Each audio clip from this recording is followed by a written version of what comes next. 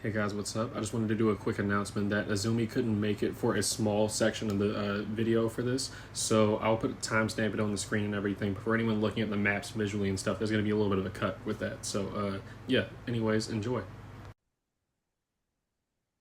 Hello, hello, and hello. I'm the Sock, aka the Chinchilla of Justice, and we're back for the fifth session of Death's End. A little bit of a recap of what happened last session. The players kind of like got like 10 nat 20s. I should have counted it, but they got a lot of information after fighting off, or technically resolving the situation with Luna. They went out and found out that they were trapped in some sort of like strange energy mixed with chakra, sort of barrier that is powered by different seals inside of the park. And along the way, meeting Yubita on the way to Hall of Mirrors, much to Gabrilla's dismay, uh, they realize that this may not be a coincidence at all. With the contact clues from the barrier, there are apparently strange people with plague doctor masks that are injecting people with syringes to turn them into these plague touched individuals. And while Uzi and the rest of the group are trying to disable these seals and stuff. Also, Uzi got another nat 20 to figure out how the seals worked. Um, Azumi was attacked by some strange hidden figures and everything, and that is where we are picking up now. Let me get the audio going. Yep, there we go. Of course, of course, I'm not 28. I'm the Fuinjutsu master. Yep, I changed my indeed. title. I'm now the Fuinjutsu master, no longer the puppet master. I can't wait for you to instantly be proven wrong. I can't wait to instantly not one. Yeah, so picking up where we left off on the play touch turn. So I'm gonna handle this first. Like I said before, you guys hear a cacophony of like groaning and kind of like screaming and everything on the way to you. And let me see something real quick. I'm trying to really build them on the token layer. All right. Yeah, so Gabrilla, you are currently still blinded until I'm pretty sure it's until your turn, if I'm not mistaken. Let me actually just check that. I think it's end of turn. Where is it? The creature becomes blind until the end of their turn. Okay, yeah. So at the end of your next turn, you're gonna be free from that blinded thing. But you do still hear this. Azumi, you see off in the distance from the same direction that you guys came from. You see an entire swarm of these plate touched individuals enter the area and everything, kind of just grasping at different like animals that like go by and everything and just ripping them apart. Uh, and you see the villagers that you guys had told to wait at the front or have like ran out into the middle of the walkway to run away from these plate touched. The swarm is just going to use their action to. It's the movement speed. Yep, they're just going to use their action to dash. Just kind of surging towards these two villagers, just as you see a couple of them start reaching out towards the villagers to grab them. And I don't think you guys handled the other plate touch and everything. Moving to the inside of the Hall of Mirrors. I know some of you can't see it because Azumi's on the outside of it. But Uzi, you are currently working on the seal. And like I said before, you hear some plate touched in here. Oh, I'm going to have this one use this movement. Uh, you hear one kind of with jerky steps, kind of like crashing into different mirrors, like breaking them and stuff. Walks out of one of the hallways towards you, and these other two plate touched are going to make some attacks here.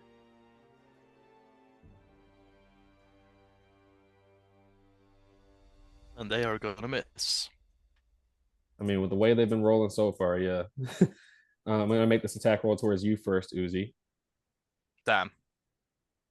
Actually, no, I think it'll try to Damn. grapple you, seeing that you're like kind of hunched over, working on this seal. Mm. So go ahead and make me an athletics check. You have to I'm cooked. you have to beat a Wait, 22. I can't win. You get another nat 20. Fire? You do have at least one will of fire. I know that for sure. You're right, I do have one. But even a +5 doesn't save me. I'm going to make this attack toward these two At this attacks towards your point, you would puppet. have to take advantage if you use it. Were you using that will of fire? No. Okay. All right. Cool. So yeah, no. As you're working on the seal and everything, you see out the corner of your eye, this plague touch just slams into a wall right behind you and just reaches out towards you and grabs you by your neck. Um, and starts. You feel like kind of like just this like soury, like citrusy smell get closer to your nose as their drool starts dropping onto your shoulder. One of the plague touch misses your puppet Johnny, but the other one lands an attack for two bludgeoning damage, and then your puppet has to make a strength save as it tries to like just grab its like mechanical parts and everything. I can't see my puppet, so that's fun. Let me see. Anyway, You would be able to see through your puppet as well, just to add. oh, it's there. Oh, no. It's just that the stat was blocking it. Ah, okay. Oh, you the health bars and everything. I'll move the Yeah, I wasp just form couldn't see down it. a little Yeah, bit. I just couldn't see it. Yeah, I'll move it down 5 feet. Oh, there. Oh, there's the 19. Yep. So yeah, it just takes two bludgeoning damage as it the plague touch right next to it to its left just kind of clobbers it over the head. But that is the end of the plague touch turn. So Gabrilla, it is your turn. You're currently blinded, but you hear this commotion happening and villagers screaming.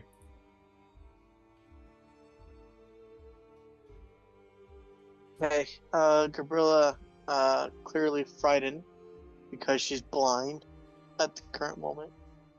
We'll try to look for the door to head inside. Well, it's right behind you, so you can literally just back up. Okay, yeah. So she'll back up into the building. Okay. All right. Let me copy you over real quick. And then you can decide how far you're moving. It's just a 5-foot step just to go back. Boom. Let me move you over into this map for your actual like player viewing thing.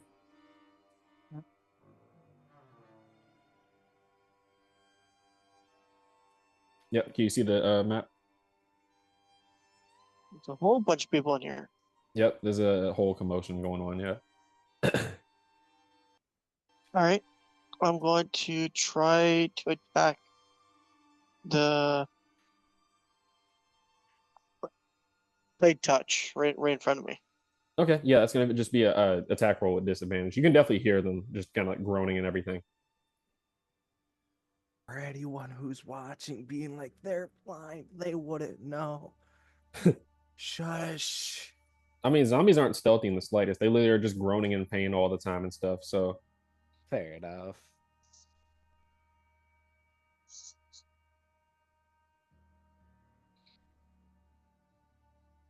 yeah, go ahead and roll another one. Oh, that's right. Disadvantage. Yeah, yeah. That's them good rolls. An I stand 18, by my statement. an 18 still hits. Yeah, so you just hear this plague touch right next to you, just kind of like mumbling to itself, just like my head hurts. I'm As going to swing blindly at what I'm doing. yeah, Uh, I mean you don't even So- have to roll damage because it is at 1 HP. So yeah, Okay. no, you fully knock it out and everything, or however you want to do to it. lethal. Yeah. Yeah, so you just you hear like a sickening crunch and everything as you just hear bone being broken. Gotta focus, And now gotta 'cause- focus. I'm blind and I'm assuming I said a building just killed something. I'm going to stop my turn there. Okay. All right. Yubita, see your vision kind of does clear up and everything that's stinging in your eyes goes away at the end of your turn. Yubita is going to have the wasp swarm move over here. It's be difficult terrain because it's moving through creatures. So let me see, it's 15. Yeah. All right. She's gonna have the wasp swarm make an attack real quick. As Gabrilla, you can see that she is kind of like similar to your other classmate, Kikunara, just kind of shaking with everything going on. Where's the wasp swarm at?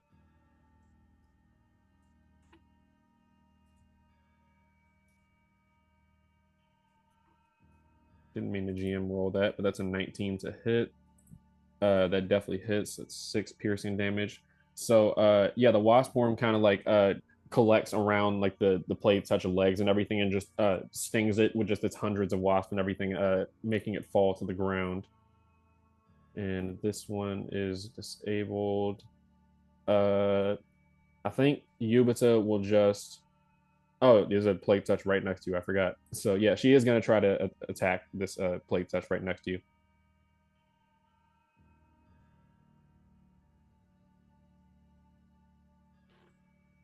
Let me see what she has that can help you other than just a basic attack.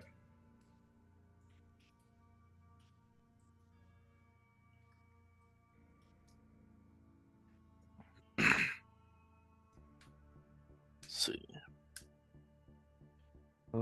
She can't make a ranged attack roll. So yeah, she's just gonna make an attack roll with her what's it called? With her like small short sword that she has. Insect Fury. I don't think she. Her tiny toe. Yeah, it's called a Dao. It's like a little small like saber type of thing. It's more like Okay. yeah, Ooh. it's more like Kakashi sort of thing that he had when he was a kid. Okay, gotcha. That would look really cool. I like that sign. She's gonna make her attack roll. Where is it? That is a 20 to hit. Yes. However, it's only one Oh, damage that's as she shit. yeah, she kind of is still like butterfingering the Uzi. You kind of see her butterfingering her saber and everything as she grabs it out and everything. She just kind of yells at it like just like stop. And then she when it obviously doesn't, she slashes it across the face, but it doesn't really deter it. Next up, I also want to remind you, Azumi, that the area of that you heard those or that the area that you saw the syringes fly from and everything, the same thing with the flash tag came from over here.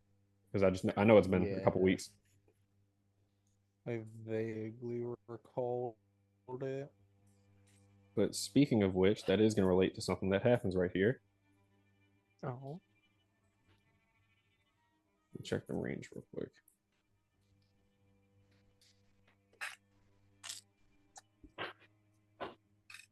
Two.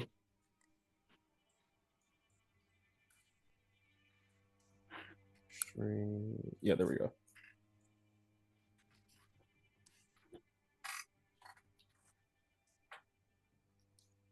So I'm gonna go ahead and actually ask you to make a perception check real quick, because this will just decide whether these attack rolls are with advantage or not. They did. I feel like they failed their passive perception. No, it's because they made their attack and everything, and I think they failed their stealth check for passive perception. So you are aware they're within the area. So I'll just actually say it's not with advantage, since you know the direction it's coming from. There we go. All right. So first things first, Azumi, you notice you hear that whizzing sort of sound like except it doesn't it's not the first sort of volley of these wasn't directed at you.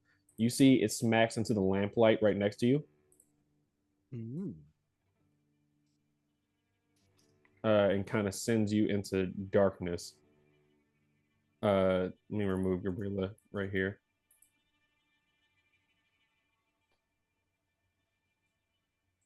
Let me actually check how much you can see, because that will depend on what I describe.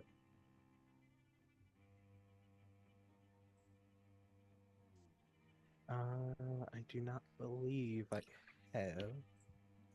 Do have one of these.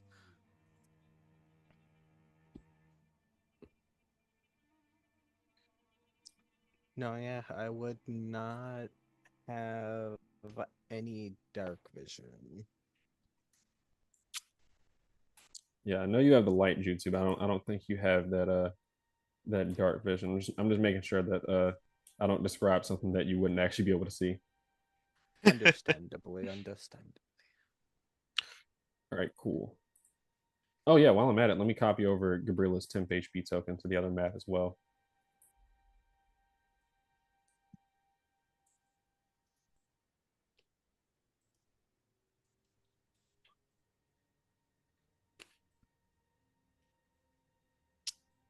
Copy that down. There we go.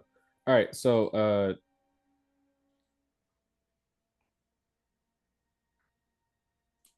there we go. So let me see the results of these real quick. Okay, yeah. So Azumi, as soon as you see that lamplight get like shot out by like one of those syringes that you can kind of see a glimpse of before you're shrouded in darkness, uh, you hear a familiar whizzing sound of two more projectiles. However, these two sink into you, like one landing into your shoulder and one landing into your midsection. So I'm going to need. Knowing these attacks are coming, would I be able, because I know it's in darkness, so it's fine if not, but would I be able to a waiting stance? Um. More in the sense of being Yep. more heightenedly aware than actually perceiving them, at Yeah. least I mean, initially. you're a ninja, so you're already aware of the threat. I will let you use that. Let me roll those All two. right.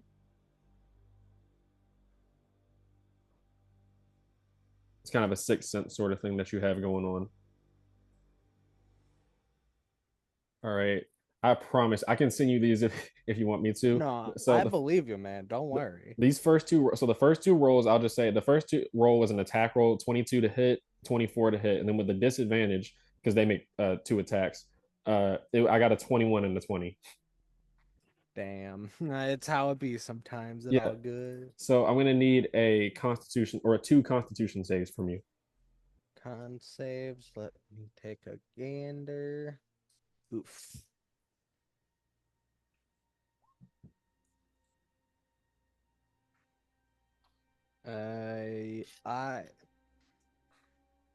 I don't think it matters because if I fail one, I fail them both. So yeah, 5 and a 9. I mean, you could always make another one to because it is two separate Constitution saves because it's two separate attacks that trigger it. That is true. I mean, that is true. I'll deal with whatever hits me. Okay.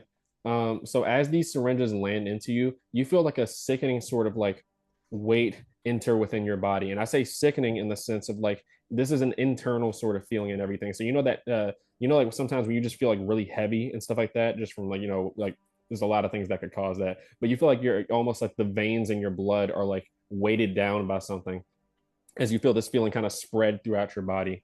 So I will reveal this to you guys because I made a little like token thing for it.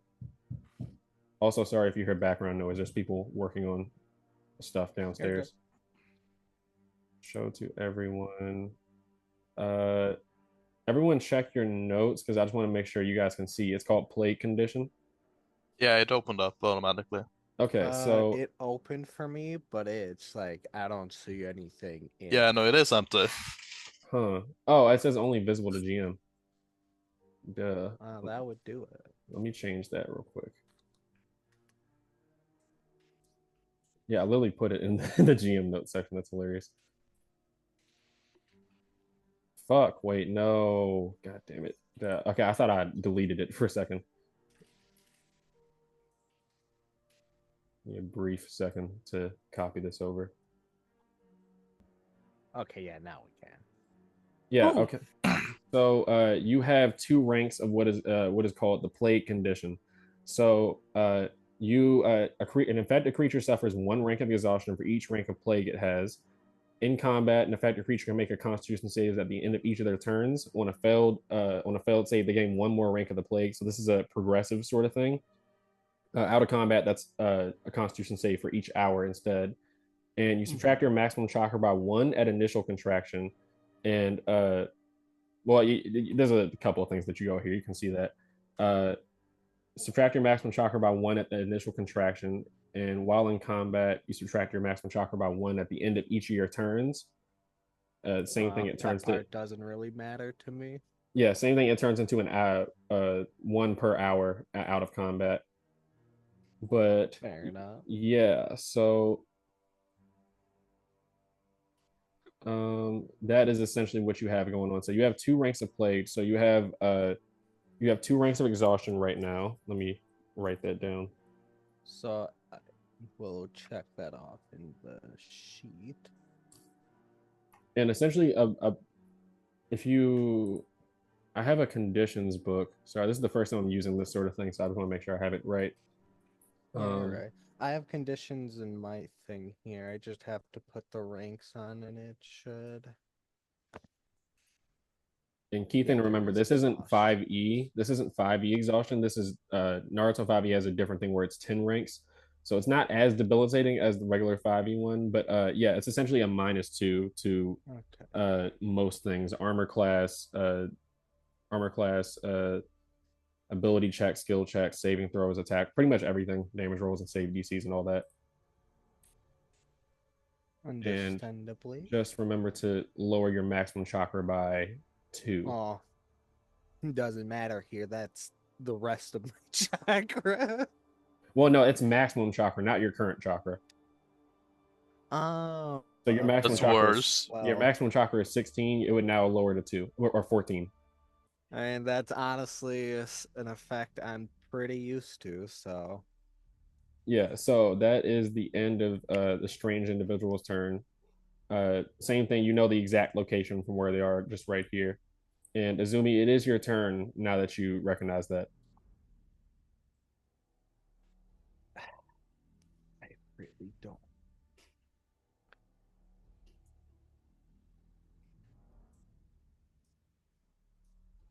How much is it to cast this? One, but that's an action.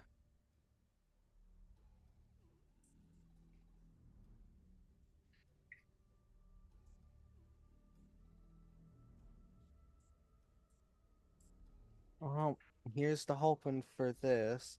Azumi's gonna yell out to the two to get away as just in this direction Mm-hmm. because, can't really guarantee a direct hit. Flesh tag. It's just purely trying to distract the horde briefly to allow the two to get away. Oh, wait, you're throwing a flash tag. Yeah, flash tag over here.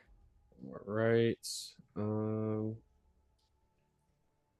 maximum chakra to Probably do. more akin to like around here just to avoid hitting them. I don't remember what their range is.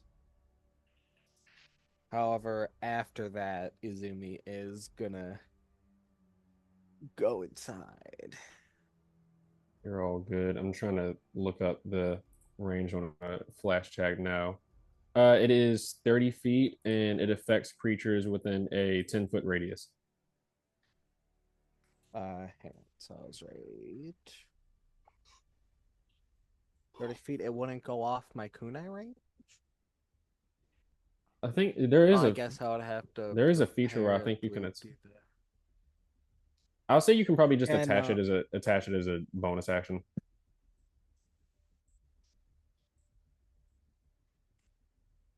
yeah, that's what I'll do. And just throw it in this direction. It's still my maximum range being 60 feet, or being past 30. But I'm not trying to hit any of them in specific. I am purely just trying to give those two time to get away. So I Yeah, guess I will roll a hit, see if it hits anyone, since it's just in that crowd. Yeah, I'll roll a hit still. Why not? that is a very smart plan. So that's a 12 to hit anything. If the kunai hits, that's just a d4. Wait, no, that is a d4 plus. Oh, because it's main action throw and kunai. So that is a 5 damage to whatever it hits, and then a flash take. So We had a little bit of technical difficulties. So you hit with that kunai attack, and I know that is a wisdom save for the plate touched. What's the DC? it is a basic flash tag. I want to say it's 14. I will pull it up right now. I also think it's 14. Flash tag. It is 14, yeah. Safety seat. Yep. All right, I'm so shocked I remembered that. they get an 8. So yeah, no, this flash tag goes off as it lands. Well, how much damage did you do? 5 damage total to whoever it hit in Okay.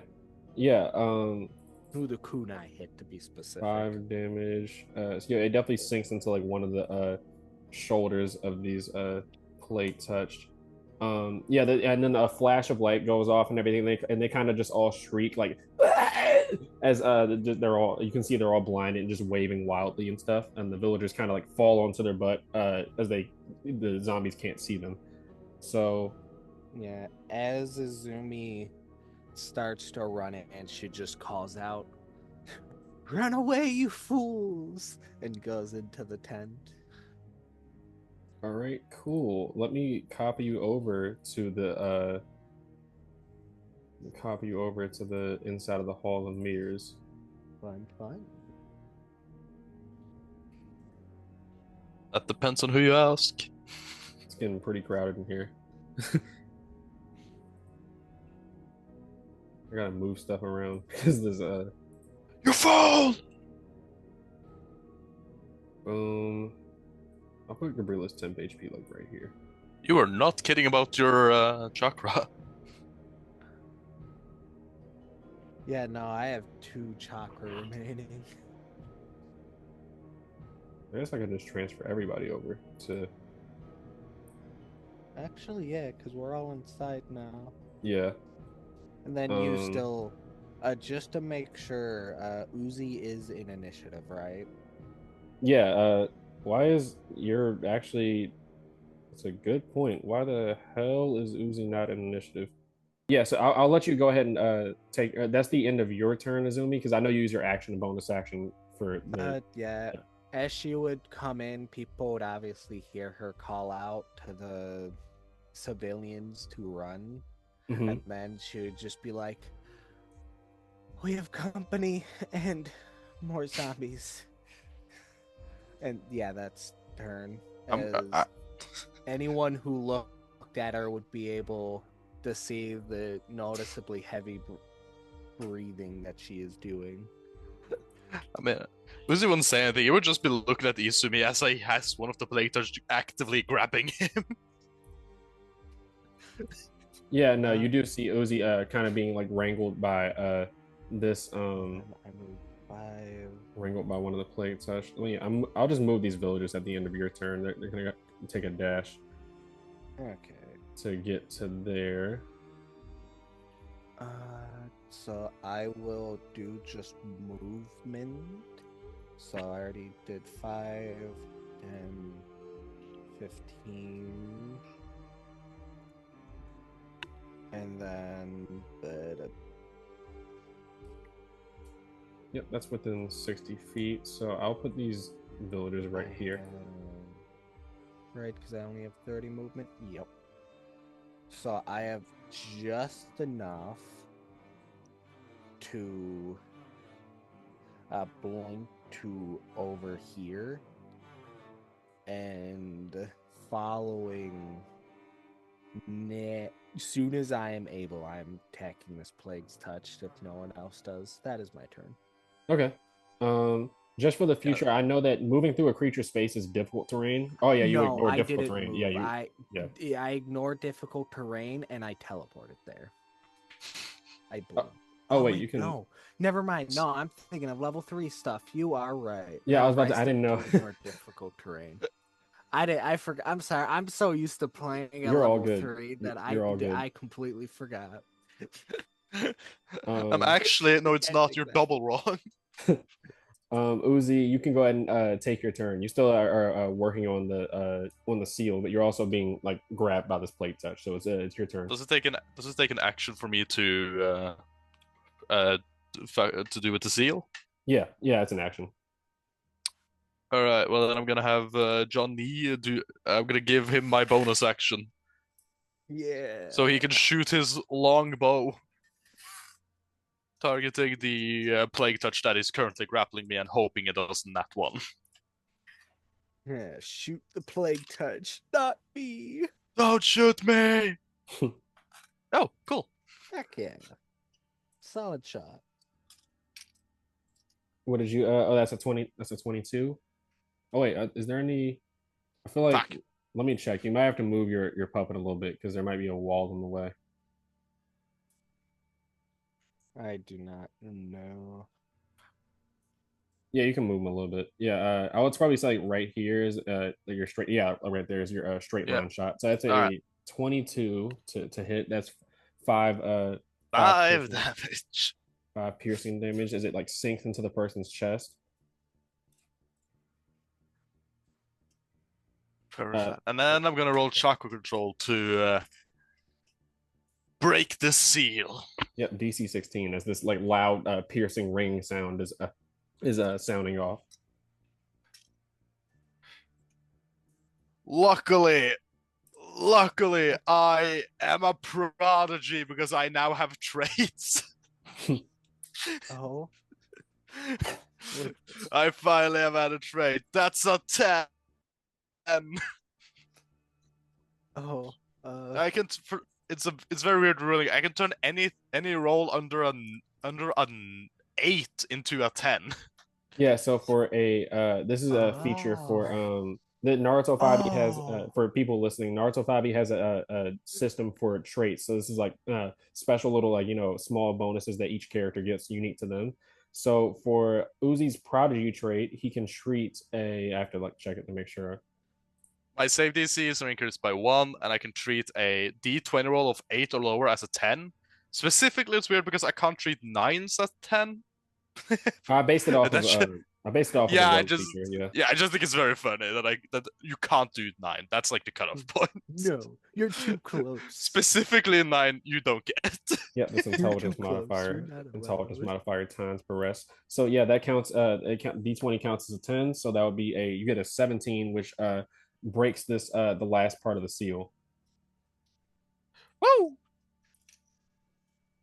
The ring kind of like abruptly stops and everything as like a wave of chakra kind of like can be felt washing over you guys. All right, there's one. We have a few more to go. Are you doing all right, Izumi? Hanging in. Good. It'll be over soon. You can just need to get maybe one more, then we should be good. I will say, Uzi, you can kind of almost notice with your like chakra proficiency and everything, you feel like Azumi's chakra is like slightly dim or like more dimmed than it usually is, if that makes sense. Like it's like almost like the brightness of a light bulb kind of dimming a little bit. And you see her veins are starting to like, you can kind of see they're like very dark underneath the surface of her skin and like steadily getting darker. But yeah, so that will be the plague touch turn then. Let me see something right quick. I'll handle the plague swarm that's outside first to see if they could. I don't think they could get to y'all in time. They are all, well, I guess they could just, yeah, they would just follow the sound. Never mind. That is a good point. I actually will see if they would even know the direction. You roll a d20 on 11 or higher. They at least know the general like direction that they headed off in. Nope. Yeah, so they kind of just are you kind of hear them outside just flailing and like breaking different things. Like you hear like trees cracking just from like them swiping at something. And for the inside of the Hall of Mirrors, this plate touch is going to attempt to bite you, Uzi. The one that's currently grappling me? Yeah. All right. I'm sure he will miss. Or she. We don't discriminate. We kill equally. That is a 10. So a 10 does not hit. As they go to like bite you and everything, but you're able to like kind of like move your head out the way and everything, kind of just like more bile drips onto your shoulder. That is Calm down. Gabrilla, it is your turn.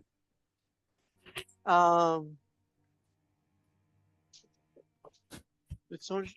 Is it? to say in moments like this, where it might be a moment since we all go before the enemy, or I guess, no, never mind, because it's Gabrilla, then mystery person, then it would now back to Uzi and then me. Do you have the initiative order memorized? Well, It's yeah. so Yubuta has a 21 in as a 21, so they go first. Uzi has a 20. So they go second. The strange assailants go after Uzi on the same number for initiative. And Azumi and the plate touch go at 18. And Gabrilla is the last one at 7. Yeah, okay, so we can't go back to the top then. All right.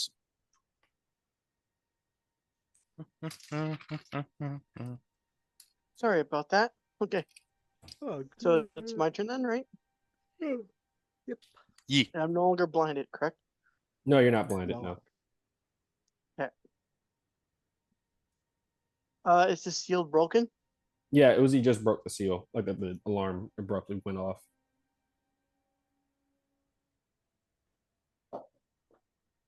How's Yabuda looking? Kind of like shaking a little bit. She kind of only did like 1 damage to the plate touch that's grabbing Uzi. She very much is kind of a little bit shaken up and stuff. I'm going to approach the other two and ask them what we should do next. There's still a plate touch, by the way, grabbing Uzi Oh, if is you want to there? take care of them. Yeah. Oh, Yeah. I didn't see him. Yeah, I'll take care of that. I didn't see because of the health bar. Yeah, no, it's fair. I assumed it would be hard to see. So I was just waiting What do to we point do? it What do we do out. now, guys? What do we do now? Currently sees what Uzi getting choke slammed by the blade touch. Just the normal day. Anything, please. Oh, problem? Okay, I'll fix it. I'm gonna take the blade. I take it back. Hey, who said you could do that without me? Well, there's 12 it. A 12 definitely hits. Yeah. Okay. Welcome. The first time I've ever heard that sentence. I mean, they're regular villagers. Villager has 10 AC. No, but I've never heard a 12 definitely hits. 4. Yeah. I mean, that is the trade-off. Plentiful of them, or plenty of them. 5 points of damage. Yep, 5 points of damage. You fully eliminate this plate touch as it just falls to the ground with a sickening thud. We need to get at least one more of these seals deactive. If we can get at least one more, then the Hokage and the other ninja, when they arrive, should be able to break through. Leave it to me. I'll take care of it. Okay. I already got one down. How hard could the others be? If those assailants out there keep attacking, might be hard. Oh yeah, try not to get hit by whatever they're throwing.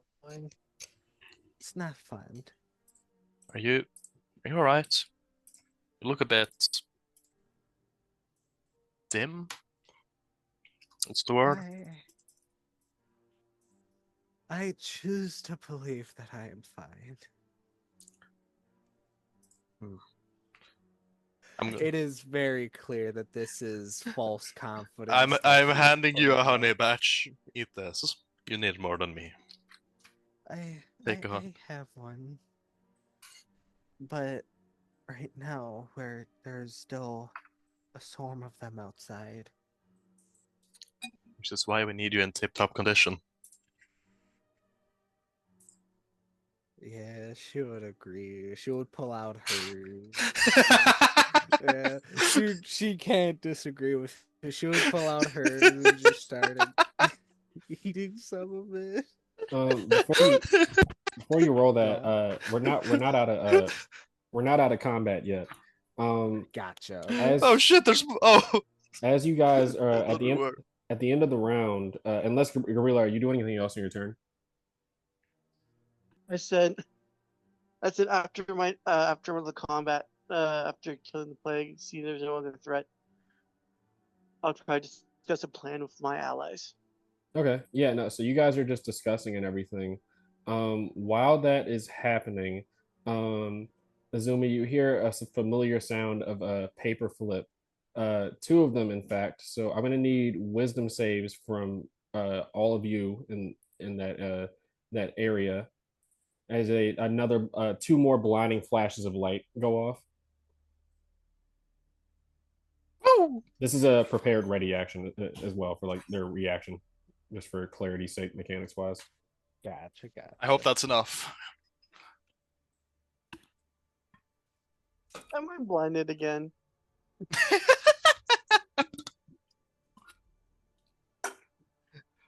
It's two wisdom saves for each of you guys. Sorry. 16, 10. 16. 16 You know what? I'm 16 and firing 17. that second one. I don't trust this. Did anybody Roll. roll? Yeah. Did anybody roll Well, that's lower? still a 10. Anybody who got less than a 14? You are blinded. Same thing as before until the end of your next turn. God damn it. Yeah, it's a lovely feeling she's getting used to. The guy with the +1 succeeds. Let's go. How did Izumi fail? Well, Oh because shit, Will that's a nat Fire 1. said I needed to get a nat 1, so I got a nat 1. Yeah, but yeah. Yeah. Look, some things are just yeah. destined to happen, and we can't argue against it. Couldn't you have just taken a +5? Hindsight is 20/20. That is true, but What is yeah, like my you said, second hindsight. roll? Well, I'm not gonna presume it's a basic flash tag. Plus, advantage is more fun. Oh, that is true. It also was like more likely to work. Consequences be damned. All right. Yeah, I'm trying to see the one who succeeded. So, both Azumi and Gabrilla are blinded, along with the Yubita as well. Uzi, you do know for sure that they came from these two separate directions, like down these two halls, right next to you guys. If you can see where I'm thinking and everything. Yeah. Yeah. So yeah, two slips of paper tags had fallen right by Gabrilla and Azumi's feet, respectively. And Yubita on her turn, I think she's just gonna. You kind of see that she had been holding it together and everything, kind of like make cracking jokes and stuff like that, like just to like ease her own tension to herself and stuff. But at this point, with being blinded and with everything going on, the plague swarm sounded like it's getting closer than before. She kind of just starts freaking out a little bit, breathing like really heavily, just is going to back up and I guess ready her action to defend herself on her, depending on what happens. Uzi, that is your turn. Yeah. So it's double movement to move through someone's square, right? Yeah, difficult terrain. Yep. Okay. I'm gonna move Johnny. I'm gonna move him over here. Yeah, because you can still see through Johnny. Good shit. Yeah. So I'm gonna since you said that one from each, I'm gonna spend 10 movement. Or I guess it's 15 to move over here, so I can cover both entrances. That's probably not how it works. And then I'm going to cast the light jutsu. All right. I just need to read the specifics for my own sake. I am good. No, I can't do that. I really just want to see their face. Can you post that in the Discord? Yeah. Arigato. Do I have anything? What do I have on me? I'm just gonna have my compass and cast light on it, just so I have some sort of light source. And then for my bonus action, Johnny will do a. Oh right. Can my puppets use the weapon form attacks? Hmm? Can my puppets use their weapon form attacks? Yeah, they should be able to. Sorry, I'm trying Oh to find fuck this. yeah! I'm gonna have Johnny do the ultimate technique. Chain tail.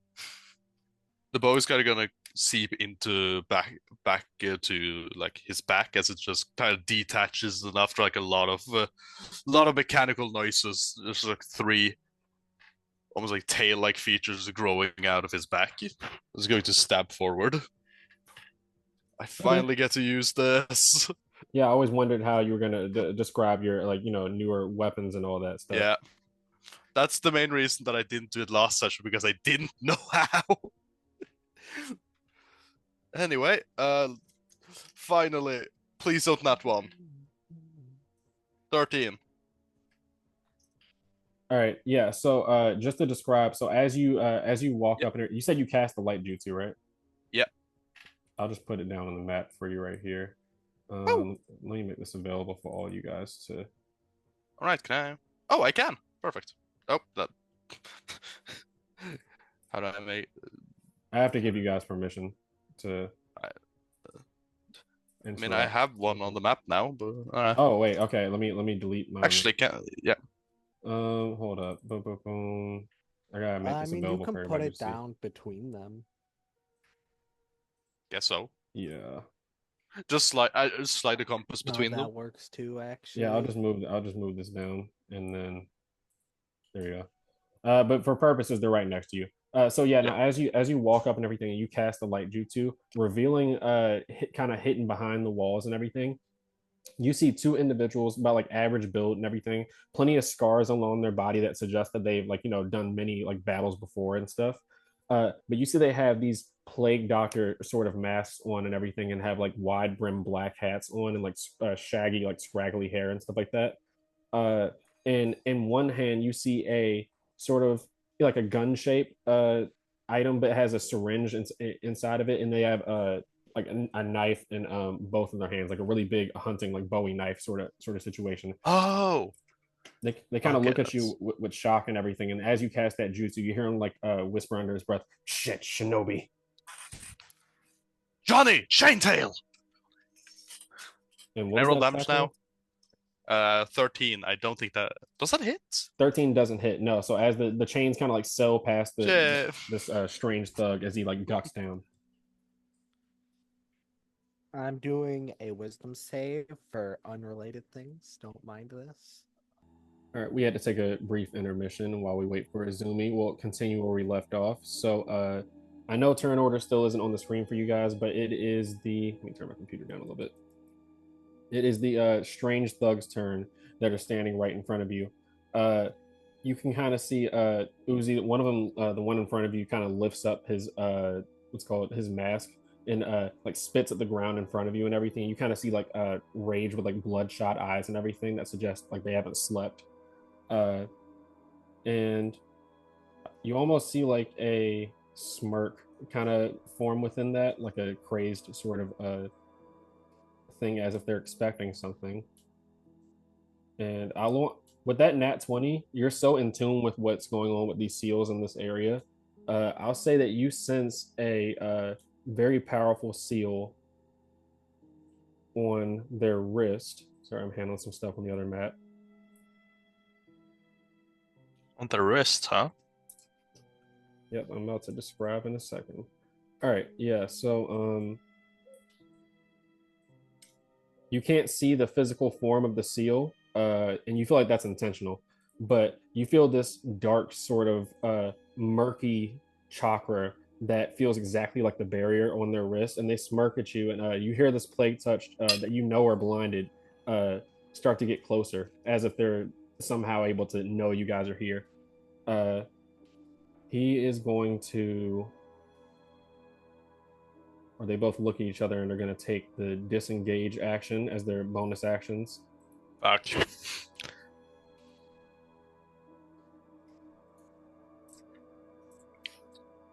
He just kind of says, "You'll get what's coming to you." And yeah, both you, Uzi and Gabrilla, they both run past you. The disengage action basically makes it so they can run I don't past take creatures. AOs. Yeah, and that'll be a dash action that they take as their main action to run by, and you see they're running directly towards the villagers that just walked into the Hall of Mirrors. All right. It is Azumi's turn, but you, Uzi, you look over and you see Azumi. Her veins are starting to turn like jet black now. You can see just beneath her skin and stuff. And she starts frothing at the mouth as her eyes take a almost like void like black color in her like white parts of her eyes. And um, it is the play touch turn. So I cannot fit them on the map. So I'm just going to use a regular plate touch as a placeholder for the swarm. Actually, no, you guys are. So yeah, you do hear they're getting closer, but they get just. You would guess that they're a little over 5 feet away from the entrance, and that is their turn as they dash action towards you.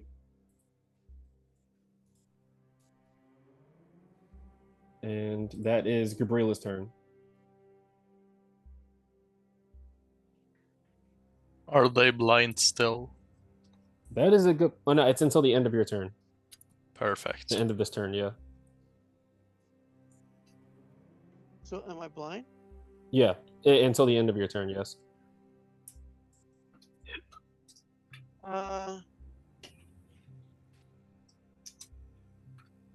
Is there a way to like?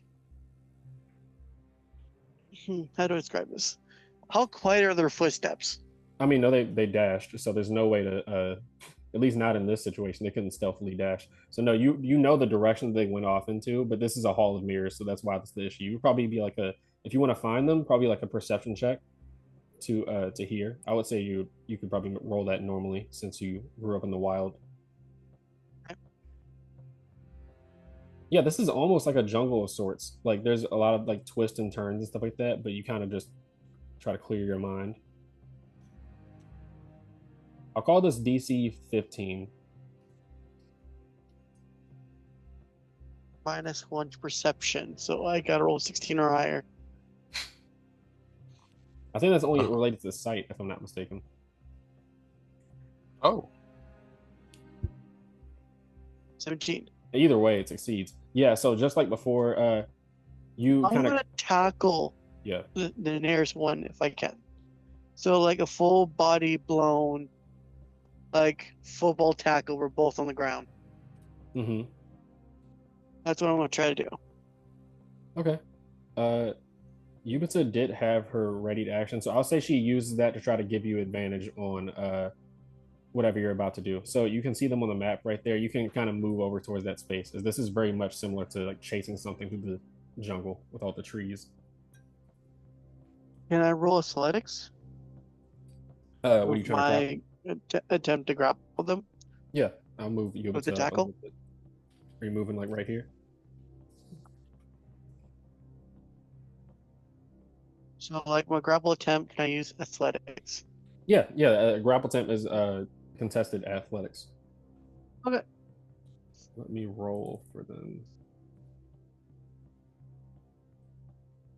If I miss, I face pin on the floor. I'm okay with that. No, I wouldn't. I wouldn't say that's necessary. You can just make a grapple attempt. That's a regular sort of thing. They rolled a 20. I rolled a 26. 26. Yeah. So you fully have this creature grappled in the way you want to describe. Yeah.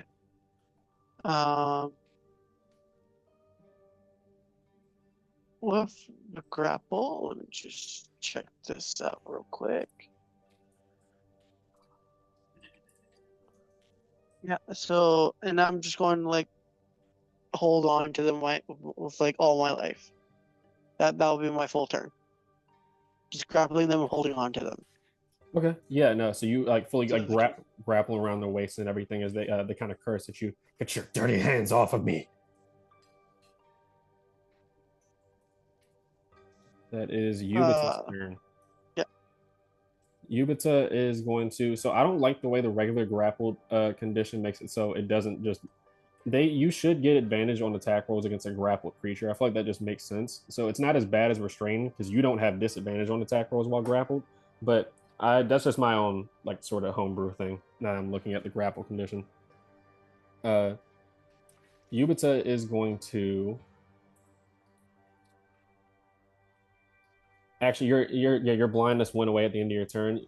You see Yubita, like even though she's scared, an idea crosses her head and she makes eye contact with you, and kind of tries to give you a look as if like we should probably leave, but she has a plan. So I'm going to use which jutsu was it? Okay, yeah. So I'm going to have her use. She kind of does some hand signs and some wasps fly out of her cloak to cast insect sphere on this individual.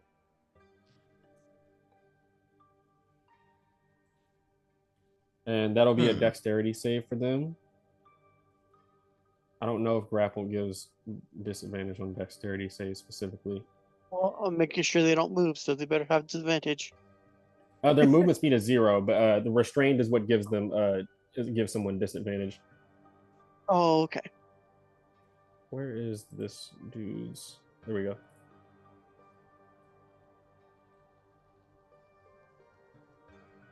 All right, they get a 22, but regardless, her plan still kind of comes into play. You can see she gives you the idea that maybe you guys should just escape with like the look that she has and everything. So one of her features is sensory prodigy. So when she damages a creature with her bugs, she can use a bonus action to have the enemy marked by the effects of the chakra mark jutsu, and that creature can't gain the benefits of stealth or like cover or anything for the next minute. But chakra mark is 10 minutes, so she also doubles that duration. So she'll use her bonus action for that. And how much damage was that? It's 4 poison damage to this one as he kind of wriggles out the way. But Uzi, that's your turn. You're not really in on that plan that she's Oh, communicating to Gabrilla because she can't say it out loud because then they won't leave if they know they're being tracked. I am gonna have. Okay, so one of them. Which one did Yubita hit? Left. This one right next to Gabrilla that she's grappling. Oh, that one. Okay. Then I can kill the other one. Perfect. I am going to. I'm gonna have Johnny. I'm gonna have Johnny go forward over here. And he's gonna stab the grappled one, using his newest weapon, the chain tail. Hoping this time it hits.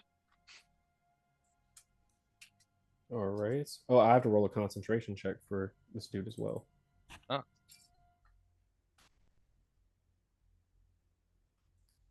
See. Sorry, not on the grappled one, I mean. Sorry. I was thinking wrong. I was thinking of the one that isn't marked. Mm-hmm. Not on the grapple one. Okay.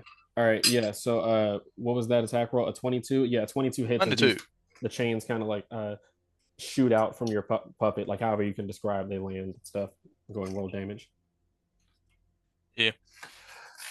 They like they fall from the back and kind of like Doc Ock from all the various interpretations, just like kind of pierce his body. Yeah. And steps forward. Oh, that's good damage as well. Mm-hmm. Yeah. Let me see real quick. It's 10 damage. He is gonna try to use his reaction to try to lower that a little bit.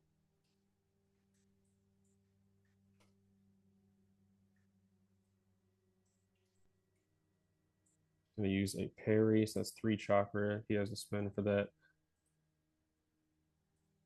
As you can clearly tell by now that these guys aren't shinobi. They're just like they would be like kind of advanced bandits for reference. Yeah, so he reduces the damage by 9. Damn. But he doesn't have a lot of chakra. you can tell that took a lot of effort out of him and everything. He kind of like lightning quick, uses his hunting knife to bat your most of the chains away. All right. That was my bonus action. For my action, seeing as Izumi looks like she's dying, I'm gonna can I feed her one of the honey batch charges? Yeah, you can Yeah. definitely do that. I'm gonna do that with my action, which means that it doesn't roll, but immediately gains 6 plus Constitution. That's the character's Constitution, right? Not you, but us. Yeah, that would be her or you guys' individual constitution. So she gains Azumi gains 6 chakra back and 6 HP. Yeah. I think that puts them back to full. It does. Yep, just right at full. Yeah. That That's because definitely it does look like she is dying. that definitely helps and everything. It's like you can kind of tell it's from an illness, but you almost feel like a radiation of like heat coming off of her stomach and everything. But that definitely helps her out a lot. All right. Are you moving anywhere in your turn? I'm not gonna move in case more people show up. Yeah. I have Johnny in my place, so that's my turn. All right. Gabrilla, go ahead and remake that athletic check. I'll have the strange thug remake that real quick. I just want to check something. 23. So he is going to make an athletics check and try to get out of this. You rolled a 23. You got a 21, so he does not succeed. He just is trying to like push you off of him and everything, but you're able to like maintain like a vice grip on him. Uh, this strange thug is going to I think Question. he's yeah. Just a little question before the the strange thought goes. Mhm. Fully. Yabuta gave me the look to like let them go after she attacked them, correct? Yeah.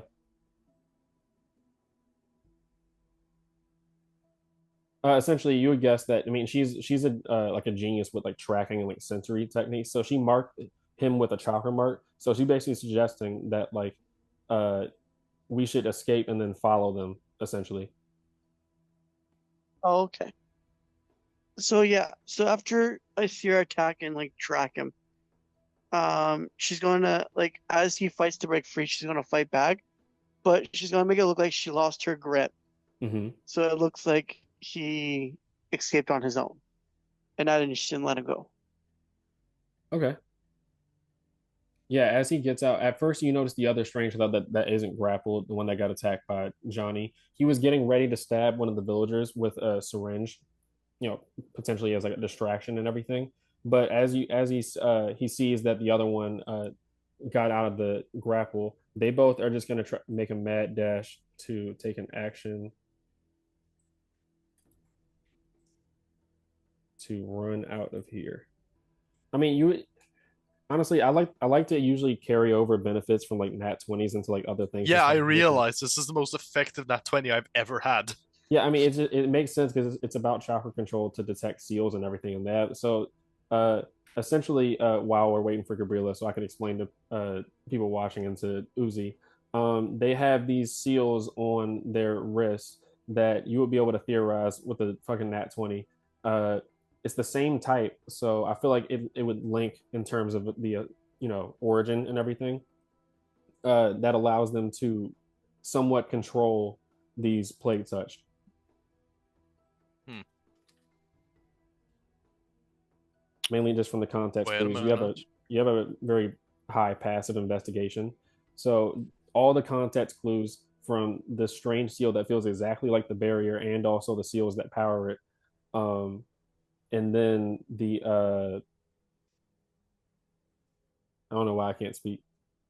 Just the nature of the plate touch is similar in energy, Yeah. along with the fact that they were blinded. So there's no way they could have actually known where you were unless they were being controlled. I'm gonna break that seal. Might need to break the whole arm. That's the sacrifice I'm willing to make.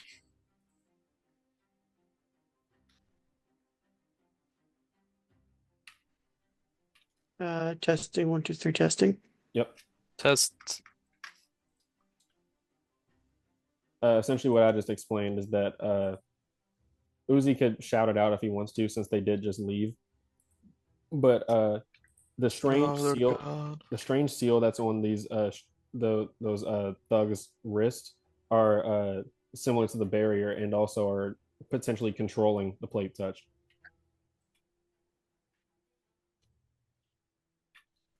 Just for context. But it doesn't seem to. Wait a minute. Oh, shit. I just got a theory and I don't like it. Is that. I mean, you can't answer it, I know that, but is that why Luna left so suddenly? Oh, God. Oh, no. There's no way to know. The true DM answer. I mean, you could ask him if you want. Yeah, Yeah. that's Luna. Picking up where we were leaving off, Azumi, you can see that at first she had started like convulsing, but with you feeding her Sumi isn't. Oh, right. Sorry. yeah, I thought you were gonna. Yeah. I was just describing. You feeding her the Yeah. honey was actually a very smart play here, as you feel whatever heat was bubbling up, like starting to radiate from her stomach, starts to dim a little bit into like just a cool warmth that's near her and stuff like that. As her veins they're still kind of blackened, but they kind of lessen a little bit as she has more chakra and stuff now. Uh, the plate touched, however, Gabrilla, you see that. How close are they now?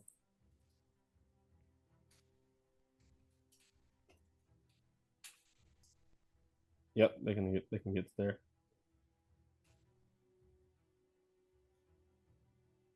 So you notice that they're not moving inside of the Hall of Mirrors, but you see this entire nearly like upwards of 30 horde 30 plate touched on a swarm and a horde standing in front of the entrance of the Hall of Mirrors.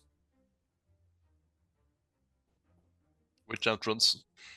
The front? Yeah, the front. All right.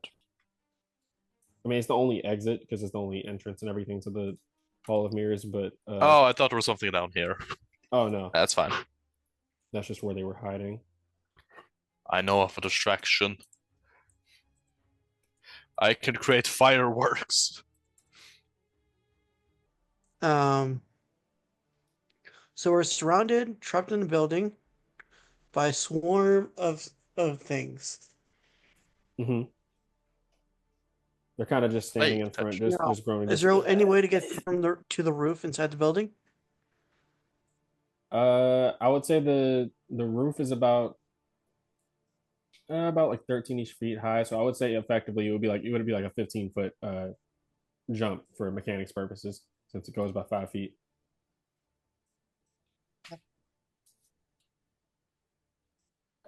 You could, but it is not. That's not what it's like initially designed to do. Like it's a hall of mirrors, so the area is just like a carnival tent, sort of built around like the hall of mirrors I'm and just stuff trying like to that. unplug my headset. I use my computer speakers. I'm sorry if you hear echo. Yeah, you're all 'Cause I good. can, you guys keep cutting out. Do do do do do do do do do do do do do.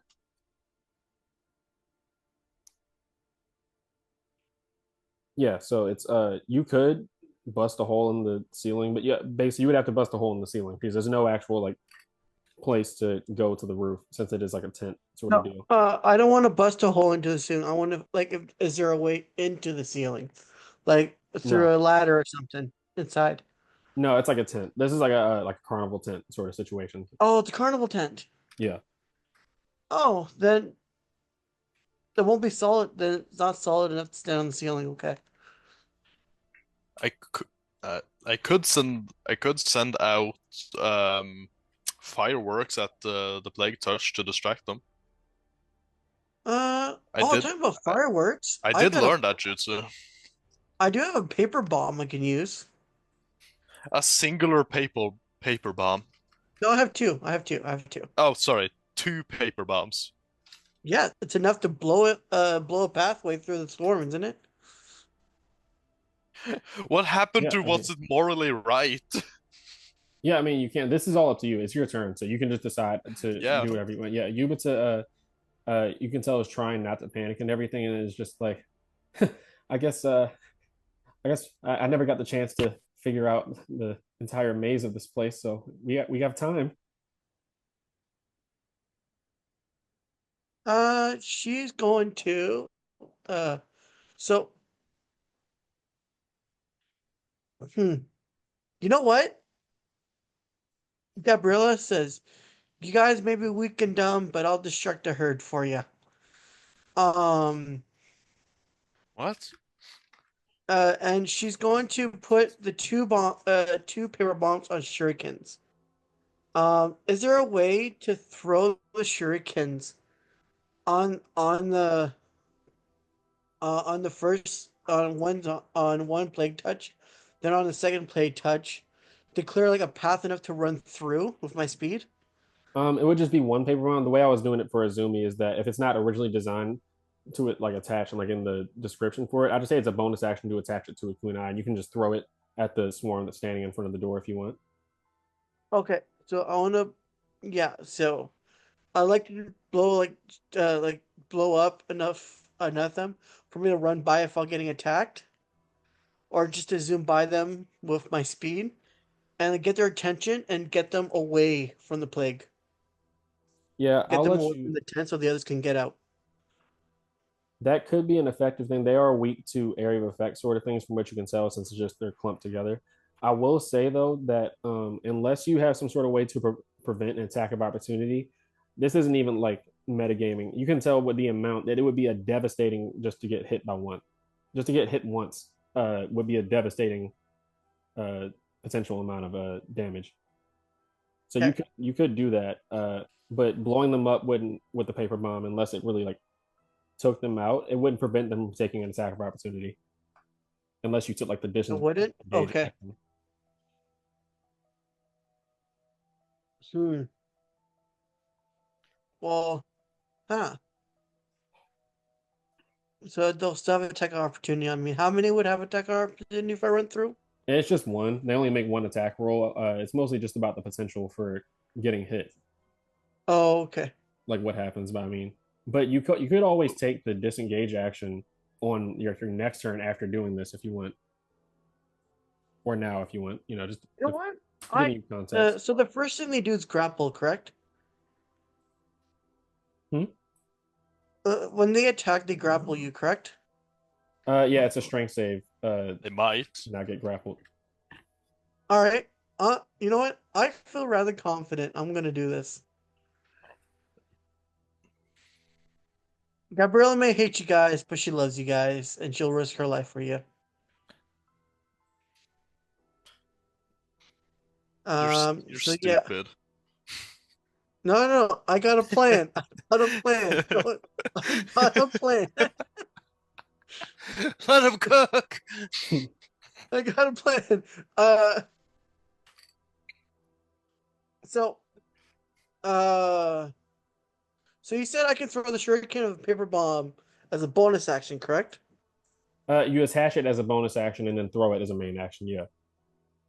But can I throw as a bonus action also if I had a second one? I mean, I think that's a specific weapon property that's needed for that. Let me check for you real Let quick. me check shuriken. Does it have shuriken has multi attack? I can use it as a bonus action as an attack. Yeah, I know I was saying that it would be the bonus action to attach it, but let me check for you real quick because I know there's a specific weapon property that lets you attach things. Yeah, it's multi attack, which shuriken has.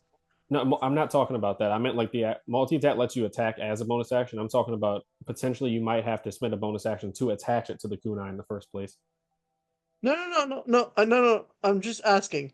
If I had a second bonus action, could I do both things as a bonus action?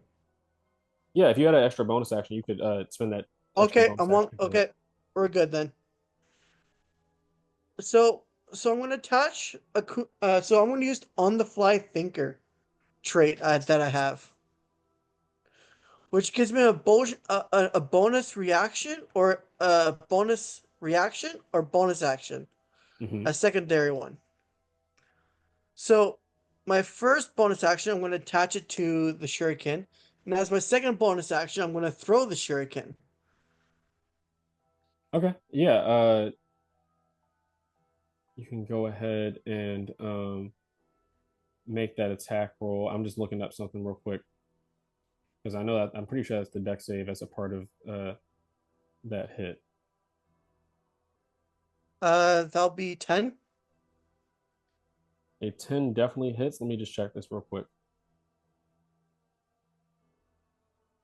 Yeah, once per long rest, an additional reaction or bonus action. I knew it was something along those lines. Yeah, so a 10 does hit, and let me have them make that dexterity saving throw.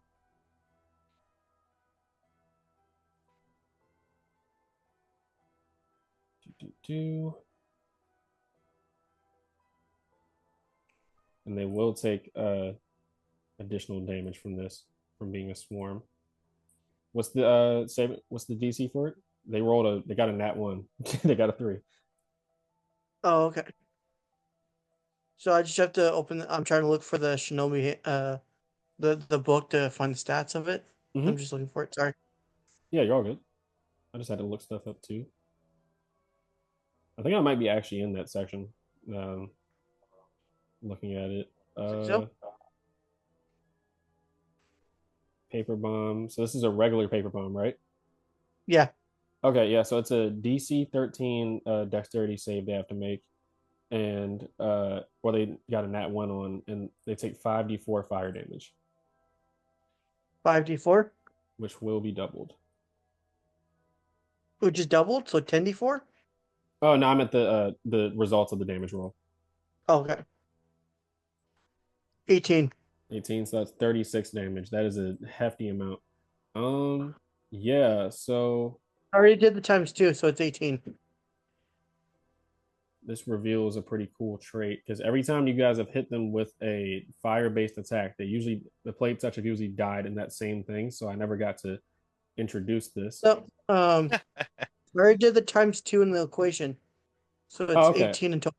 Oh, 18 total. Damn, that's a Yeah. low damage roll. Okay. For the D4s, they kind of screwed you over, but it's all good. They get a nat 20 on this one, but this is a reveal of one of their features called plague infested. So whenever a plague touch creature gets hit with fire damage, they have to make a wisdom saving throw, DC 14, and on a fail, they gain 1 rank of fear. As it's a nat 20, but you see as this explosion, you can describe how you do this to like throw the kunai at like lightning speed. Repeat that. Sorry. Sorry, no, I was saying that you can describe the stuff first, actually, before I go into the description of what happens. Yeah. So just throw in the center of the pile where it would combust and clear a small path, Mm-hmm. where she'll run right through for 55 movement speed. Do you want to use your action to disengage, or are you just running through the swarm? I'm going to run to swarm, then disengage as an action. Yeah, the disengage basically lets you prevent attacks of opportunity from your movement on Yeah, that turn. Yeah. that's what I'll do. So let me type that in. 18 damage towards them, and then yeah. So you would end up. Let me put you back on the regular Hall of Mirrors map. So your full movement is 55 feet, right? Yeah. So you would have 50 feet of movement to spare. Actually, if I'm not mistaken, let me check how far you are away from the entrance. That would be boom, boom, 20 feet to get out. So you would have about 35 movement to spare once I put you on this map. Um, can I just see what my options of going are? Yeah, I'm about to put you on the map. I was just Okay. adjusting stuff on my end. Yubita will tell you with her perception check that I had for her that She knows they're a little ways a distance away from the entrance, but you're about to see them. Let me paste your token first. There we go. All right, yeah. So you can see yourself on the map, right? Yep. All right, bet. You would end up two back. I gotta make it so your token doesn't overlap with theirs. And two fronts. There we go. So you'll be right here. So which way did we come from? The down, right? The entrance to where you guys or not the entrance, but where you guys first came here on. Yeah. Yeah, it'll be this way. That way. Okay. Then I'll work my way that way.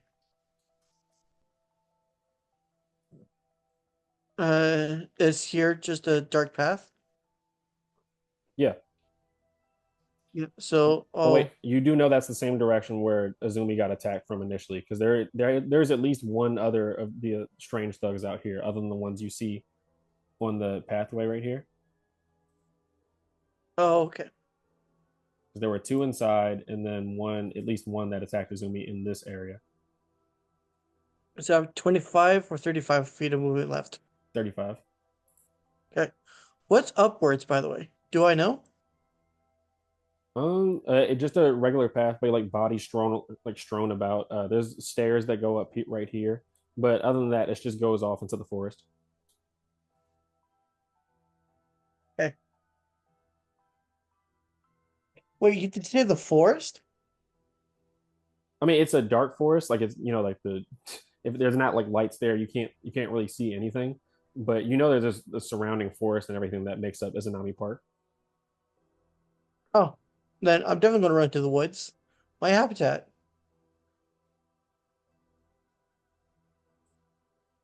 Either way would So be use yeah. the 35 feet of movement right here. All right, cool. And I still got 10 temporary hit points. So now I'm gonna try it like as just as a free action, if I can. I'm gonna yell at the plague to come after me. Yeah, they currently are like disoriented and stuff like that from the explosion that it went off. Like honestly, I would say there's a hole in the entrance and everything that's kind of like made it more wide open and stuff. And it also did make a fairly large sound. So you do hear some branches kind of cracking in the distance at the end of your turn. Yeah. They do look at you though. Yeah. All right, that is Yubita's turn. So I'm gonna have her make. Hold up. I'm gonna have her make. Let me see.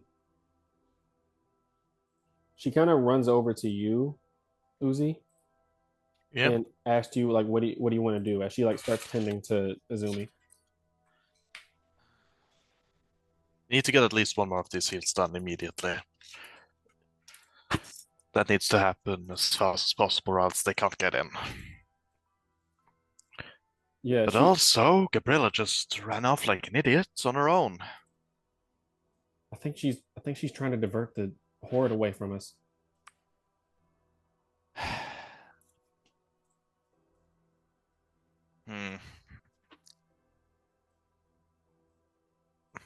Trying to, gotta think here. Izumi is looking worse. Is Izumi looking like? Is she getting better or is she getting worse? She's getting worse, but a lot slower than it was before. So I'm gonna try to have. You're lucky that you guys made the right decision going to Yubita specifically because she is a medic then. So she specifically is going to try to work on this. Having a healer is always useful. Like if you're not trained in medicine and everything, we wouldn't be able to make a medicine check to try to get rid of this. But she counts as having a medicine kit as long as her wasps are near her. Great, that's perfect, I would say.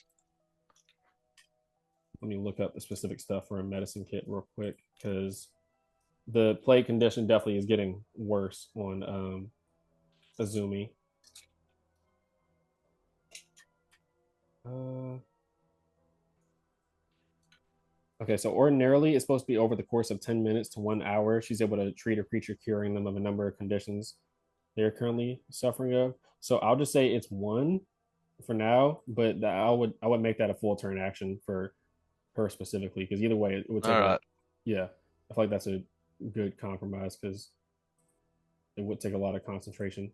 So Azumi, like Yubata kind of collects like chakra infused honey that kind of like glows with the yellowish gold and everything, and tries to work on Azumi and everything as a full turn action. She will just try to use her remaining movement that she had 20 2. Okay, so she can move 15 feet right here. Boom, right here. All right, yeah. So she starts dragging Azumi along and says, "Well, it's a really dumb but kind of cool plan, but we should probably wait until Gabrilla gets chased by the horde to get out of here while we have Azumi." It's your turn, Uzi. Yeah.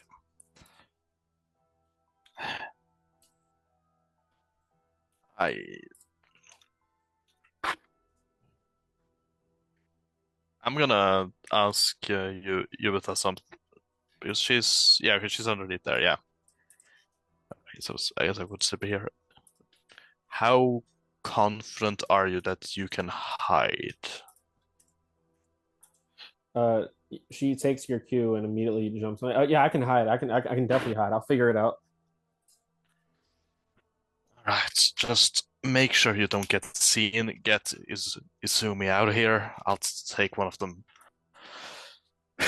I'll take one of the seals down. This is my specialty after all. The seals on their wrist, or the seals, or one of the other seals in the park. One in the park. I got Johnny and Barbodo in the backpack. Should be good. You can't go by yourself though. That's like suicide. We don't know how many of these guys are out there. I'm not going by myself. I am my puppets. And we can't leave Izumi by herself. She's in a worse condition than I am. I'm sorry, newsflash, the puppets aren't people unless you're schizophrenic. If you And go what do down, you... then you can't control the puppets.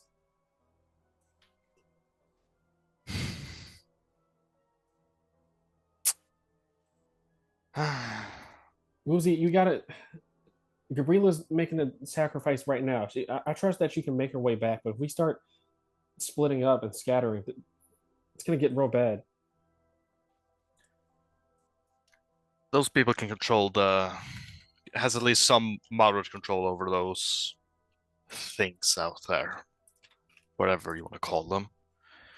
And it's just a matter of time until either they get they might even have a possibility of creating more seals, which makes my job more difficult, or they might get everyone into one position and storm us. We don't really have the time to wait.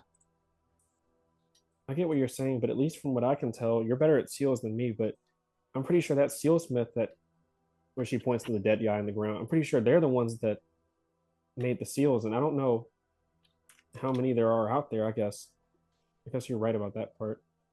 Oh yeah, let me heal. Let me roll 2d4. She would have just tried to heal you a little bit as a bonus action.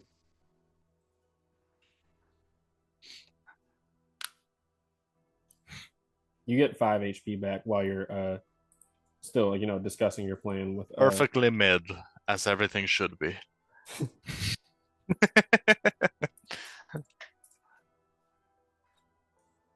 But yeah, she does note that like I understand what you're saying, but like I marked one of them. So if we can just get away, if Gabrilla can get away from the swarm and regroup back with us, then we can try to like maybe follow them back to maybe where their leader is. They didn't seem like they actually had any part in whatever this thing is.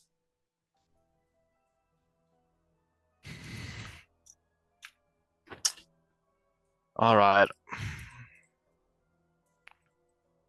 I'll trust you on this.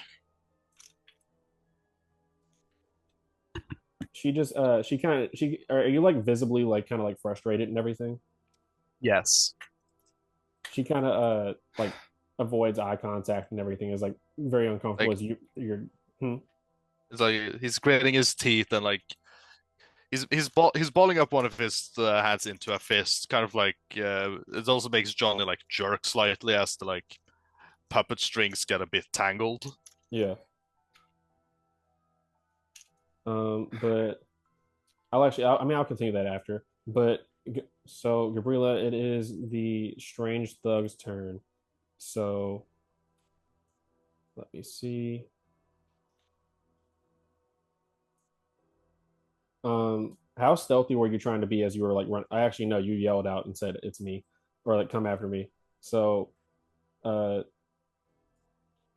one of them like they look at each other and the other one nods, and you see one of them will just take the dash action and try to like go after you.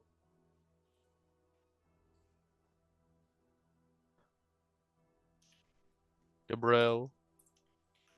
Yep, I heard you. Yeah, So one of Yeah. them at me. one is going after you, so that would be. Why is it not showing me the distance that he's moving? Takes the dash action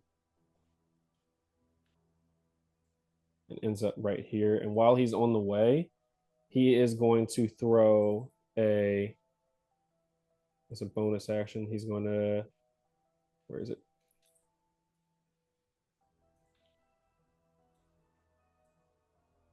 He's going to throw a bola, which is like you see he takes out from his belt like it's like a rope with two like iron balls on the end of each one. And he starts swinging it around and chucks it at your feet, and that is a 21 to hit, unless you have a reaction that can boost your AC. 21 to hit. Yeah, Let me just check something real quick. Nope. I was substitute jutsu. Substitute jutsu, but it only raises by 3 instead of 4. yeah. So a 21 would still hit. So yeah, no, he chucks this bola at you, and it like coils around your feet and causes you to stumble. So you are grappled. Um, and I'll go ahead and post it for when it comes around to your turn and everything, just so I don't take up too much time describing stuff. Yeah, so ignore that attack roll part of it. I was just posting the description, but they rolled a 21 to hit, and so you take one bludgeoning damage as it kind of like just knocks your ankle a little bit, and you are grappled by this around the legs. You can use your action to try to escape, and then you see like it has its own AC and stuff like that. For the plate touch turn, they are going to go after you like you called after them. It's 20 feet. The And dexterity saving throw. Oh no, you're right. Dexterity. You're right. You're right. You're right. On a hit, the target unless it sees. Okay, yeah, make me a dexterity saving throw. It's DC 21 because it's against the attack roll. You're right. My bad. I didn't see that. Glad I read that. Yeah, that's my fault. That's the first time I've used this type of weapon. All right, I thought something was missing. You are indeed correct. 19. Okay, yeah. Now, so it still does grapple you because it's the DC is against the attack roll. So these plate touch Okay. are gonna walk up to you, this horde, and he smiles at you, looking at you in the ground, and says, "Got a little bit of a proposition for you. Either I let you get gutted like a fish, or you help us out. You guys seem like you're a little bit knowledgeable about this stuff. I don't see a headband on your head, but you're clearly a shinobi. You help us undo these seals, and we'll let you guys go scot-free." It's the end of the plate touch turn. It is your turn, Gabrilla. So he asked to help undo the seals? Yeah. I want to try a conversation with them now. It's like, what do you mean help you undo the seal? Are you slow or something? It means undo the There. seals. Whatever's creating this barrier around here. Wait, we thought you put the barrier. He kind of you see his maybe an insight check.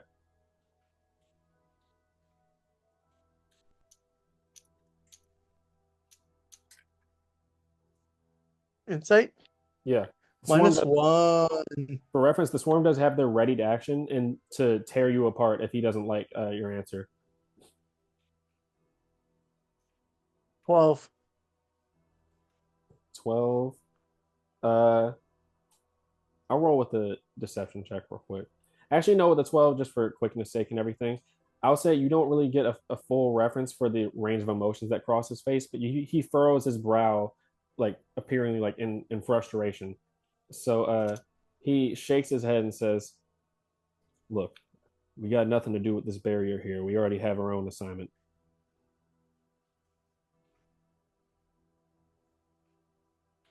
We've already got our research done, and we don't need any more. So I'm proposing you just let us waltz out of here. But we can't get those seals undone unless we have you shinobi type." Uh, she's like, she. Can I talk to my friends about this? And they'll be, if I talk to them, my friend inside the tent right now is an expert at God, disassembling seals. God damn it.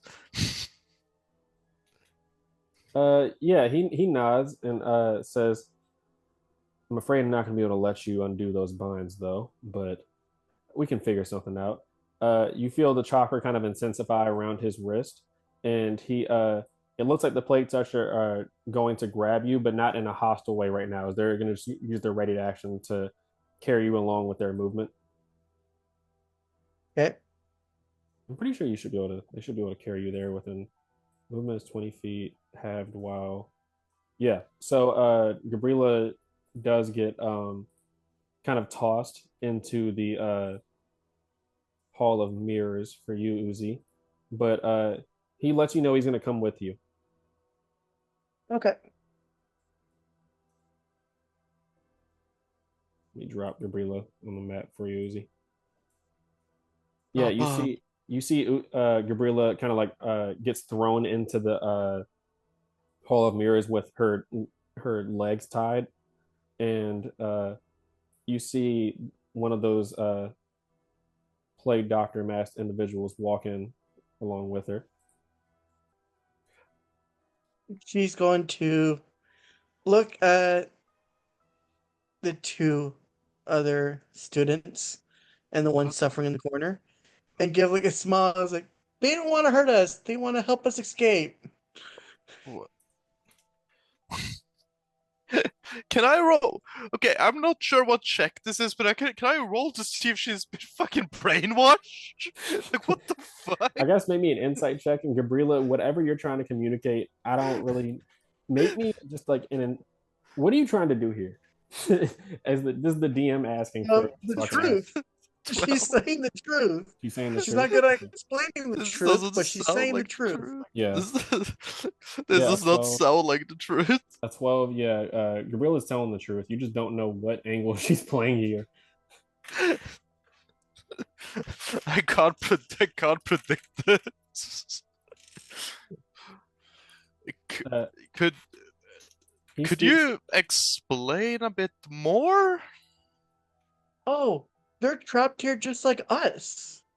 And they thought we were the cause of the shield and the enemies. So they started attacking us, naturally so, like we did to them. Um, they were just here to do some experiments. Now they want to get out. And they promise not to hurt us if we have them get out. Do So you that know means what we're on the type of same team experiments? as long as we don't fight each other. Do you know what type of experiments? I didn't ask. It's not my job to ask. Oh my god. Yes, it is! I mean, he's standing right there the with that- entire time, just arms crossed, looking at you guys. You see, he has his hand next to his syringe gun and his knife, just in case you guys try something. But he's just standing there looking at you guys. No, Alright. no. Am I laying on the floor because I'm grappled? Yeah. Okay. So, Gabrilla, can I use my flexibility? Can I use acrobatics to jump my way up, just standing with my legs still with like my legs still tied? I mean, no, I'll just say you can just get But, up. like I'm just standing Yeah. still You with just spend acrobatics. yeah, spend half your movement to get up. It's not gonna be anything. Yeah. So I'm so grappled. I just want to stand. Yeah, Okay. it And is. I'm gonna, and I'll I'm just gonna put move a over hand there. on the dude's shoulder and says, "He's not evil. I think. Let just help us, help him escape, and we'll leave in peace. And I know you're very good with seals, so why don't you work on this seal while he protects us? Because clearly I'm still alive, and if he was truly evil, I would be dead." He does speak up and say, "Well, first he bats away your hand when you try to put your hand on his shoulder, uh, and he just says like, not too close, kid." But then he also says, we thought some shinobi were the reason why we were locked in here. Ran into one of those seal smiths on the way, but looks like looks like the bogies already got to him."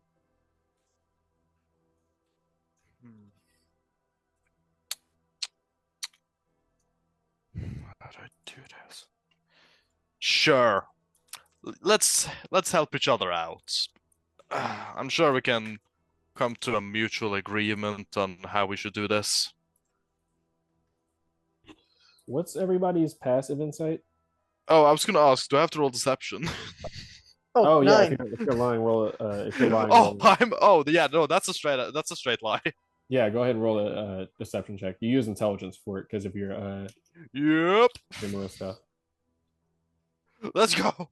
Yep. So he fully believes that you've gone along with like his plan and everything. And with That's the politician in it. yeah, with you're a politician, so honestly, just RP stuff because your passive insight would be pretty high. Gabrilla's going to look at the dude and say, "If he tries anything, I will personally handle the problem." He doesn't say anything to that, but I don't even need to roll insight. I know that's truth. I mean that I was I know you will. he you can tell that there's some sort of like angle he's playing here, but you know, you just don't know what the nature of his experiment, like why they're even here in the first place other than to turn people into zombies. So yeah, I mean if I'm that's gonna go under the assumption that this is a prototype for something else that they're going to use in a higher capacity. That's my current theory. yeah, That's a futurist problem.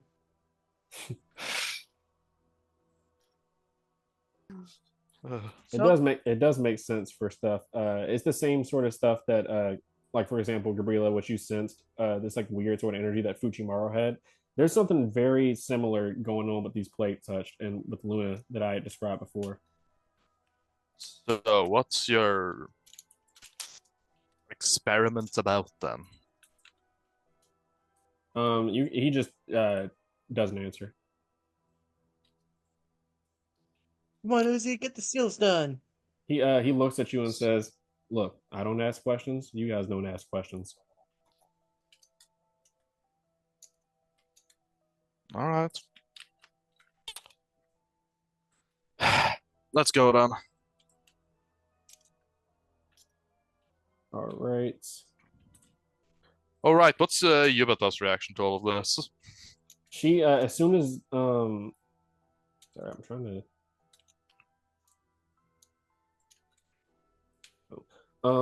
as soon as the plague mask dude walked into the room, she immediately like seized up and everything just in fear. She's not good with confrontation, so she seeing this person directly, she kind of has been like kind of like reserved, kind of like standing near you the entire time.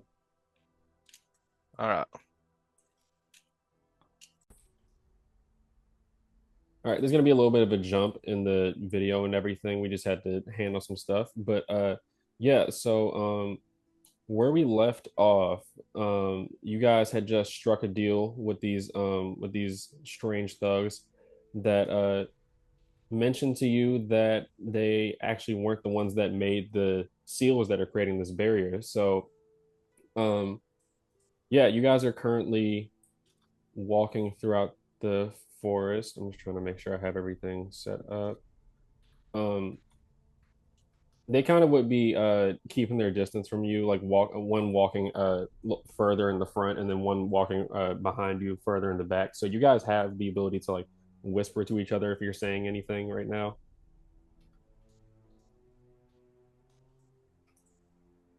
No. Uh, Mostly like what is your plan, because they're kind of letting you take point on the, considering the fact that they can't undo the seals. So did I transfer you guys over to the, yeah, you guys are we on are on the this map. Nami part. Yeah, so it's fully up to you where you want to go first. We still have. We can look back, or we can just go back to the carnival rides. Now that we shouldn't be attacked, disabling them should go a lot quicker. That would mean that we're letting them leave this place, and they are 100% the reason that this is happening. The Hokage should hopefully be aware. We just have to hope that our message gets through. Let's get one of the seals done so there's only one left, and then let's pretend to get the last one. Okay. It should give him enough time to break it open, and it should be weak enough as well.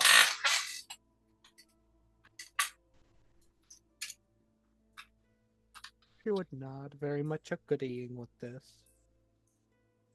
You do see actually, everybody make me a perception check real quick.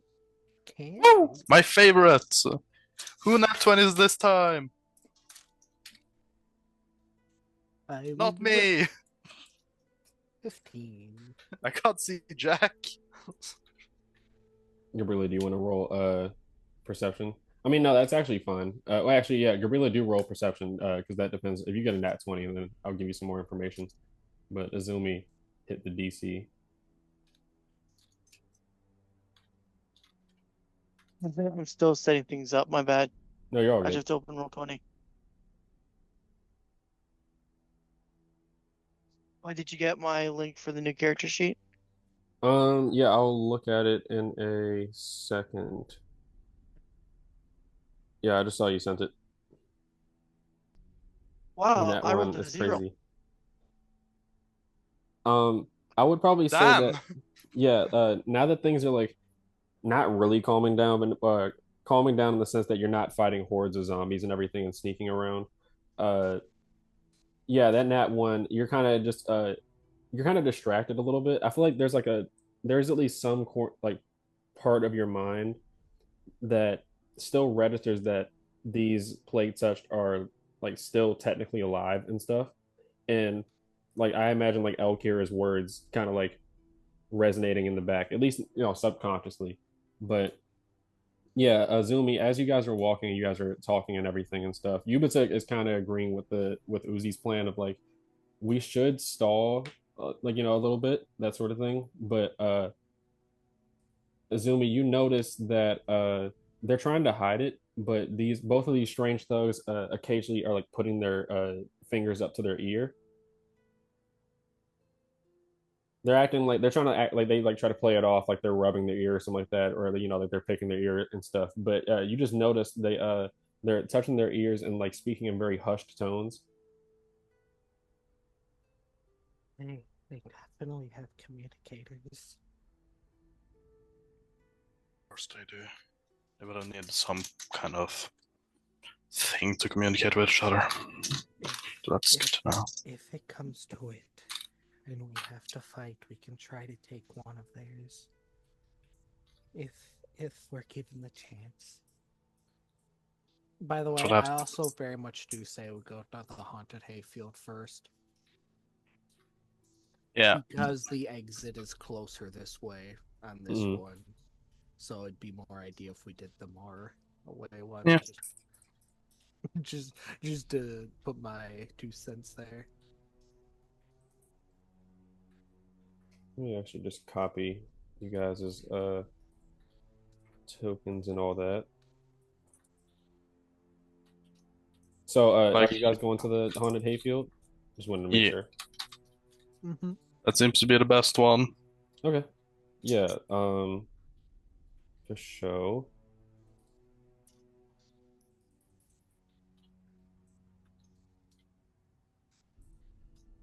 Um, is that everybody's token? I feel like I'm gonna forget a token, but it's fine. I'll place you. I'll set up this the hay cornfield one. So just give me a brief moment. Yep.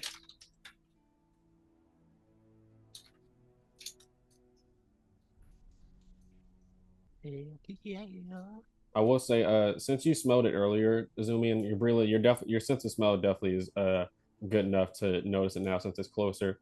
Izumi, you smelled a fire off in the distance before you went to the Hall of Mirrors. You smelled one that was far closer as you guys were heading off towards the haunted hayfield. And now let me see how long it would actually take for you guys to walk there, because that would depend on whether you have to start making. So it's about 5 miles there.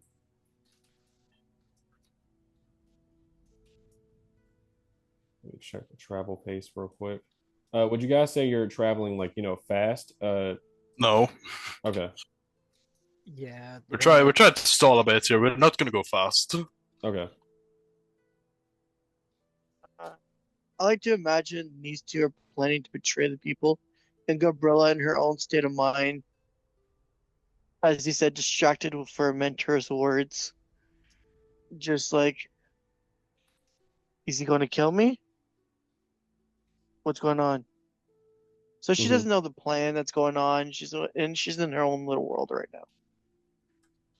Valid thoughts, honestly. Yeah. I believe that. I won't try to, for the purposes of just future stuff. I will ask just for a deception check from, I'll say Uzi and Izumi, since Gabriella is kind of wrapped up in her own She's and not a part of it. yeah. Um, but yeah, no, they do look at you a little bit. I mean, obviously, they're going to be suspicious of you just because this is a uneasy alliance sort of situation. Yeah. So you can definitely tell they're like closely watching you on like what you do. Alright. Do you want did you want yeah, okay, so you wanted one now? Yeah, you can go. You can go ahead and. Yeah, that's good. Let's see. Is very.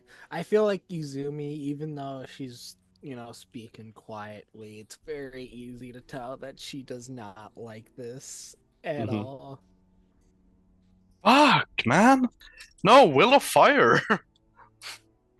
Oh yeah, Okay, it is out of combat, advantage. so you do start with the it's called the Will of Fire that carries over for you guys. I know all of you at least had one. I'm Yeah. using mine now. Izumi, she's not. I Yeah, feel no, like she's I'm like I'm doing clutching that. her I'm stomach. Hmm. Is just she does not like these people or the situation. One of them speaks up, the one with the swarm in the back and everything. He speaks up and says, "Kid, you all right?" A little bit of a sinister edge to his voice as he notices you kind of like touch like the corner of your eyes just because it feels watery, but you see the same black ichor starting to like slowly drip out of your eye a little bit. She would wipe it away, acting like she was just wiping something that fell on her face. I'm fine. Let me check the play condition real quick because so it would take you guys about 2.5 hours if you're going at a oh slow no. pace. Yeah, so I should lose 2 chakra there.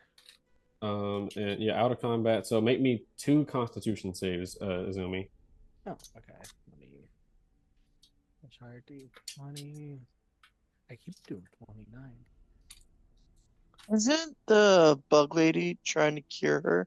14. Yeah, but Dying is the key word. that would actually have to be a dedicated like long rest of using like a medicine kit because that it takes a fair amount of time to be able to what's called fully heal the condition. All right, plan B. I'm gonna look at the plague doctor dude in the front. I'm like, hey, is there any way you can like? I'm gonna point towards Izumi, like help her. Mm-hmm. Uh, he you see his eyes kind of squint a little bit, like his same thing I described last session, where his brow furrows as if he's like frustrated, and he but he looks at you with a little bit of a sadistic edge to his voice and is like, "Should give you guys some incentive to hurry up, then, right?" So let me see those Constitution saves. Was that a 14 and then a 20? Yep. The DC for infected. Okay, yeah. So that is that's 1 failure and then 1 success. So mark that 1 success down because if you succeed 3 times while having this condition, you no longer need to roll.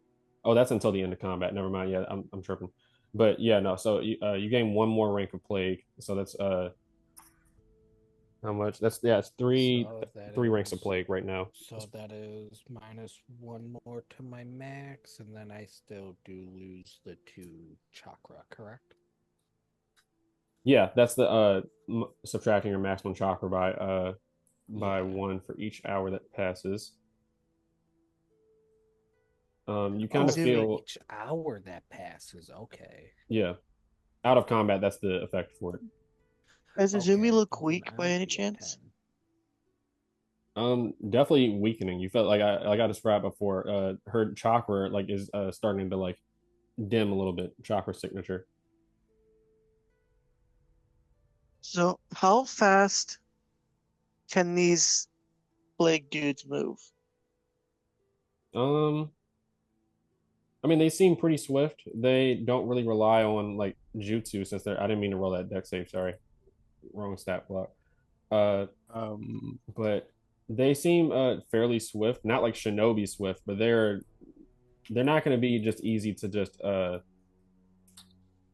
you know full sprint and just dash away. You would actually have to probably set up something since they it would be like essentially having like a ready to action, like what just suspicious of you guys.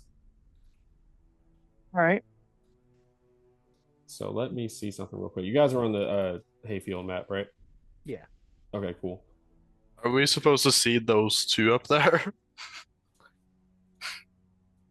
Oh, you know what? I'll say with that, let me see. I'm sorry. Yeah, I'm trying not to clog up rolls. I mean, go ahead and make me a perception check as you enter the area.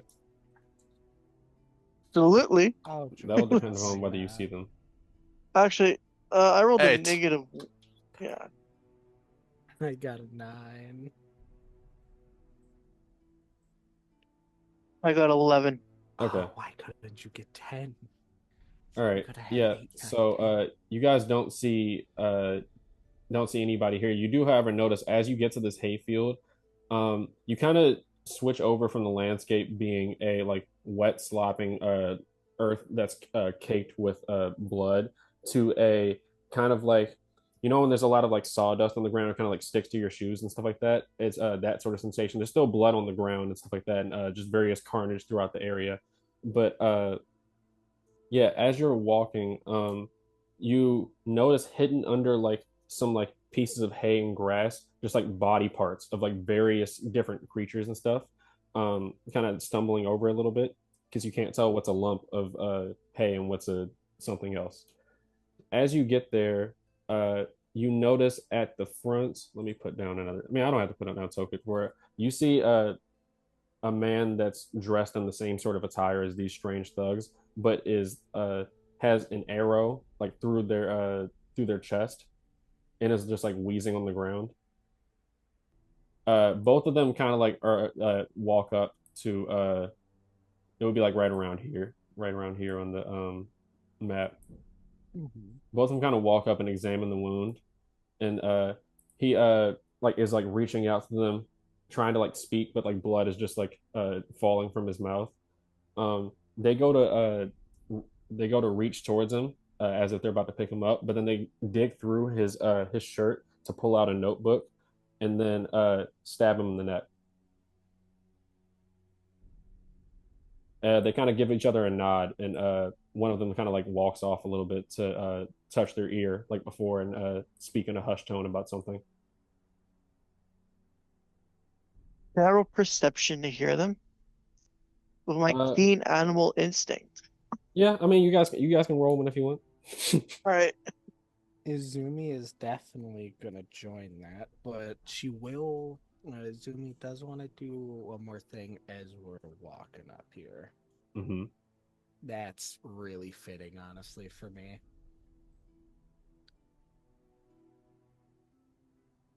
Damn. We That didn't hear is shit unless you hear shit. I guess I'll see if Uzi hears shit. He does not hear shit. this is Oh. these are some insane rolls. It's good after getting them out now. Yeah. So yeah, no, you don't exactly hear what they're saying and stuff, but you do see the other strange thug walks up and is now like extremely suspicious looking around. And he looks at you. I'll say you kind of sense a little bit of panic in his voice and stuff. As he's looking around and says, "Go on and get the fuck on with it. Find the seal." And you guys can go ahead and roll initiative. All right. I will say, as we were walking up, Izumi to herself, just in her own head, is just thinking of both the pain and the way this is making her feel. Oops. Mm-hmm. And she just thinks to herself, Kami, I would rather do whatever is already inside me than this. Oh, where did initiative go? My bad. I have to. I had to clear it on my screen. So wait, Oh, okay. let me add you guys again. Yeah, 17. 17. I still go first fight. But yeah, with that, This is the second time this has happened. while you're thinking that, Gabrilla, you get a. I can only really describe it like you feel a smile. Gabrilla? I'm so sorry. Azumi, I mean. I'm sorry. I got so You know what I mean, confused. I was like, oh, damn. My Gabrilla fault. does this shit. I'm all over the place. I'm all over the place. Sorry. Yeah. Azumi, as you think that to yourself, that you would rather deal with whatever's inside. Yeah, you do feel a sort of smile is the best way I can describe it. A feeling of like content.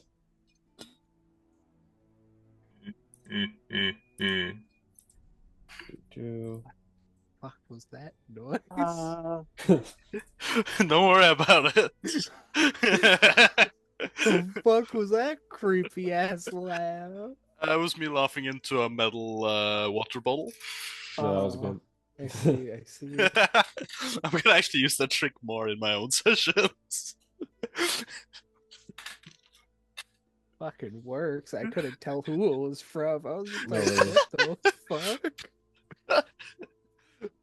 Oh, that means it worked. That means it worked. Remind me of 17.1. Oh yeah, I added certain things to sheets for like add Dex tiebreaker to initiative, but that's just an experimental feature. I wanted to see how it worked out. It works. I go last. Strange. Or at least I go after you zoom in. I rolled 8, by the way.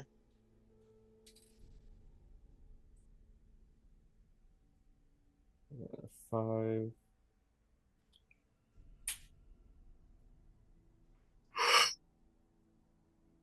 And the plague touched got a wait. Why is Strange Thug on here twice? Is there's 2 of them? Oh no, they don't have separate initiatives. That would take that would take way too much time. 12, for the. Okay, I think I understand what it is. And then let me organize the initiative. We can go ahead and get started. Yeah, so you guys can well, Izumi, it's your turn, so you can go ahead and start trying to look for the seal. Izumi is going to try. I guess she's gonna try to recall. Not recall. She's gonna try to sense the chakra that should be emanating around the seal, Mm-hmm. or at least going upward to try to help pinpoint it. Okay, yeah, go ahead and make I don't me know if that a would be an chakra inch. control check or an ensue. Okay. Yeah, I wasn't sure which one. This will be chakra control. 18? 18? Yeah, so no, you feel that it is in this direction, like somewhere within this hayfield. It should be somewhere over here. And to ask, did that take an action? I'm asking Sorry, because I wanted to cast light. my Out of a computer's messing up a random. little bit. Yeah, no, that wouldn't take an action. No, that would be your free object interaction. Yeah, she would grab a pebble off the ground, cast light with it. I'm just gonna. And then she is gonna. So it's right. She is more. She's not rushing, but she is actively trying to look with it. Mm-hmm. As she calls out a bit hesitantly because she feels like, well, I feel like I might regret this. Let me do that. No, I'll say she doesn't see it just because the light would be more centered on her, but I'm gonna leave the light right there. Uh, I won't use my bonus action. That is my turn. Okay. Yeah, you kind of hear like very low as you get nearby, you hear like very hurried breaths. There And might be Uzi is an your turn. animal. Be careful.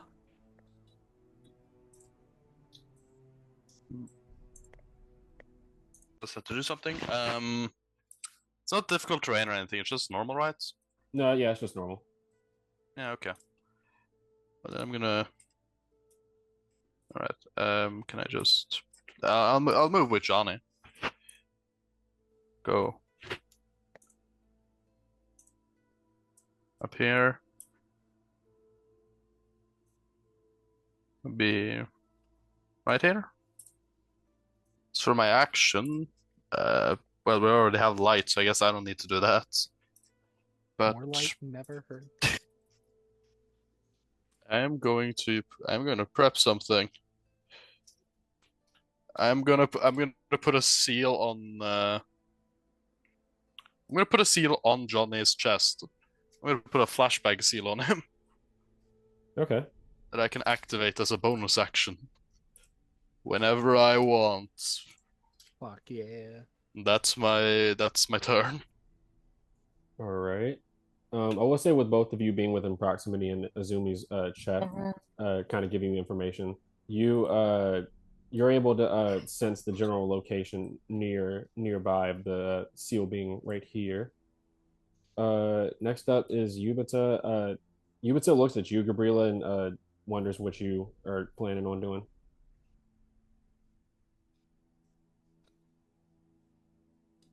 Gabrilla's gonna say she's gonna scout out the area just a bit before meeting you guys in the center of the haystack. Okay, All yeah. right. She nods and she'll just stick with you. You can see she kind of like eyes the strange thug and kind of like stands behind you a little bit.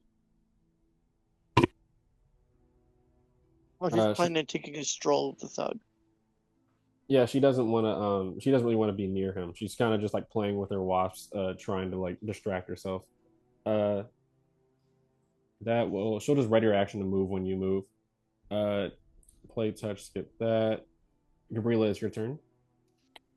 All right. So Gorilla's gonna walk up to the thug in front.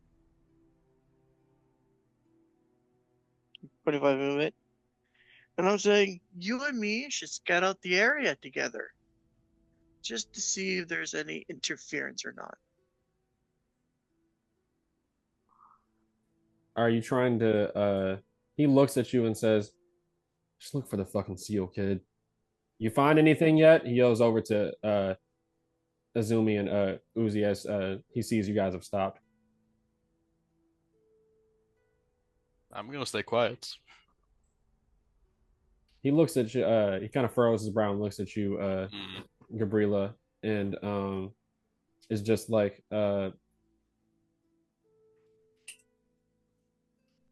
he considers it, he says, I'm scouting out with the kid.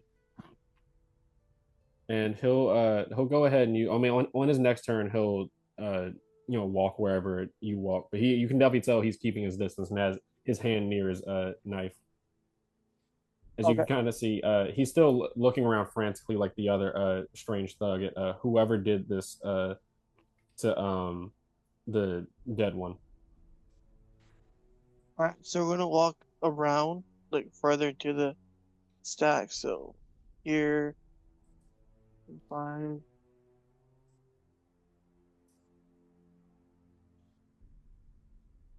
Right here. With him. Mm-hmm. Assuming he follows, correct? Yeah, he's gonna follow on this turn. Okay. I was hoping he'd fall. Okay. I want to get out of distance to do so. So I'm gonna hold my action. Okay. Yeah, I assume you're just pretending to look around and all that sort of stuff. Yep. Originally, it usually would be deception, but they are actually suspicious on who did this. So yeah, the strange thug's turn. Nothing. The strange thug's turn. He will move. Kind of. He'll end up right about here. And the other strange thug, I think, will just be readying his action to. He's still looking around, so he's readying his action to have the swarm go after potentially who they can see did this. That will be you, Izumi. Oh, he's not getting any closer than that? Okay. Yeah, Gabrilla and the strange thug you guys can see are just walking along the trail as you guys are inside. Like these, hey, for reference, they can see the light of where you're standing right now, Izumi, but none of the strange thugs can see within there. So because it's very tall, it's like around like 4 feet tall, haystacks and everything. And we're under 4 feet because we're just kids. Yeah. Just for reference, you are fully shrouded within this haystack. How tall is these thugs? That's very important for my plan. About like average height, we're like 5'9", 5'10". Okay. How tall is Gabriel? Let me check real quick. So it would be gonna go here, and then gonna go here. That's 10. Gonna move that up there for obvious reasons. Would you have me do a roll on actually spotting it, or is it walk up and Yeah, no, it's right there. I will say, along with that, once you walk up to the area with the seal, you kind of see there's hay that's suspiciously like clumped around one area, but you can see like a little bit of a blue glow come from it, with that purplish sort of color that matches the barrier. You see along with that, huddled behind, like trying to like almost it's a very bad attempt, but he's only hiding because of how tall the haystacks are. He has it kind of like huddled around his body, and everything is like holding his arms around it and stuff. You see a very gaunt looking, appearing like a college student, similar to the Izanami Park. I mean, the land of grass people that are here, but he looks very similar to the dead sealsmith that you saw at the Hall of Mirrors. Looks different facially, but I mean like the same gaunt sort of appearance. Yeah. Seeing them, Izumi would set the light down right here and would kneel down, acting like she's trying to uncover it, but having a little difficulty as she whispers out for them. Mm-hmm. If you're there, I need any confirmation that you're still alive. Yeah. Look, it's not my fault. All right. Is that a jutsu? Are you a shinobi? Yes, we're trying to get help, but right now, we're stalling while giving you a chance. Stalling. We need Why to was get the out of seal here. put up? I need you to stay hidden. We're taking out the seal, and then we're heading somewhere else. You send to flee and stay hidden. As she then waves over to Uzi to come over. Okay.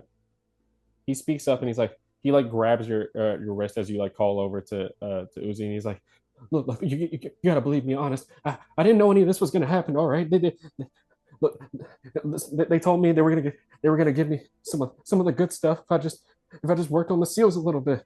So I just put one up, and I didn't fine. know this was gonna happen. It's fine. This is something none of us expected here. I need you to stay calm.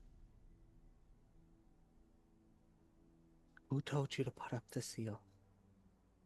It was uh it was dark. I remember his voice. It sounded like he had two voices. I, I don't know. He just told me he was gonna give me the good stuff. He gave me some when I had it, so I was a little bit fucked up. But they were wearing some sort of Black Hawk sort of thing, like a bird type outfit.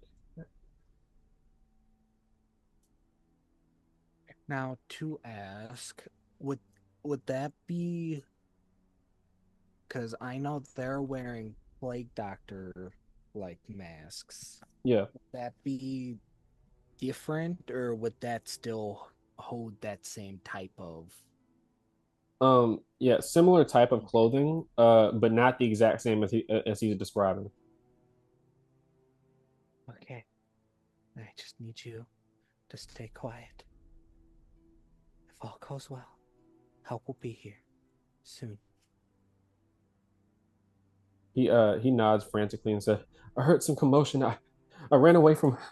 There were others that I was with, but I don't know. Some sort of fight broke out and everything, and I just hid, and I haven't heard from him since." A lot has happened. If you haven't seen it, keep your head low. It is not a sight you want to see. He just frantically nods. It's just scratching his face and everything frantically. Uzi, it's your turn. Mm-hmm. Oh, to specify action is being held to give Uzi help action. Okay, all right, cool. So the plague dude won't get any closer to me. No, he's keeping his distance, just like when they were walking you guys to the hayfield. They know you guys are I mean, you can tell that they were visibly distressed once they realized you guys were shinobi. So they know their limits, that sort of deal. They're not gonna just get close to a war machine. War machine. Uh, I mean, compared to normal people, that's a very accurate statement, honestly. Like they're definitely capable and way stronger than a regular villager and everything. But yeah, no, by no means they're not like shinobi. like Gabrilla's gonna start talking to him. It's like, so we're gonna wait while Uzi comes back. I'm just gonna do a little Yeah. conversation with the straight like. So it's like, so did you know I'm not a shinobi? I'm actually a failure of a shinobi. What do you fucking do? Look for the seal. I know, but we have to look around, make sure no one else is here to interrupt the process first. I will say along with that, while you're walking, it would have just been like his held sort of action and everything while he's like walking by. You see a half like almost like half turn plague touched individual, kind of like lying on the ground and everything. Like his legs are like his knees are like busted up. You can see like the bone protruding like from their like the knee sockets. They're trying to get up, but they just can't. It looks like they're like turning into a plague touch, but not like fully all the way. As he's just like reaching out, pleading for help. He's like, please, please, take God. Uh, the strange thug walks up to him. He kneels down and he asks him, "How do you feel?" And the individual is just going down the line. He's like, "I don't know. I feel heavy. My legs are hurt, but I can't feel it. I don't know what's happening." He like puts his finger up to his mouth to like shush him, and you see he takes out a notebook from his jacket and starts writing some stuff down. Um, and then just stands back up and like kind of like pats him on the head, takes out a syringe and just stabs him in the neck.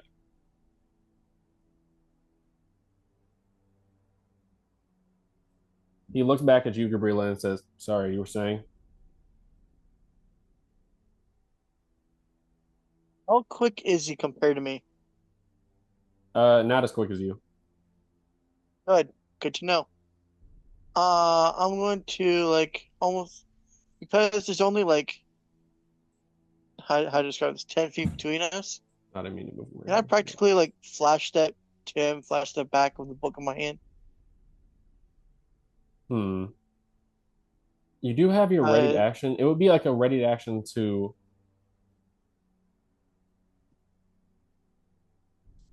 It would probably be a like okay. So mechanically, it would have to be a ready action just to move. I would probably say you might want to do that on your turn, because it would be basically a ready action for you to move closer that you could use that for, and then it would be a separate action to actually like grab it, because that would be the essentially like like an athletics check to like grapple, same sort of deal. okay. What is Gabrilla's Uh, expression though as he looks back at you and everything after you see this villager fully turns into a plague touch now, is just like groaning on the ground.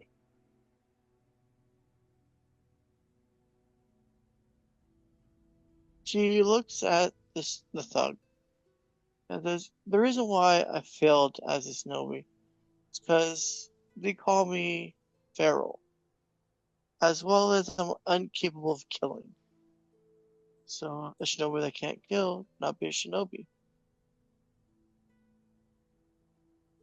He kind of scoffs a little bit. You see, I won't even. It's not even an insight check. You see visible disgust on his face when you say that, like about you wanting to be a shinobi, but you can't kill. He visibly like scoffs at that, like in like pure disgust, and he's like, you're already halfway there, kid. The way you dispatch those other ones out there. Geez, even I, even I wouldn't do something like that sometimes." Uh, she'll look down, looking at her hands, and it's like, but if your life was threatened, would you not try to save it? Obviously, but hey, I mean, look, I'm not getting into some sort of philosophical debate. I'm not saying it like I'm sort of sunflowers and roses kind of guy, but I know that you guys are always like funny with that. I've run into a couple types before. You guys have your ideals, but you're shinobi at the end of the day. If they tell you to bite, you'll bite. Well, I like to fight, that's for sure. But and she looks up. Is it nighttime, by the way? Yeah, it is nighttime. But And the yeah, she's gonna look up to the sky and says, "I miss the woods. There was less rules. It was more about being yourself than fitting in society norm. He just kind of looks out at the sky. You do notice now that after you guys have disabled one of the seals, that the sky is starting to have a little bit of like a watery sort of appearance. Like as the purple sort of barrier starting to reveal itself more. Let me see who will be the closest. Azumi, can you make me another perception check? Absolutely. Whenever Uzi gets back, you can make one too. Yeah, I believe that is. Yep, that is a plus 6. 15. 15. Yeah, no, so you do notice you hear some hushed speaking from the other end of the hayfield that you guys are at, where the strange thug that's controlling the plague swarm is at right now, currently posted up. You hear, like, you can't hear what he says specifically, but you hear at first that panic sort of tone turns into a like gradual sort of happiness about something, like a sinister sort of happiness. And he yells out, "Kids, we're one seal down. So once we're done with this one, we only got one left." That's good timing.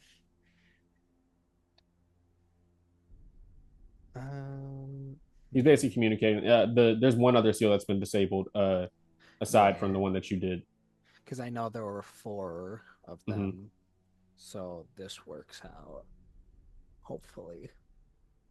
Okay, that's good. So the seal's down. So let's see, how many seals to do? One more after this one. So 2 more, including this one. So this seal is up, and depending which one, hopefully they didn't take down the one closest to the exit. But we will see.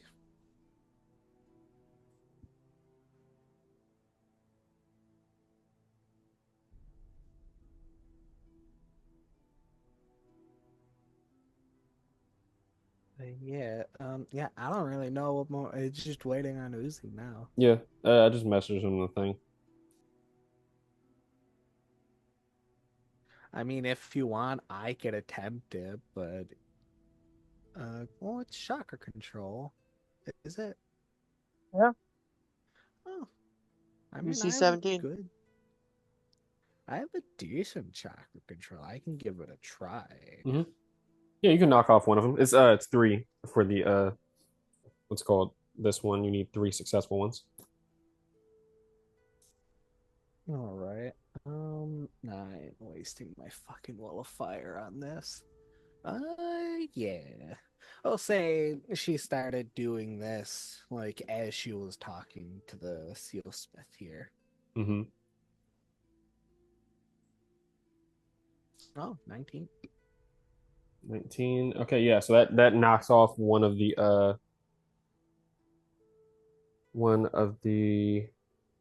counters for the seal, so you guys only have 2 left. All right. And I'll say you just did that last round on your turn. Yeah, so instead of help action, it's that. Yeah. So Got dragged one by my final parents. There You're you all are. good. I knocked out one of the seals. Are you proud of me? Ow! Not one of the seals. One of the you have two chakra control checks left needed for this one. Yeah, Oh, that's okay. what I meant. Sorry. I've They been gone for knocked out five. another I've one been of the gone for seals. 15 minutes. Yeah, while they the other What did you do? don't worry about it. However, the thug people knocked out another one of the seals, so after this one, there's one left. Yeah. Also, along with that, the seal smith that you see right next to Azumi appears to be like a very well, similar to the other one that was dead, like a gaunt appearance, and he expresses that he was hired by some people that are dressed similarly to the strange thugs, but not like the exact same. And he didn't know that it was going to be that he was putting up a barrier. He was just writing down a seal to get drugs, supposedly. Wait, you said they took down one of the other seals? Yes. The strange Which thugs one? mentioned- Which one? They did not tell. We will find out Fuck! after this. That's bad. I know, yeah, I thought the same shit, but one thing at a time. Is it my turn? Yes. Yeah. Okay, I'm gonna go up to the seal. As you come up, Izumi would whisper to you. I'm gonna assume you heard the hushed conversation. She would talk to you. Something isn't right. There's another faction here. I know. These guys don't know who put up the seal, but another group similar to them did. Then we are in a crossroads of two groups. I would know that one of the other seals disappeared, right? Like in character? Oh, what, right here? Like not specifically this one, but like a different seal was deactivated. Oh, what, like, would you feel he it? said it. Yeah. Oh, no, Or, but like, you wouldn't be able to feel it like yourself. Okay. But the strange thug does mention, if you want to make a persuasion check to ask him which one of the seals that's been undone, you know for sure that they can't do it, so they would have had to get somebody else to. Yeah. It is a once per round thing, though. I mean, actually, it's not in combat right now, so I'll say you can make another one this round, like twice per round out of combat. All right. Control seal. So, but so they mentioned that one of the seals is taken down. Yep. Correct. Well, then I'm just gonna like try an instant just before they gain any rational thought, just ask which one, just to, like immediately try and get them to reveal some information. Yeah, make me a persuasion check. I'll call this DC. Well, yep, you got it. Yes. You kind of say it. I would Yeah. be able to give the help action if not, but go on. Yeah, you kind of are able to say it in a way that doesn't seem like you're trying to get an angle here or something like that with the question. So he speaks up, still kind of. You see, he's getting actually more anxious, or you can hear it in his voice. He speaks up and is like, "The haunted house." Oh, that works. Oh, wait, that's the one with 4 charges, isn't it? That was one with one. Oh, okay. Oh, I was about to do a check and fumble it on purpose. I mean, that's Okay. fine. There's That's still up to you. one It's your more turn. Yeah. after this one. Yeah. Yeah, like if this was the last one, I meant I was gonna fumble it on purpose. Yeah, this is the second to last seal. Yeah. The alarm starts ringing off like usual. The piercing ring sound and everything. All right, then I'll just break. Then I guess I'll just break this seal as well, and we can stall them on the last one. All right, let's see here. Same procedure. I got this. Hopefully. Izumi DC. would point out what she did as you come in to continue it. Thank you. Let's see here. Yes. Yep, that is a 20. And there we go. We'll chalk that down. Yeah, so you are kind of like undoing the seal and everything. Kind of like that skull shape sort of seal that's similar to an Uzumaki seal.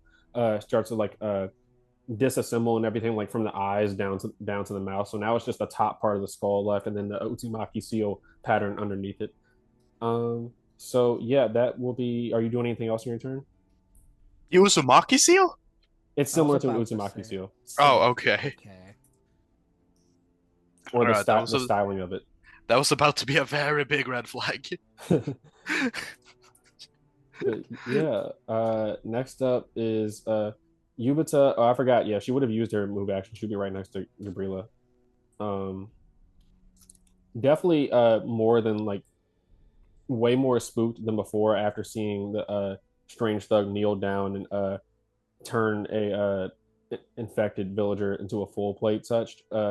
She's currently just kind of like holding herself and like looking off to the distance and everything. Once again, readying her action to just assist you with whatever you need, Gabrilla. But Azumi, you do notice that you see, not even hearing the sound, you kind of look to the right and you see a face looking at you. You see Luminaire's face as he's like about like a foot away from you. Yeah, there's definitely the moment of like the silent scream. It's on her face, but she very tense, so she is clenching her mouth shut as she is just jumped the fuck out. She's like, don't give me warning. The sealsmith also has to cover his mouth from screaming. Luminaire, like silently to himself, like one of those silent movies, does the like acting words, acting as if he's like doing the knee slapping laugh. But he gets serious and then looks at you and says, "I'm glad you guys are safe. What? Are you guys? Are you guys with those dudes?" Unwillingly. Right now, we know there are two factions at play. One is those ones. They are linked to whatever those things are, and they can control them. There's the other that put up these seals. We're taking down the seals. There should be one more after this. We're hoping that the message that hopefully I sent to the Hokage got to him. He nods and sorry, what'd you say? Oh, yeah. Yeah, she would just say a little more. Yeah. I Um. mhm. don't know if we should make an attempt to take them out, because there's only two of them that we know of here. But we know there's more of them. They have communicators. He nods and says, I didn't realize they had communicators. Me and I'm with Fujimaru right now. He's not that good at hiding, so I told him to wait out in the back. He's off to the side, but you see now that like he's with you. He is not starting to hyperventilate like in a bad way, but it's almost like a intense sense of relief that he feels. He looks at you and says, "So what's the plan? Are you guys going to help him out? We took out me and Fujimaru took out two of the other ones that were trailing us." It might be ideal if we. I'm not sure we can. If when we take this out, we can stall them further and try to buy just a little more time, but she would kind of look to herself, just worriedly. I do not know if I have that time. It might be wise to take them out and then move on. If we can get one of their communicate, if you can retrieve one of the two you got communicators, it would give us information. We need any edge we can get right now. He nods and says, "All right, yeah, I'll try to work on something. But so, do you want me to attack him once you guys finish the seal?" Wait, We're gonna. wait for one of our signals if we attack. We might be able to stall them longer.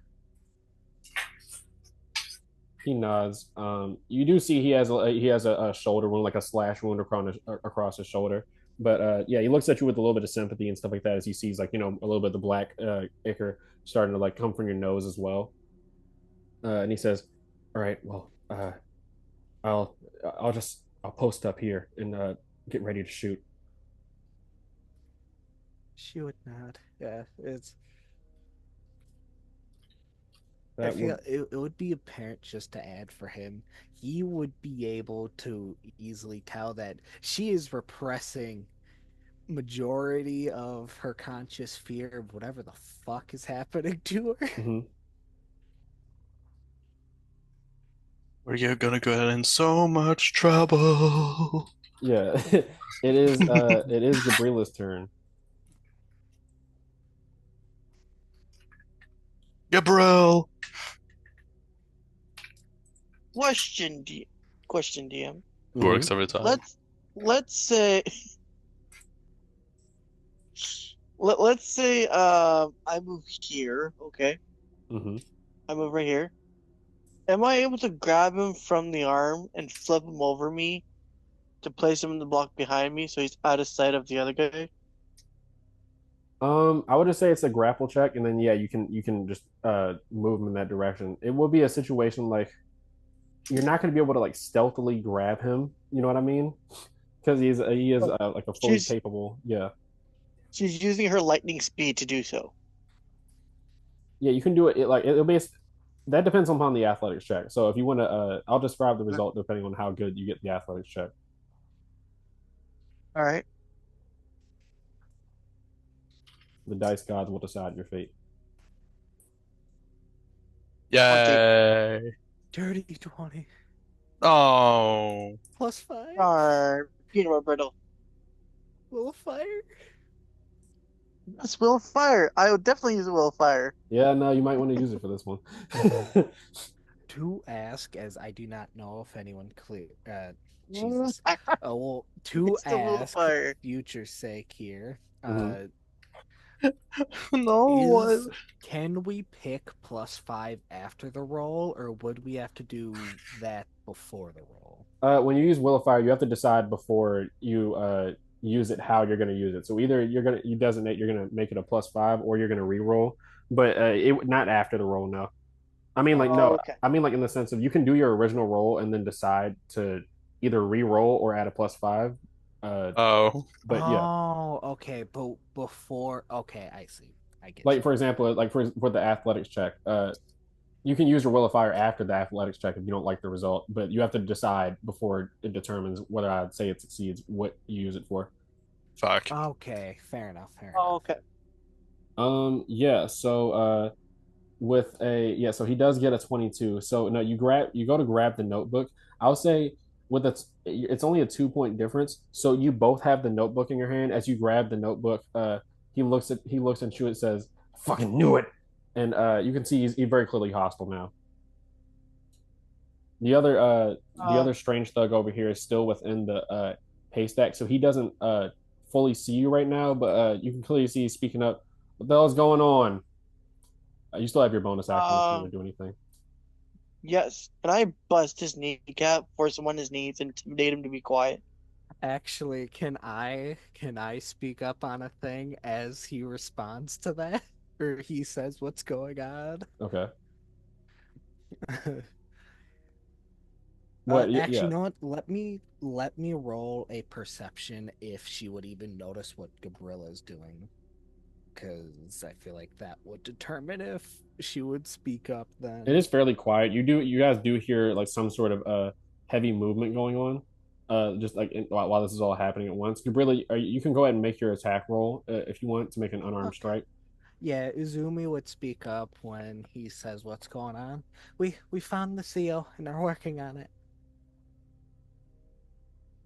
Just to Um, try to steal his attention. yeah, maybe a deception check. 15. 13. A 13 does not hit. As you said, no roll deception check needed anymore, Azumi. Okay. Because he is going to be focused on this commotion that's going on. I didn't want to describe what happens depending on upon what the attack roll is going to be. Yeah. But yeah, so you go to like kick him and kick his knee back the wrong way and everything, but you can see. Wait, let me check something real quick. Let me check something. Mhm. What did I roll for initiative? Did I roll 11 and higher? You rolled an 8. Darn. Okay. We're good. We're good. I just realized something retroactively. I forgot. Keep in mind what you have 3 ranks of exhaustion. From the plague stuff, Azumi. So that chakra control check earlier would have been a -3. I forgot. I gotcha. I also forgot about the. So there's still two It would have left meet for the it, thing. but yeah. Well, no, because I rolled a 19. 19. It Yeah, so I is would a have meet it. DC. Yeah, it's DC 17.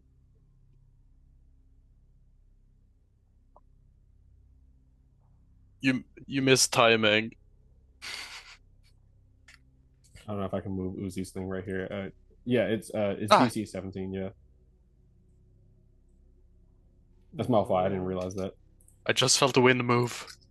A godly force just moved me. What was that? I'll get better at the bookkeeping stuff as it goes along. This is the first time I've used No, something you're like this. good. But yeah, no. So there is still two things left for the seal. Um, The let me see something real quick. Yeah, so you go to kick his knee back the wrong way. What were you saying, Gabrilla? You were saying you were trying to do something else before I described. Oh, so I was going to, if my goal is to knock him on his knees and intimidate him to be quiet. That's Yeah. my goal. Um, I would probably say, I mean, the attack roll didn't miss, so he is like gonna be hostile right now. Yeah, so no, you go to kick his knee back the wrong way, and they're like with the plans of intimidating him, but the strike whiffs and everything. Is clearly very experienced in combat. Steps off to the side and everything, and start trying to wrestle the book away from you as he reaches toward for his knife. And that is the end of your turn. Um, I'll probably say, hmm. Yubito will speak up and ask if you need help like now. Like she's like whispering to you like quickly. You're like now. Yes. Okay. All right. So this might not be. Well, I'll see what happens first. So before I do the strange thug's turn, both Yubita and Luminaire did have ready to actions. So I'm gonna see if they can help you. Luminaire can. Let me look at make sure his features are correct because I'm pretty sure he can Shoot see through the this. fuck out of him. Do you have a gun? Oh, I assume bow. Yeah, he uses a bow and arrow because Yeah. he's the son of a ranger. Yeah, he's the son of a ranger. Damn. That's a sad life for him. Son of a Anyways. ranger. Uh, Hey, That's the so much fun, only my friend. that's the only that's the only thing I've written on him in my bingo book. Son of a ranger. yeah, he So much fun, my friend. hmm? Yeah, yeah, And yeah, he is Gabrilla's hunting buddy. I'm adding that. Impossible sociopath. Possible sociopaths. Funny as hell. While I'm at it, let me actually open up Fujimaro's stat block. so you know, we don't hunt people. I do that alone. I only hunt animals with him. What do you mean you hunt people? We're gonna ignore What that. part didn't you understand? We're gonna ignore that part. I'm gonna have him make a let me see. Gabrilla's Batman at night. He's gonna make Wait, so a pinning do, shot. wait, so do you hunt other hunters, Gabrilla? I hunt spider killers. Okay, so you hunt other hunters. Would that make you a hunter? No, they're hunting. They're hunter squared. Okay, get it right. All right, so I don't both. know, Gabriella doesn't seem like a square. She seems like a psychopath. So she is going to use. Where is it? Spray. Gabriella's a human porcupine. All right, so two things are going to happen here. So as you miss with your strike, Gabriela, Yubita is going to actually wait. Can she? Can she? I'll just say it's probably advantage for this person since she's trying to avoid hitting you. Oh no. Yeah. So she sprays out like a she like sprays out like a beam of chakra infused honey, and it like flies past your shoulders to try to grapple the person. Um, where is okay? So that's a DC 15 dexterity save for this strange thug. I'll do it with advantage because she's trying to avoid hitting you. Yep. The strange thug kind of like on alert now and everything dodges out of the way of the honey, and but a arrow sinks into his chest from Luminaire, rolling an 18 to hit. Range not due to attack, dealing the go, and he has to make a strength saving throw. Hold up. He's rolling crazy right now. But Man yeah, was so fucking ready. God yeah. It's you see this arrow had like some lines attached to the end of it to try to like wrap around him to hold him in place. But no, he takes 10 piercing damage from this arrow sinking into his chest. You see this deals a heavy blow to him and everything. And yeah, that does reveal something, however, going on his turn. So you see as this he shouts out now that like it's time to fight essentially to his compatriot down that's controlling the swarm. And you see as he gets it's a feature once they get to half health. So let me see. 2 minus 2. I'll keep that in mind. Just for his turn, Gabrilla, he is just going to try to stab you. Let me go ahead and get the combat music started. Do, do, do, do, do, do, do, do, do, do.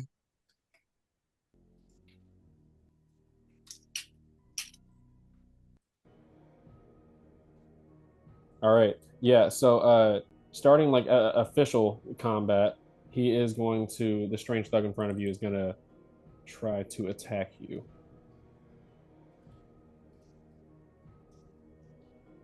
One sword attack or one sword attack. Okay.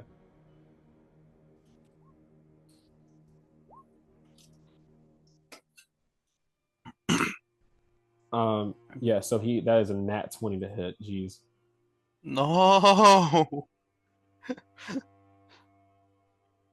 All right. So both of those hit. He gets a nat 20 to hit with this knife. So as you go, you're grabbing the book and everything. He uses that distraction, the knife traveling under your arm, like so you can avoid your detection for a second. So you only see it right as it leaves from underneath your armpit and stabs you right in the ribs. As you take 10 slashing damage, and Guess what? hmm? Temporary hit points of 10.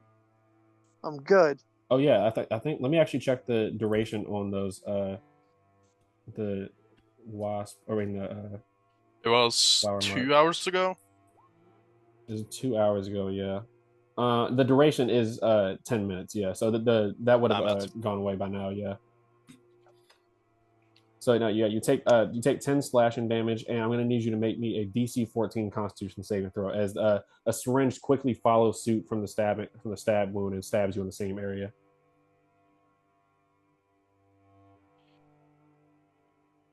Not going as planned. I'll tell you that much.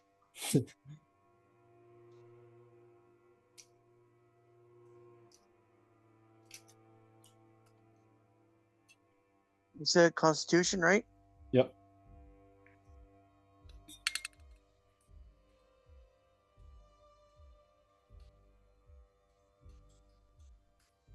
'17 succeeds. So yeah, that you feel that heavy sort of feeling that Izumi described before start to like enter your body, but it goes away quickly as a black sort of goo exits from your wound. Um, the strange thug in front of you is just going to use his bonus action to disengage.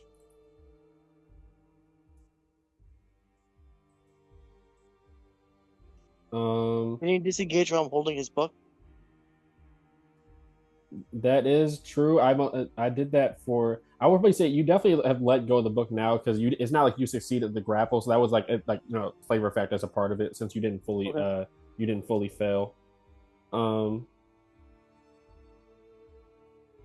honestly, I'll say you're close enough. I think I'll allow you to if you want to use your reaction to make another grapple check to grab the book specifically. You can do that. I'll have him make a contested athletics if you want All right, sounds good. because you did already have your hand on the book, so I did describe that. I will go ahead and roll that. Was that a 19? Yeah.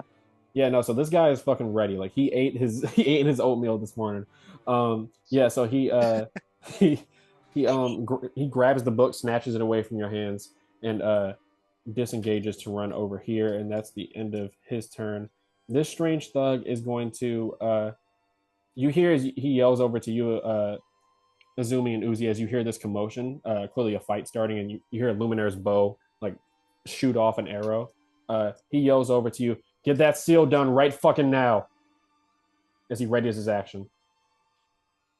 That's the end of going on the first official round of combat. Azumi, it's your turn. Wait, no, it's copyrighted. Shit.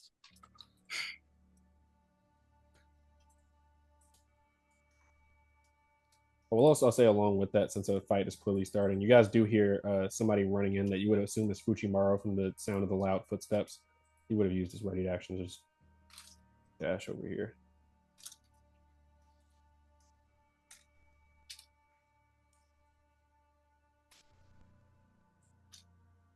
Izumi is gonna, in a hushed voice, is gonna tell the sealsmith, go the direction that you saw Luminar came, the guy who was just here. Stay out of the way, stay safe. As she is gonna stand up. Mm-hmm. It's gonna just move right here. And I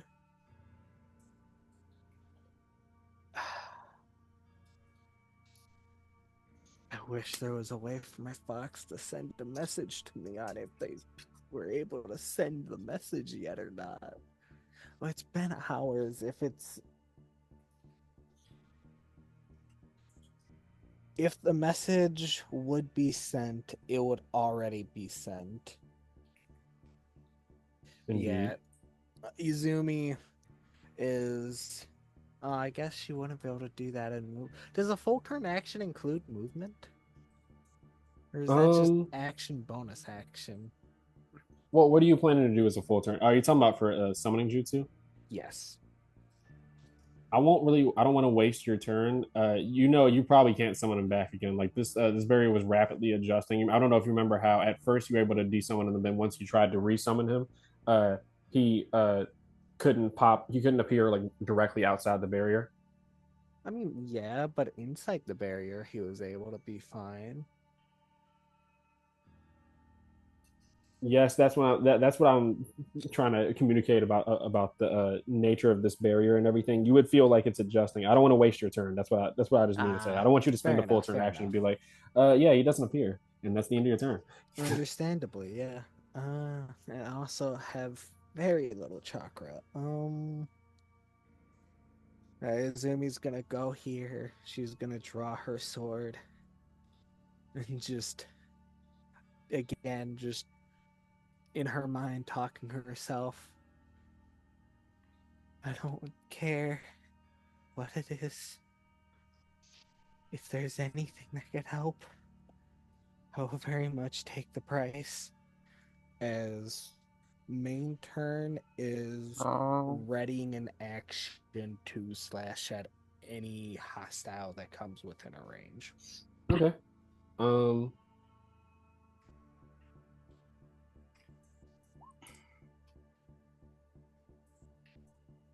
It's very faint, almost like fainter than a whisper, like shorter than an instant. You feel that same smile as before start to dim a little bit, but the smile is like growing wider. That's the best way I can describe it. Whatever you're trying to make a deal with, it would be a concerted effort, probably like an action to do so. But you get a sense that all you need to do is maybe get into like a trance or like a sleep sort of state. You feel like that's the way you could communicate with whatever's you're trying to back and forth. Yeah. Let me see. I forgot. What did you use your? So you use your action and bonus action for. You readied an action. Bonus action I didn't use. Okay.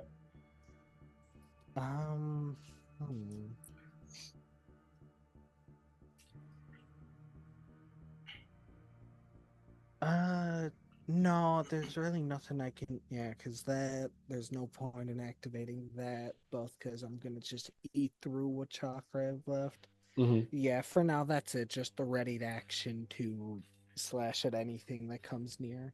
Okay, and once you start fighting, that's when the in combat saving throws and effects for the play condition will start taking effect. Okay. But yeah, so Uzi, it is your turn. How far can I see? Um, you can Like, see. can I see any of the thugs, or is the darkness blocking it? Mm,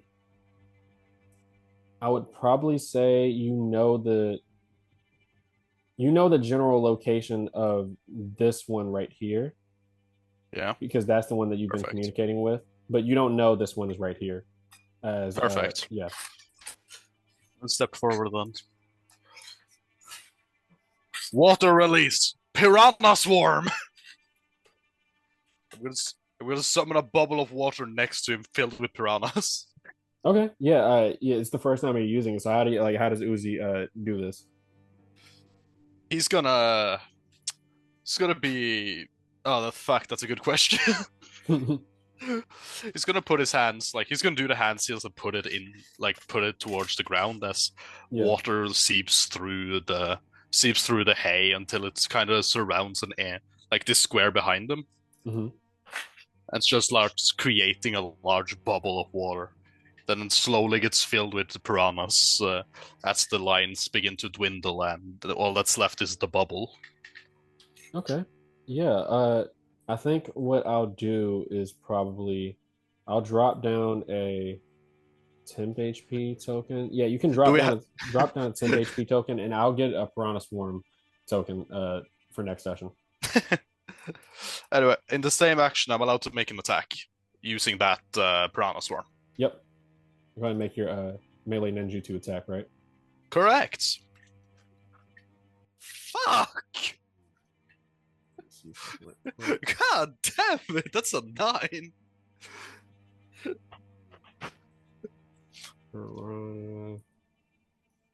Just typing another thing. Just a heads up, y'all. Gabrilla is almost dead, and she's entering primal instinct mode. Stay away, got it. Yeah, so Fuck, that's bad. No. yep, that's definitely rough. So no, I think you can Yeah. it's on subsequent turns. So are you using your bonus Yeah. action for anything? Yeah, but shit, I was gonna ask you. Right, concentration. How does that work with chakra cost? No, you don't have to pay chakra cost for concentration. It's still we With still do concentration. You just don't have to pay chakra to maintain it. oh my god! Oh, thank you. Yeah, that is something that we discussed, and Yeah. yeah, Sorry, I didn't know. I guess I forgot. It was just, let's It feels go. it feels unnecessary for me. In my All opinion. right. Well, I'm gonna. Yeah, I am gonna do something. I'm gonna move Johnny up. Okay. Actually, I just gonna check a quick thing on my seal that I placed on her. You did place a flashbang seal on I did place, and it's. I need to move him. I think it will be over here, so that we don't get hit. And as for my bonus action, I'm gonna activate the flashbang seal. Okay. Which is a 15-foot radius, which I think definitely catches both of them. Yeah, mostly just to make sure that Izumi and me doesn't get hit, which is a con save. Con save. All right. Easy 16. I will roll for the swarm first. There's kind of like just a simple seal placed on Johnny's chest that begins glowing and glowing until just a bright light appears. There's vulnerability. Okay, so that's against damage. Never mind. Fuck. That's So the plague swarm gets a nat 20. It's just so many of them that like the two in the front that are kind of like blinded a little bit, just they're immediately just kind of like crawled over by the other plague touch and everything. Don't the swarms get a disadvantage on him?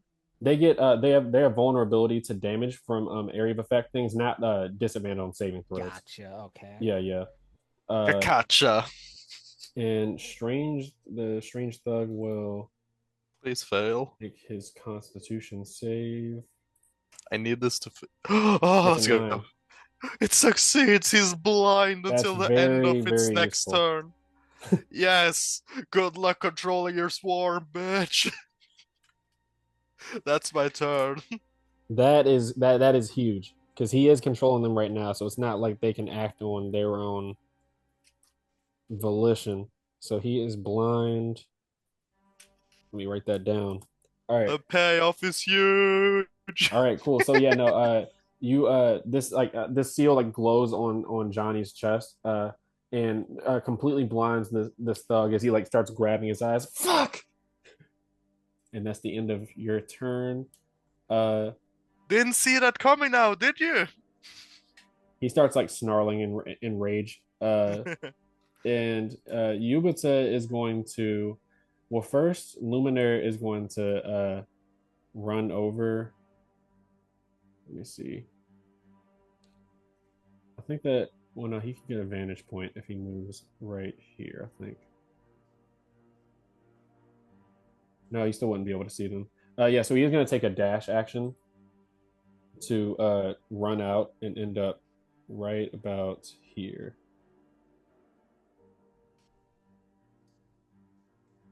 And as a wait, I think he can dash as a bonus action, if I'm not mistaken. Let me look.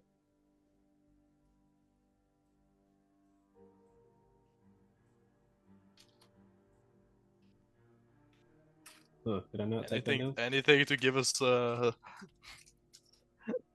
flat or more stuff to help us, I guess. Mm-hmm. Let's see. No, it works out. You guys ended up here.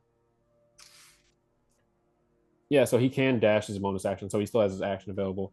Yeah, he is gonna he kind of runs out, his kimono like flapping behind him like butterfly wings almost, because that's like the way it's designed. He is going to use his action to, let me see. He's just gonna make a, let me see, scatter blow or pinning shot.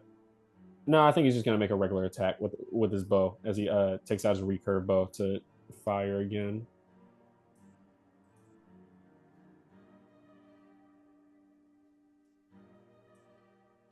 Where is his bow? There we go. Just a quick calculation. As a 12. So yeah, the arrow sails past the strange thug that he was trying to shoot running down the trail. It is Fuchimaru's turn though. Fuchimaru runs up, having ran out from the bushes and everything, his triple bladed scythe in his hand. He runs up and is just gonna use his action to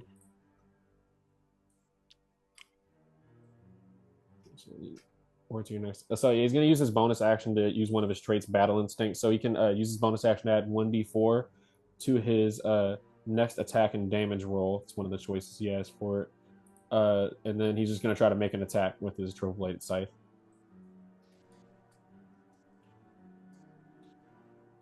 Go! I believe in him. 2. I mean, fuck it, why not? He is just gonna use a jutsu to slash with it. It's called Blood Reaping. I didn't mean to GM roll that, but he gets a 20 to hit. Let me post the description for that again because I couldn't see.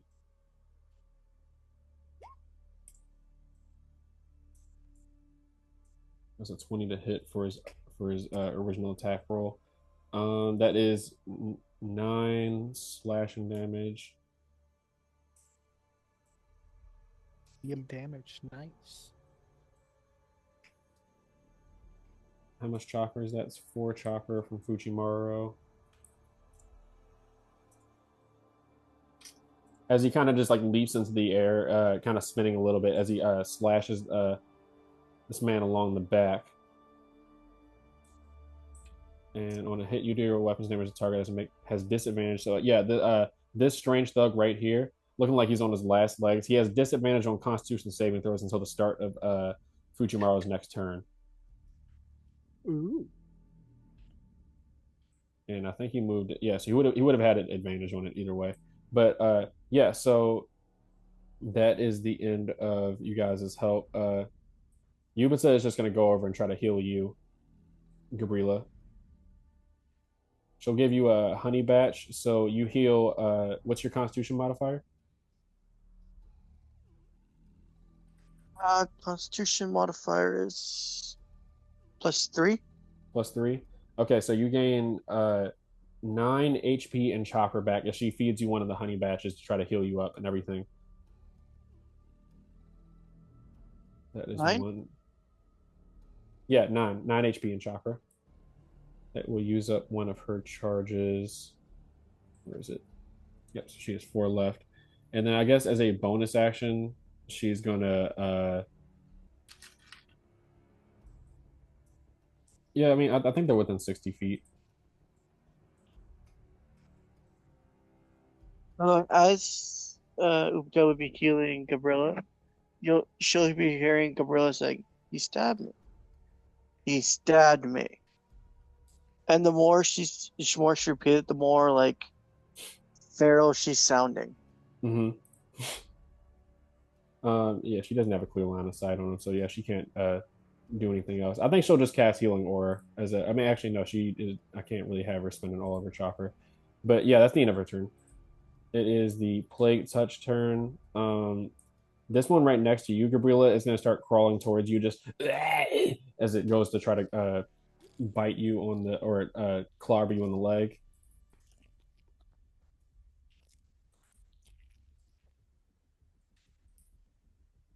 There's a 20 to hit, and make me a strength saving throw. You take 4 bludgeoning damage as it like punches you in your knee, kind of like buckling it back a little bit.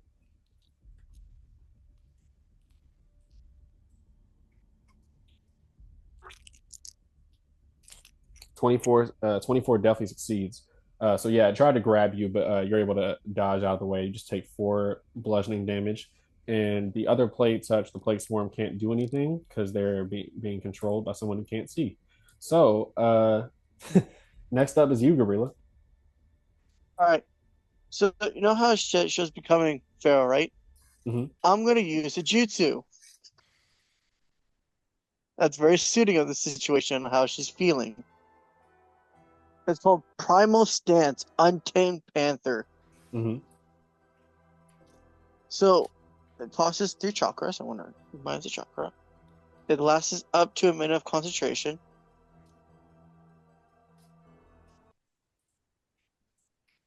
And what it does, it increases my movement speed by 10 for temporary. Mm-hmm. So movement speed of 65 now. And whenever I grapple a creature, I automatically do an unarmed strike damage. As well as if a creature moves within my threat range, it also triggers an attack opportunity without triggering an attack. It gives me a free chance to attack them. Okay, yeah, if they enter within your range, I remember that one. Yeah. Yeah. So so in the state, because her focus is so I use this as a bonus action. Mm-hmm. Okay. So she's going to is grappling something in action. Yeah, it's an action to make a grapple check. Yeah. Okay. So she's gonna practically move lightning fast, it seems like, and jump onto this strange thug.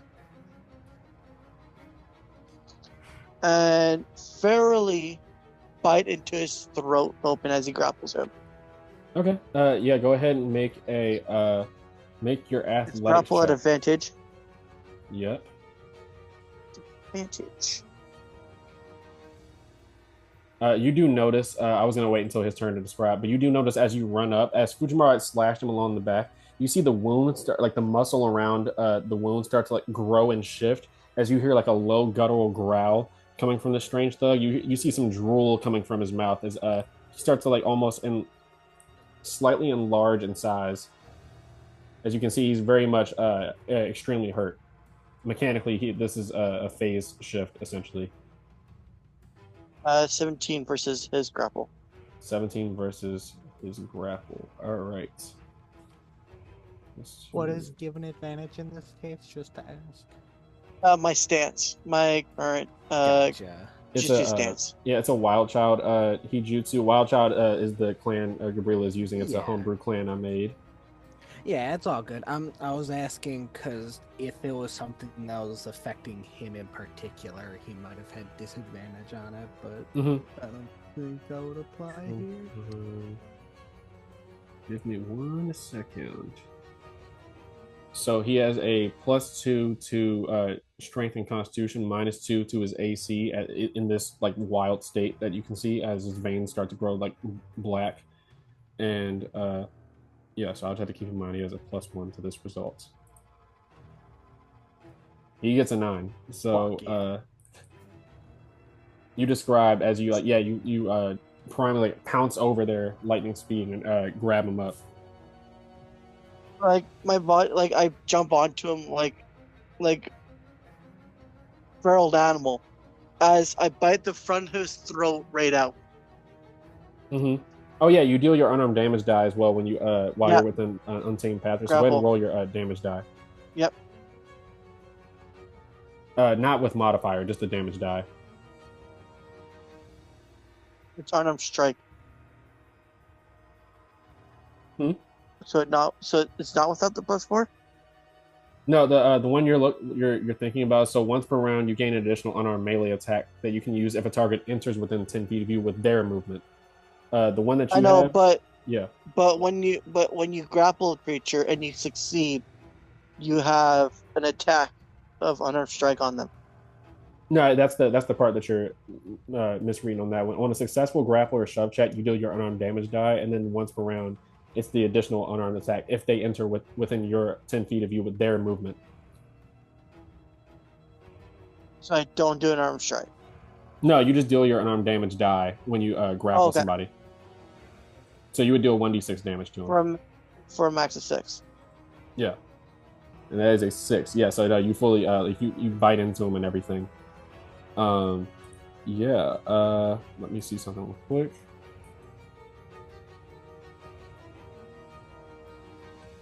So you bite into him and everything, but you feel his muscle is like started to like coat over into a sort of like natural coating, if that makes sense. But yeah, you do have him grappled. That is the end of your turn. The strange thug is going to. I'll handle the one that's being grappled first. He's just going to try to make a contested athletics check to get out of being grappled.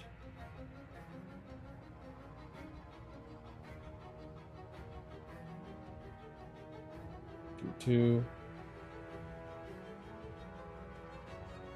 And just for reference for this one, it's not advantage on checks to maintain the grapple. It's advantage on checks to grapple them. So this would just be a regular contested athletics check. Gets an 18 with the +1 from his current state. I mistyped that. You're all good.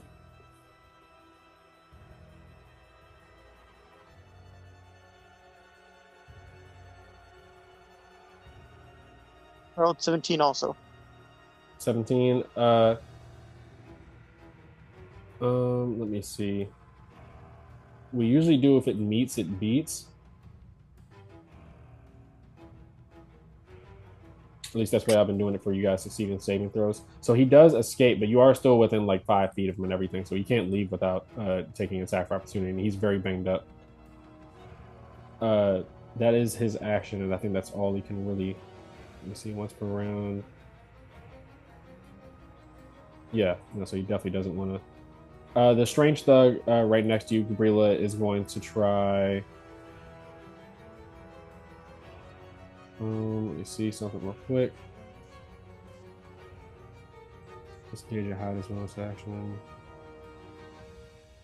Yeah, I think he is just gonna just try to disengage as he's very much surrounded right now. So he tries to run off to where Azumi and the rest of the Azumi and Uzi are undoing the seal. And the strange thug, I'll say he holds his action because he's still blinded. So Azumi, it's your turn.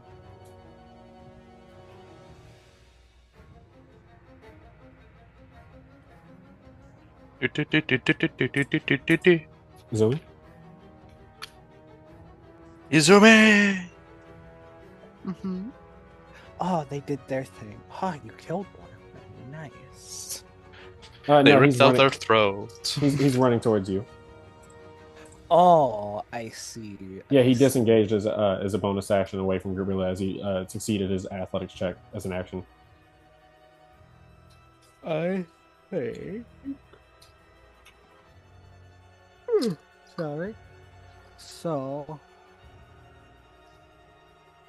I think.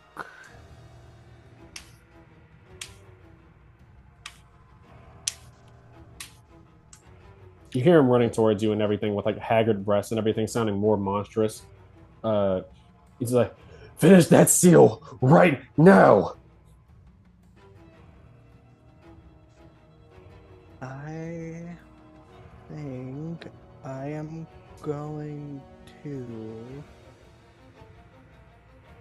That. Oh, I should have done that at the start of initiative. That was dumb of me.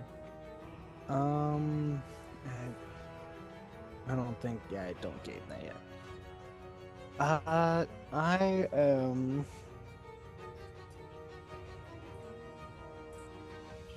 Seeing him, Izumi is gonna run at him. Very much panting as she holds her sword and kunai in her hands as she is just going for the swing on him. Mm-hmm.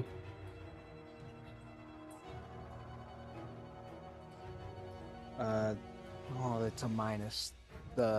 It's the exhaustion is minus to hit and. Yeah, pretty much minus to hit with most things, if I'm not mistaken. Let me see. Okay, I have 3 levels of exhaustion, so that is 3. So I'm gonna just do d20 plus 3. Do I have anything that could favor me here? I do not believe so. I still have 2 attacks to try, so hopefully. This is my sword attack. 17 to hit. 17 hits. Ooh, okay, cool. So. Oh wait, that would be a. I mean, it still hits. That'll be a 14. This is 17. Oh, okay, I see what you're I took saying. it off of my main bonus. Yeah, I see it on the bonus. Yeah. Yeah. My bad. Yeah, it's just simpler to do it that way to me. Mm-hmm. Oh, I can also do that. That's good to know. Alright, first time you turn the attack melee. Okay, so this damage is a 2d8 plus. Oh. Actually, it would just be a 2d8 because it would be minus 3 anyways, so I'm just gonna do a 2d8. That is 7 slashing. Gonna go in with the kunai follow-up. All right. Yeah, that's 7. Is that with the That's with the minus 3 already. Okay.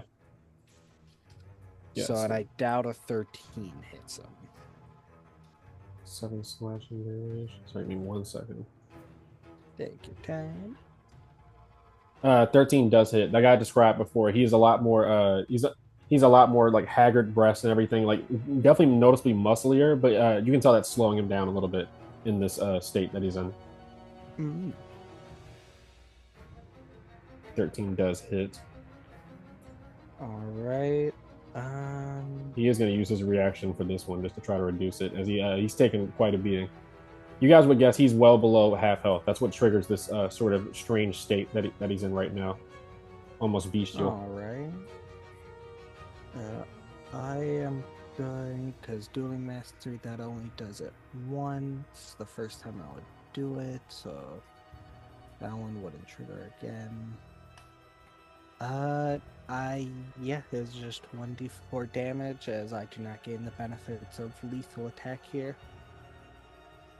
So he probably reduces that fully.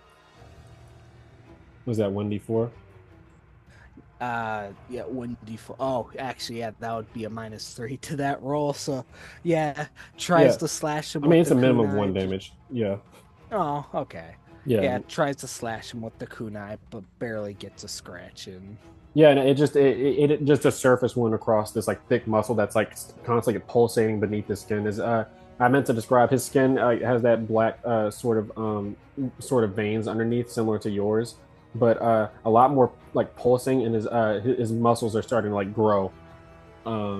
That is the end of your Gotcha. turn. Uzi, it is all you. Things are starting to get pretty chaotic as you see this strange thug with the swarm he's not blinded anymore since his turn has passed. Yeah. Let's see, what's the range on this? It's 60 feet, 60 feet. Perfect. I'm gonna have the piranha swarm as my bonus action. I'm gonna move the piranha swarm 30 feet Mm-hmm. up here and bite this guy from behind. Okay. Yeah, this there's the swirling mass of water release chakra shaped into piranhas chomps after him. I will say, since the sealsmith is right here, he is going to try to help you guys out by doing this probably like on Nazumi's turn. Doesn't have Alright. initiative, but he'll try to help you guys out.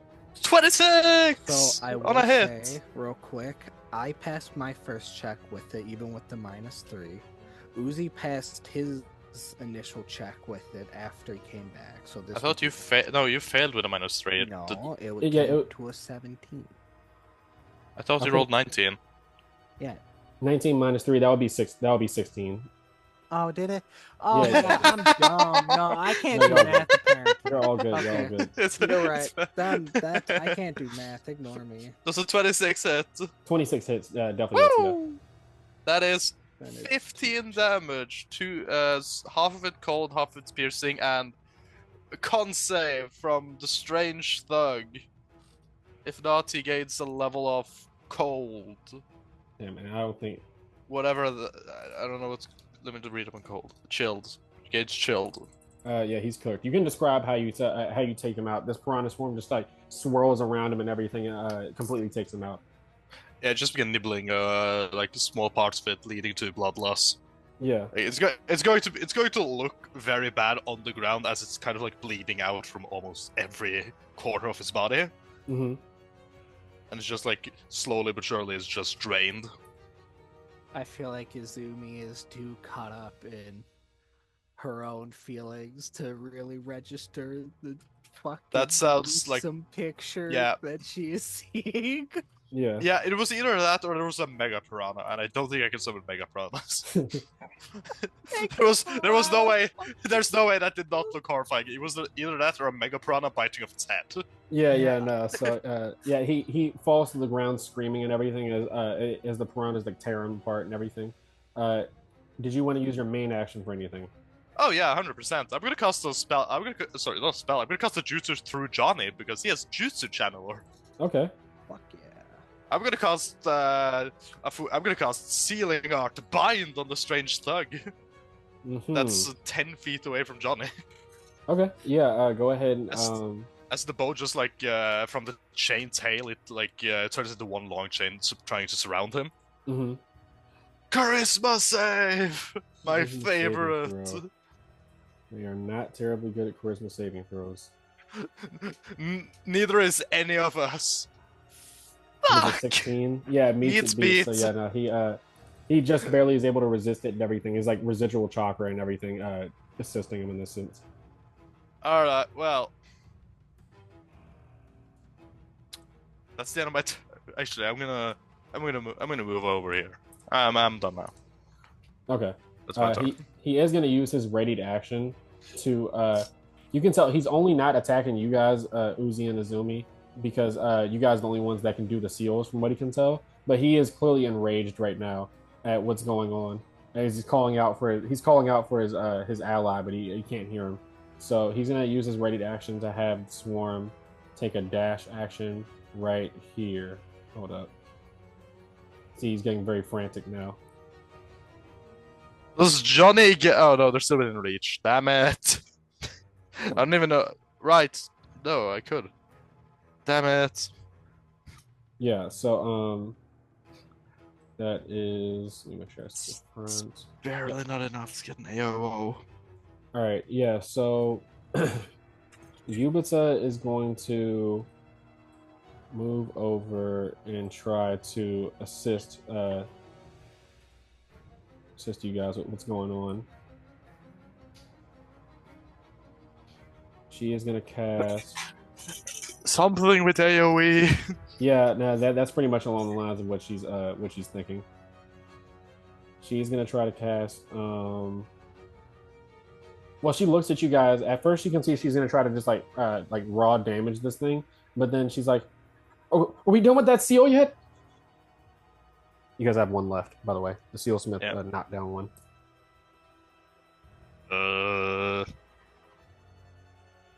Well, I feel like this. I don't know if I wanna. I don't know if I wanna announce it. Well, I mean, it's beneficial for either side here. Yeah. So It's almost done. She nods and says, "I'll try to give us some time to get away." Then, she'll cast honey spray as a main action, as that would be a dexterity saving throw for this plague swarm. She just sprays out a line of honey to try to immobilize these zombies. 17. That is brutal. The swarm just will. Can they get there in time? I think that's 30 feet. Let me check.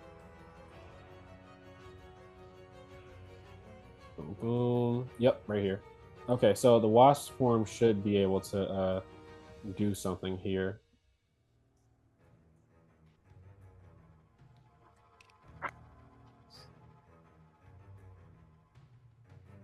It'll just pull up the sheets.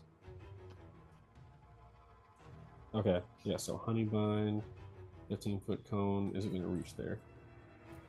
Oh yeah, for when you guys do cones, for your stuff with the measure tool, you can do it as a 60-degree cone. You know, it has like the different options for how wide the cone is. Yeah, 90 degrees is a little bit too wide, in my opinion, but 60 I think is fine. What do you mean? Now, can she angle this away? Yeah, she can angle it so it doesn't hit Gabrilla. Yeah, so she does some hand signs, and you feel chakra start to rise up within her swarm of wasps.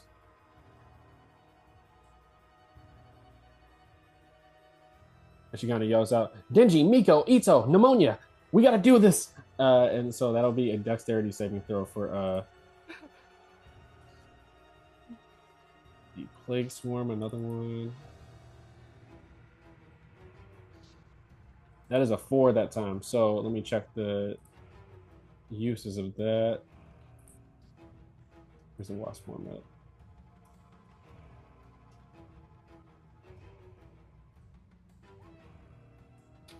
Is there action? Yeah, so this swarm is restrained.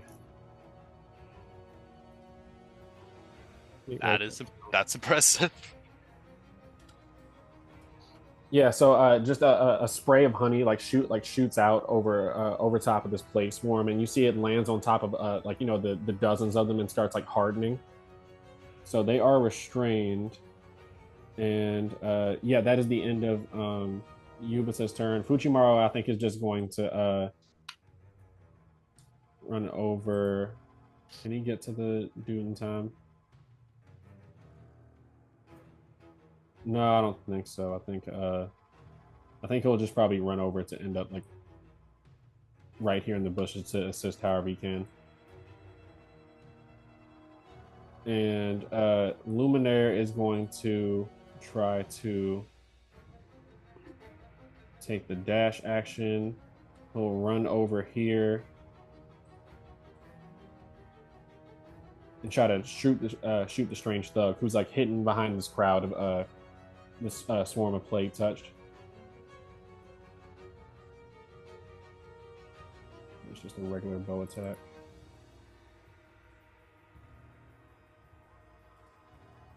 $12 doesn't hit. So yeah, it like sinks into like one of the plague touched instead, as it just groans. That's the end of you guys' allies' turn. The plague touched are now for their turn gonna walk over and try to. Who's the closest threat? I'll roll a D2. On a 1, he goes after Luminaire right next to him. On a 2, he goes after Gabrilla. It's just the two nearest people, as he's very frantic right now. 1, that says Luminaire. You see the swarm start to move over towards him, and he kind of like yelps. That is going to be. What does restrain do then? Does it not Oh prevent the fuck! movement? Yeah, no, you're so right. I'm sorry. I'm all over the place. Thank you for reminding me of that. Restrained, yeah. So, preaching that makes a strength saving throw at the beginning of each of their turns in this jutsu's effect. So I'll make a strength saving throw for the swarm. See if they're stuck in place.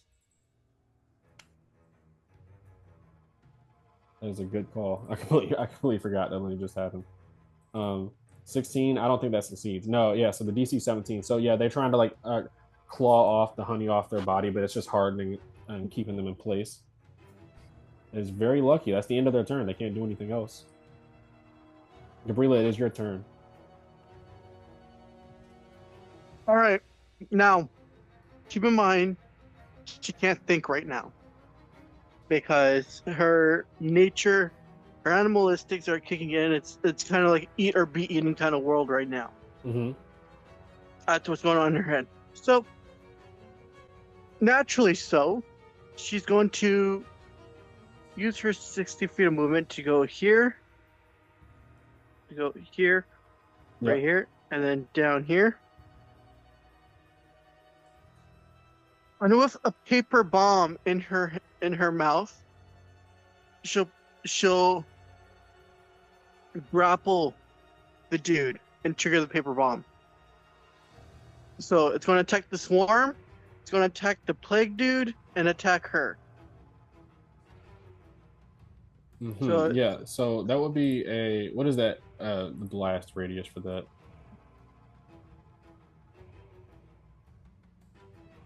Is it 15 feet? Let me check. 10 feet, I think.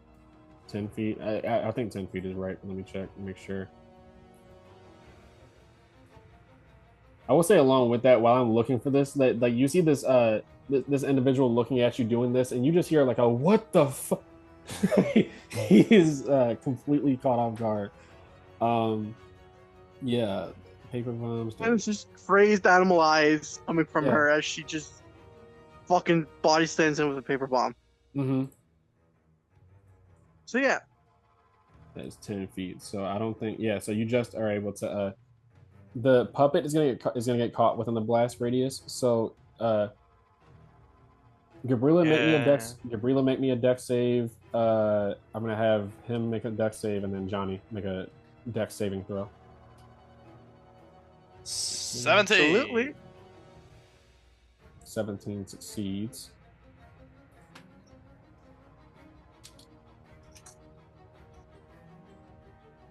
Where is the strange thugs? There we go. 20. Fuck 'em up. 20. So everybody succeeds within the area. As you see, he's very frantic already and stuff like that. So he's like in the process of backing up. So you just get around like his leg and then it explodes, but you're able to like back off in time for you to avoid the full brunt of the explosion. Go ahead and roll that that damage. That'll be 5d4 damage. Go ahead and roll that fire damage. Oh, the plague swarm has to make it as well. I forgot. They will take double damage from this regardless. Yeah, so they are going to take the full amount and doubled. That's 30 damage. So 15 for everyone, and 30 for the plague. Yep. 15. Well, it's halved, so you only take half. You take 8 fire damage. So does the strange thug, and so does Johnny. Since you succeeded the saving throw. All right. Yeah, just an explosion goes off just as these plate touched are going to have to make a wisdom saving throw that I described before for when they encounter taking fire damage. That's a DC 14 wisdom saving throw for this swarm. As an 8, so they have 1 rank of fear until the end of their next turn. Now, would putting the flash tag into my mouth and shoving it onto the dude would be a bonus action or an action? I would just count it as I would just count it all as an action. You can just do that as a part of it, like you're leaping onto him type thing. So you still have your bonus action available. As a bonus action, can I grapple as a bonus action? Well, no, you didn't have to grapple him for it since he's already within the blast radius. That's Oh, okay. yeah. Alright. So You I'm just gonna straight up, with my long fingernails, just fucking grab his throat and try to rip it out like an unarmed strike. yeah, maybe go ahead and make me an unarmed strike.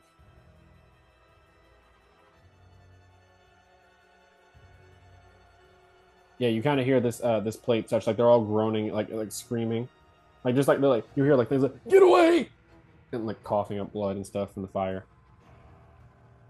What is that? That's a one. Yeah. So you're a little bit disoriented after taking an explosion to the face. Yeah, that'd be the And end of my turn for now. yep, yeah. You see, he is banged up. Same thing as before. Now that he's at 50% HP. Same thing you noticed before. Black veins start pulsating. His muscles start growing in like grotesque sort of ways, like asymmetrical. One shoulder is bigger than the other. One bicep is bigger than like his what's called his forearm. That sort of thing. Uh, it is the strange thug's turn, and he's like, "I'm gonna cut you like a fish," and he is. And as response, he's going to get a growl. Yeah, he's gonna make make 2 attacks as his main action. One with this knife, one with his syringe. So the knife attack hits, but the syringe misses as he slashes you across the chest, and then goes to stab you in the syringe with stab you with the syringe in the shoulder, but that one whiffs. So you take 3 slashing damage as he slashes you across the chest.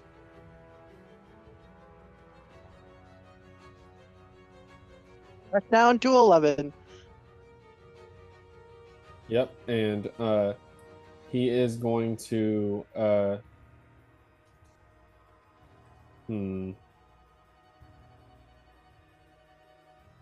he's gonna disengage as his bonus action and try to run by.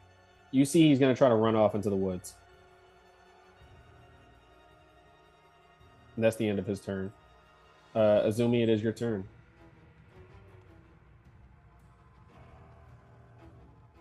She is gonna go 5'10". Gonna move the light. Blah, blah, 5'10". There is only one seal left for reference for you guys. Yeah. 5'10". Or only 15. one check needed left. So Izumi trying to keep the light close enough to no, I'll leave the light right here since it gives me just enough sight, and then on it it's even more so. But yeah, it moves the light just enough to see it. And 5'10". She is very much going after this dude. And she is trying to ensure he does not get away. Oh, I should have stealthed as a bonus action. I'm a fool. Am I still able to do that while I was over there as he ran into the dark?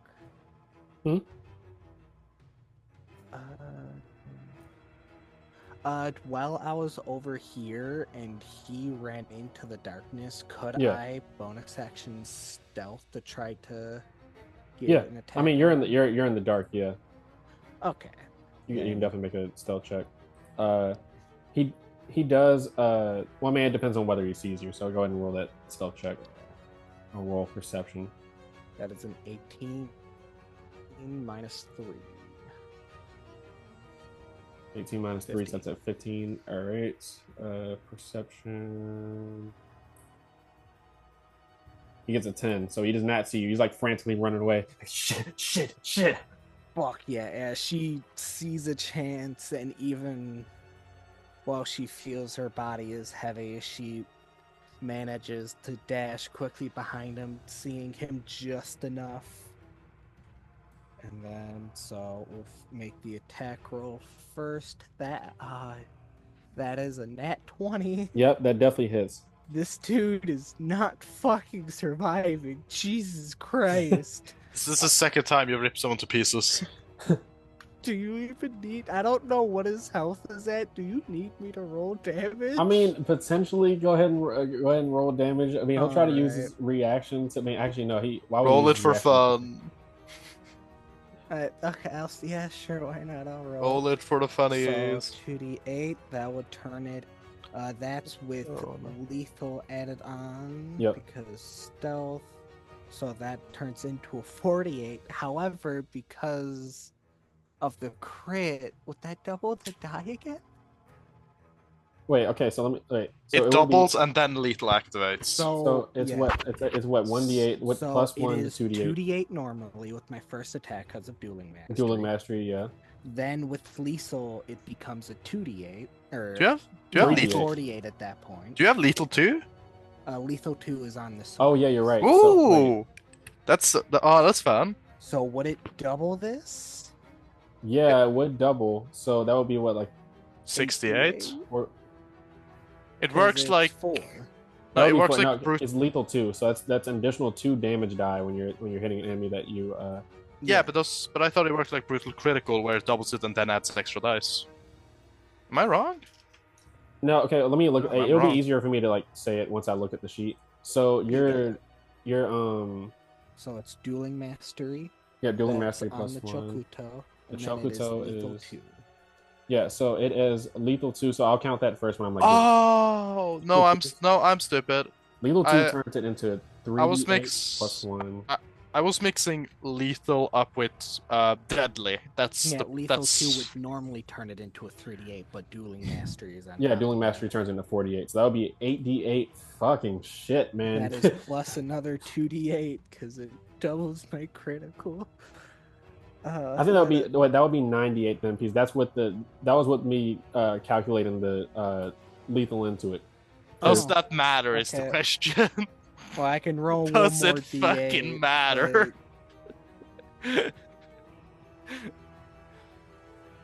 That's oh my god, that's a lot of ones. You know, I'll roll one more d8. Why not?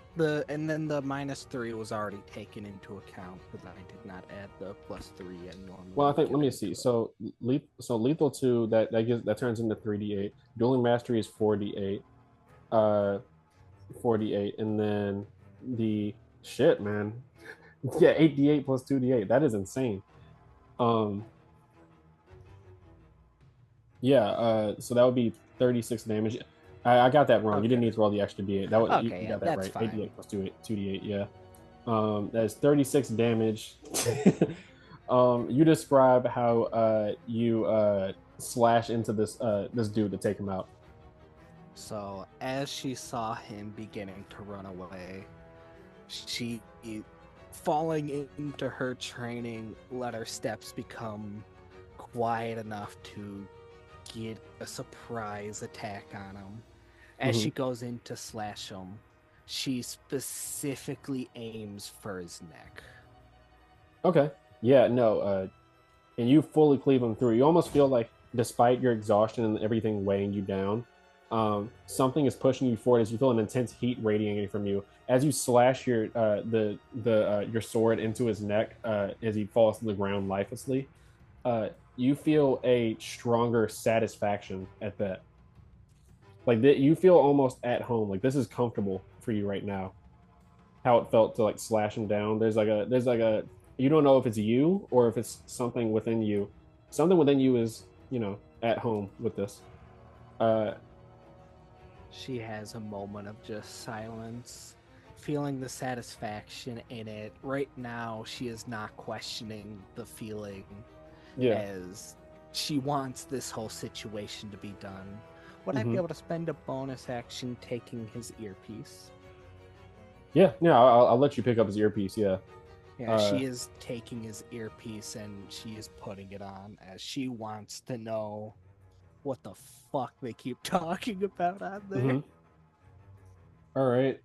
Yeah, so that would be a Constitution save at the end of your turn to not gain one more rank of plague, and also you subtract your maximum chakra by 1. Yep. Now let me roll that con first. 16. Make sure I get this right. 2, 16 succeeds. So you don't gain an additional rank of plague, but knock off one more success. You only need one more success for it not to count towards the combat thing right now. Because I'll let your success from before carry over for this. Got it. 7. Next up is 17. So yeah, Uzi, that's all you.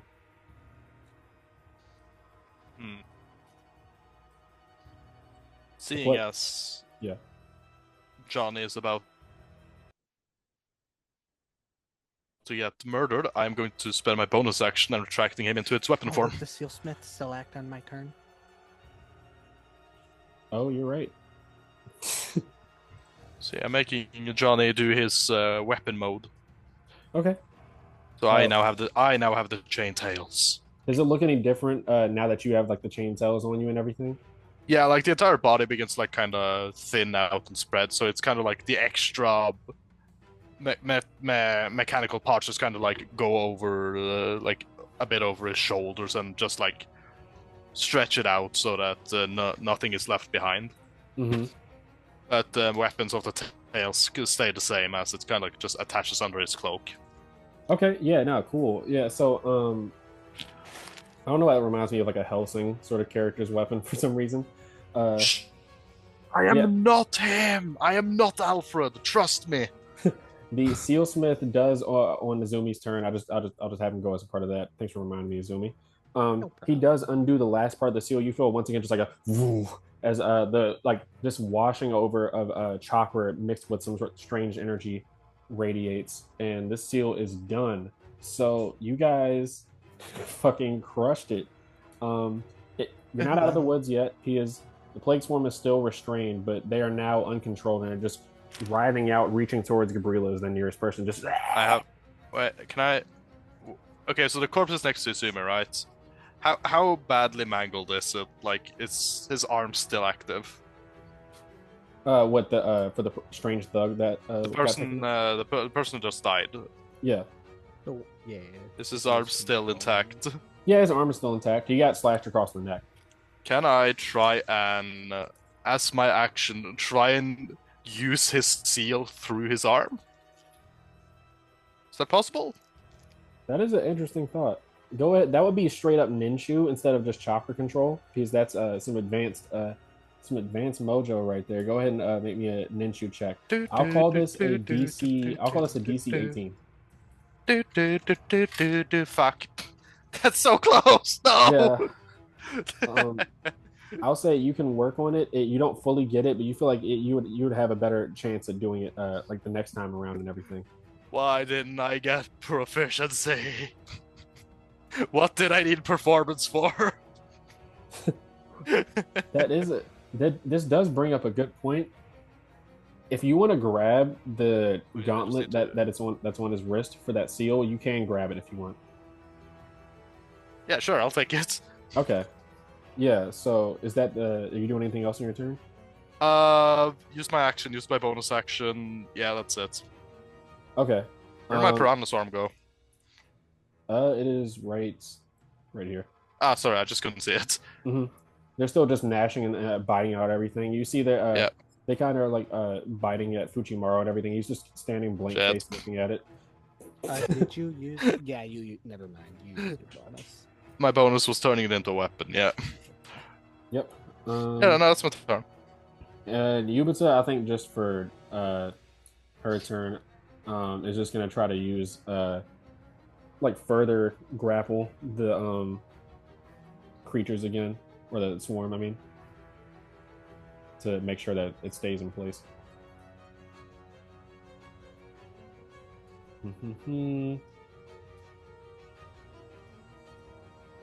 Actually, can they heal Gabrilla from this distance? Let me check.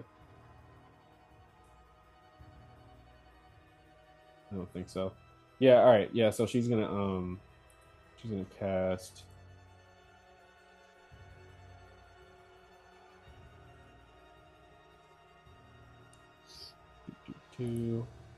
Actually, I mean, you guys have the seal done, so would you? Yubitsa just kind of yells over as she feels that chakra, and or we're getting out of here, right?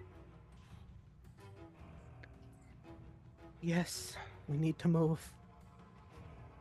She just kind of breathes a sigh of relief. Thanks, shit knuckles.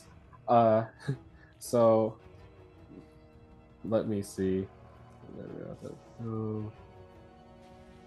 Yeah, she'll just run away. So I'll do the same deal as before, as long as everybody's with the intention of running away. As long as you get to the edge of the map, then you should be able to get out of here. So she'll just use her action to dash away, and she'll be like off the map from like this point right here. I really hope that this seal smith is able to move or dash 60. So I'm gonna control the swarm. Uchimaru is gonna run off too, along with Luminaire. Luminaire looks at you, Gabrilla, and says, you need me to stay here, man?"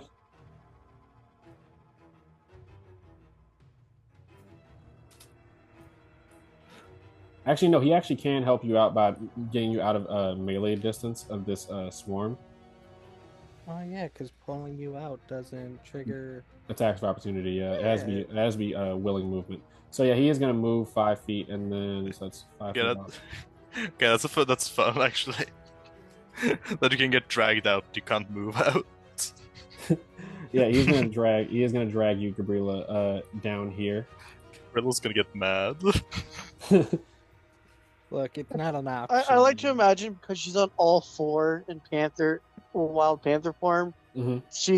He just grabs her by the ankle and pulls her away like he did while hunting a few times. Yeah, I mean he knows you. So Uzi, you see he takes an arrow out from his quiver and ties a rope out around the end of it. You can see he has a routine now for this, and just ties it around Gabrilla's leg and just drags her. Come on. That is the plate touch turn. They are going to make their strength saving throw to try to escape. It's a crucial roll right here. Yes. So they do escape. And they move closer to you. They are just out of see right here. Yep, they move 20 feet closer to you guys. So you hear them like stomping over the the hay bales and everything, just groaning at you. And that is the end of their turn. Gabrilla, that is all you. I mean, actually, you're already off. Yeah, I'm off. Strength dog is dead. Azumi, it's your turn. Izumi's gonna call out to the sealsmith. Can you move? He nods. Yeah. Get your ass moving. Take the light. As I get narratively, the light would be closest to him. So yeah, she is gone. Do you want to drag Uzi along with you? Don't drag me with you. I have a plan. I think you're Okay. asking the wrong what. Okay. I have a -4 right now. To You that. are correct. Well, you have a -3 because you succeeded. No, I have a -4, sir. I She have has a a -9 already. There's a 9 strength. So my I get it. dwindling strength Yeah. is already not. I mean, Yeah. I have an active strength as well. Neither of us are very good at it. I believe in us. Yeah, because I forgot. Yeah, so you're able to run off and everything. Your body starts getting heavier and heavier, and you just feel like there's some sort of relief to be had if you can just sleep. Then it feels like all your problems will be solved. That is the end of your turn. The sealsmith is gonna run.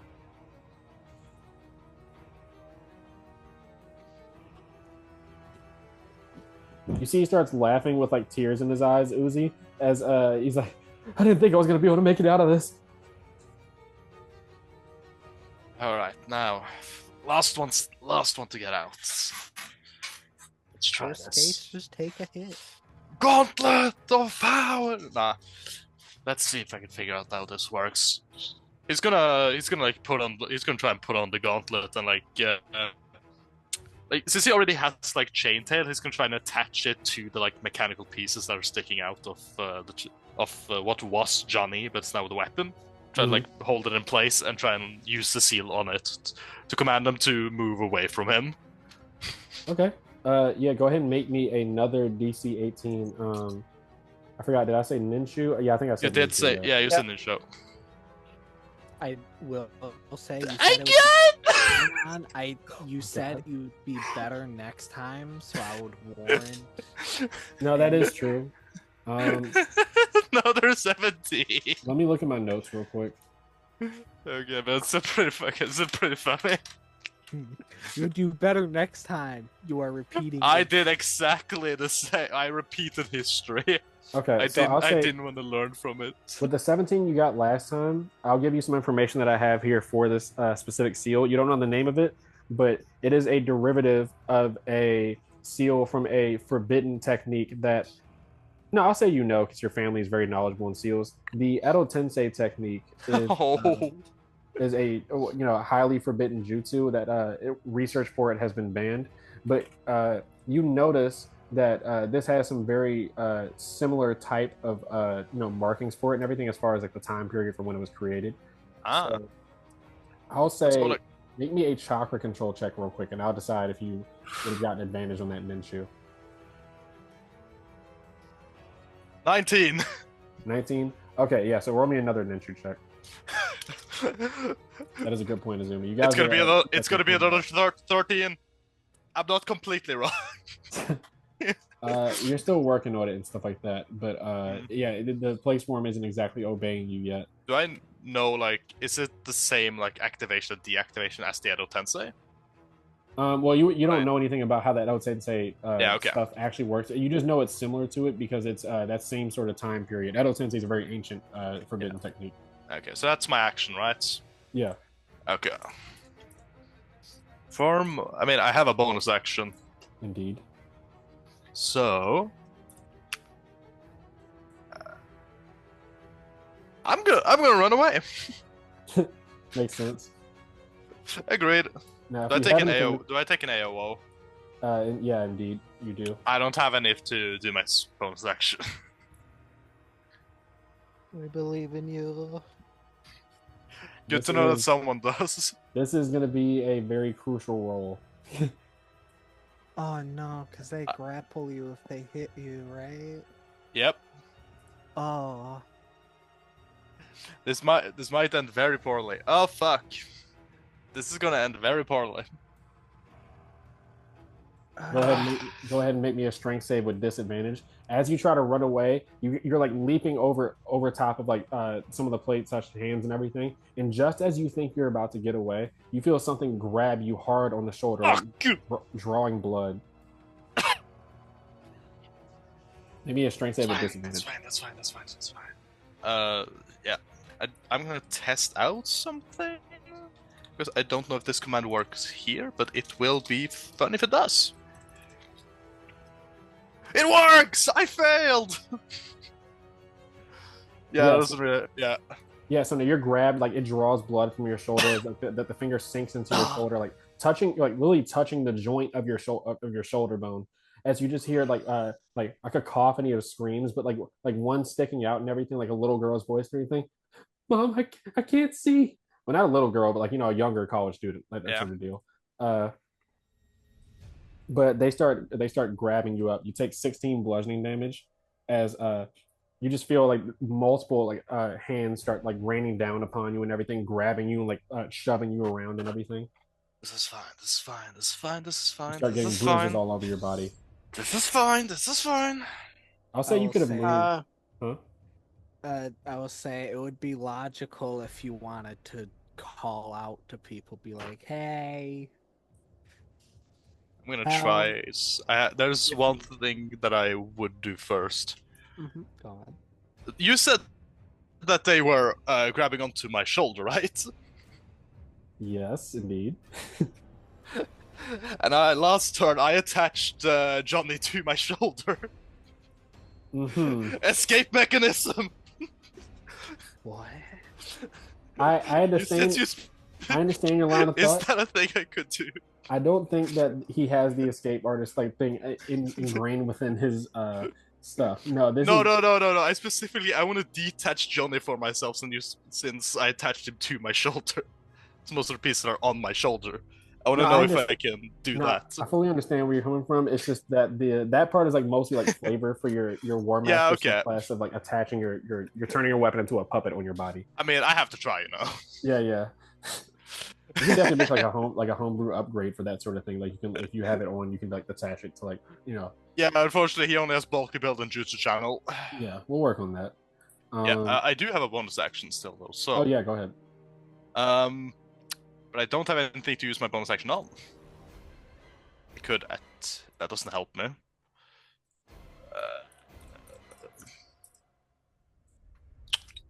That is actually a very good question. What do I have? I've got a question. Mm-hmm. As I haven't went on my turn, can I like as an action?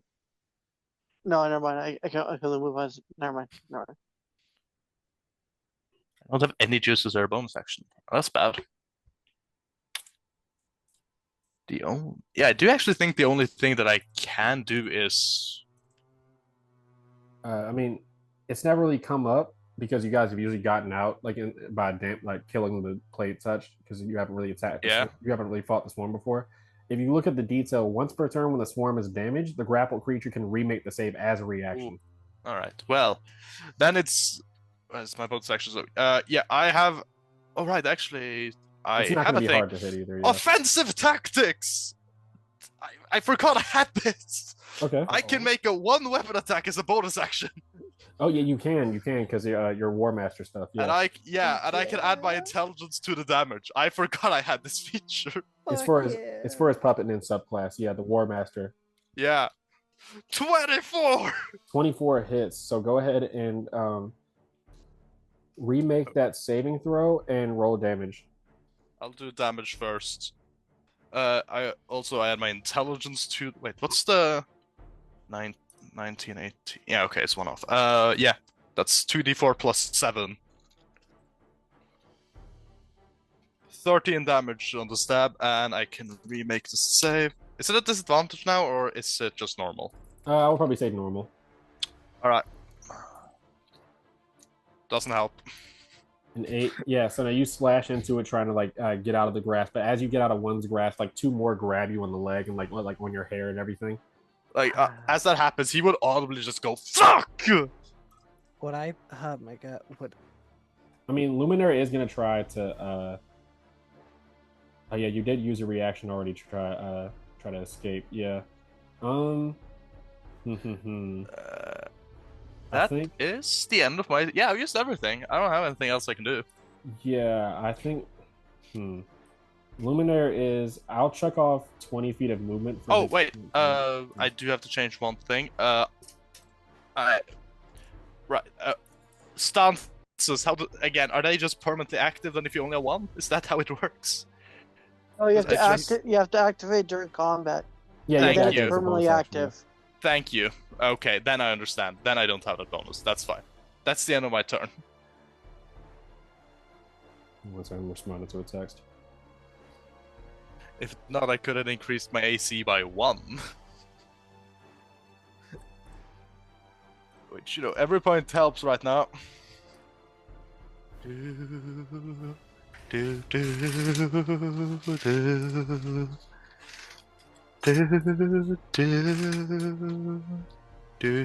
right. Yeah, so very much a worsening situation. Uzi, you guys can see Uzi is extremely banged up right now and everything. Like there's a certain sections of his hair torn out just from like there's being grabbed up by all these plates. Plate touched? Bits of his skin missing and stuff. I think that Luminaire is going to try. This is rough. I think all he can really do is just use his bow to fire a main action scatter blow, bonus action puncturing volley. I'll check off 20 feet of his movement because he did move off the map a fair distance from his movement. There's a main action. Okay, so I wasn't that far. Adjusting out of range. Trying to figure out a way you can do this one not hitting. No, I mean, I guess the main action will have to be just to make a regular attack because he doesn't want to hit Uzi with this area of effect. Let me go ahead and have him do that.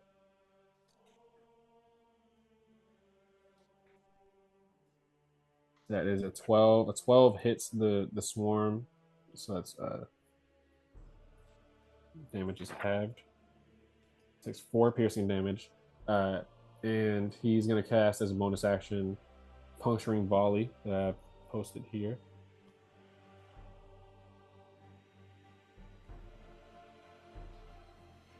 How much chakra was that?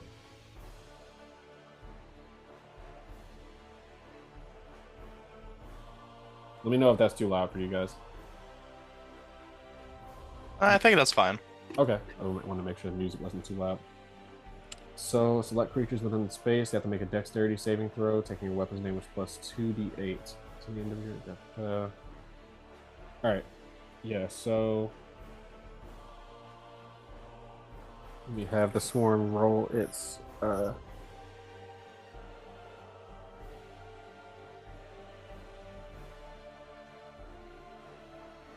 dexterity saving throw. That's a 14, so a 14 doesn't succeed. That would be 8 piercing damage doubled to 16. As you guys can see, you've been whittling down this plague swarm a little bit, but it still is, a major threat. You would guess it's definitely at a little bit below half HP though. That's the end of you guys' allies' turn. And the plague touch. Let me see. I'm gonna have them roll a wisdom save real quick now that I think about it, because they do still have the rank of fear, if I'm not mistaken.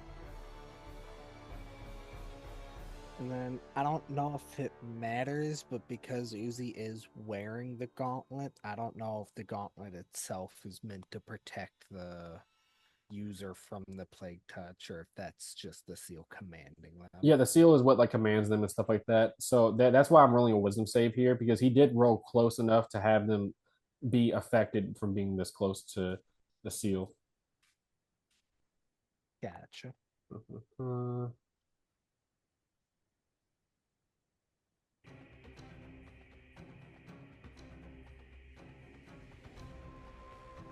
Where is the... There we go.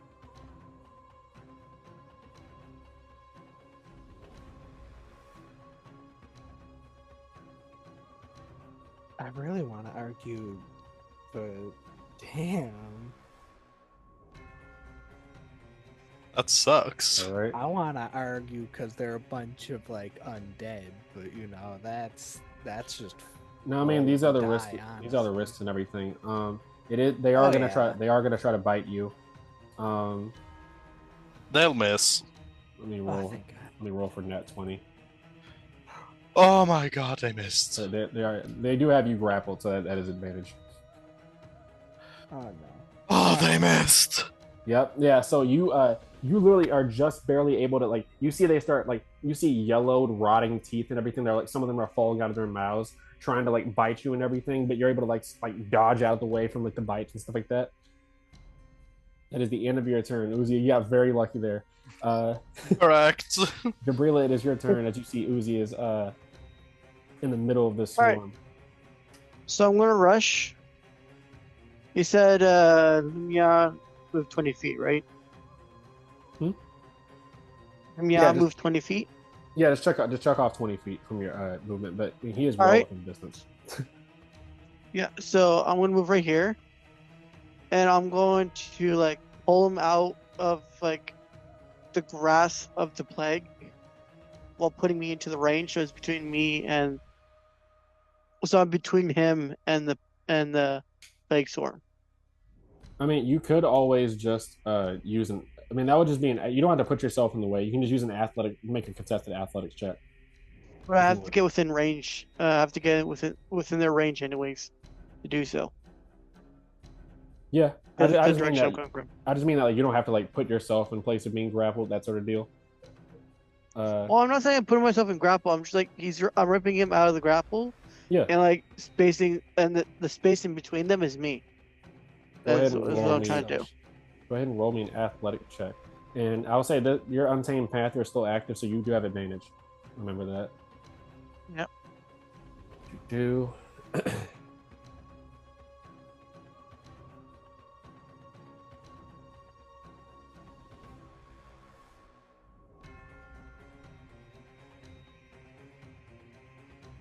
Why am I sweating?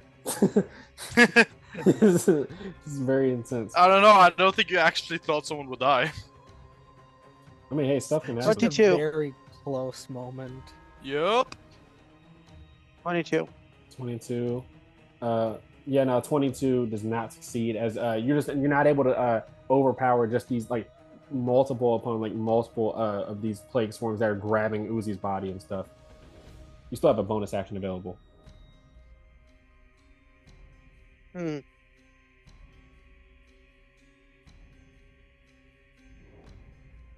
So I can't switch places with him because they have a grapple on him. Yeah, that's not really like a mechanic like switching places with him. It would either be like just like grabbing him to make a contested athletics check or something, but that would be you already did that as What can I do as a bonus action to free him? I mean, you could just attack the plague swarm. Like doing damage to it is always an option. It depends on what you have going on. Which one chooses?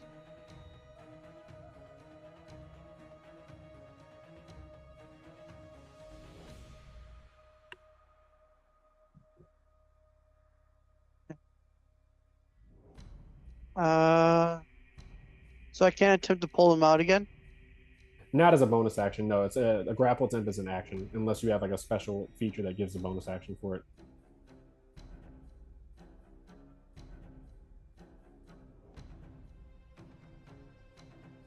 Yes, my Tekos give me grapple.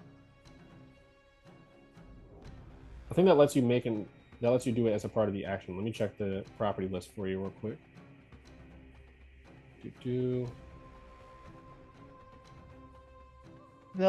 And I also I can use them. I mean, yeah, I guess I'll let you do it as a bonus action. It says, yeah, weapons of the grapple property in place of a weapon attack can allow its wielder to attempt to grapple a target creature. And Rabbit Stance lets you attack as a bonus action, if I'm not mistaken. Yeah. It gives you a multi-attack. Yeah, go ahead and make another grapple attempt. I'll roll again. It's very good to point out.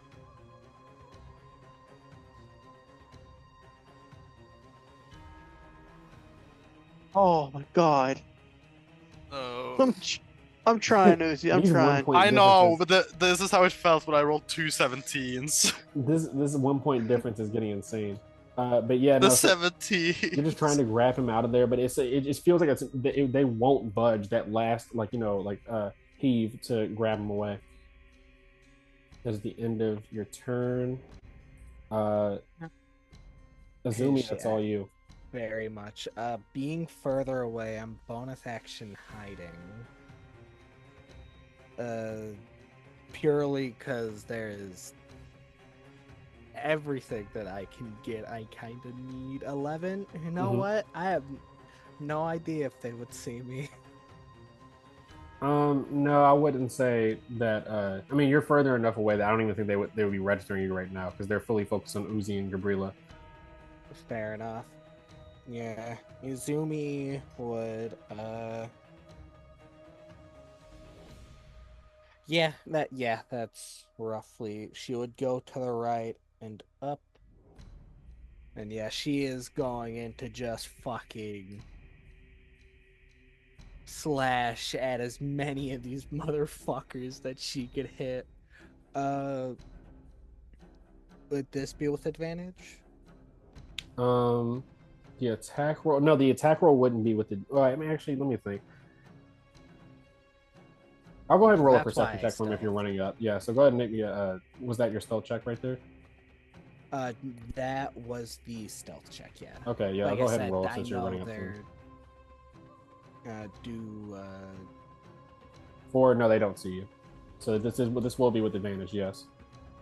fuck yeah, okay. That is so nice.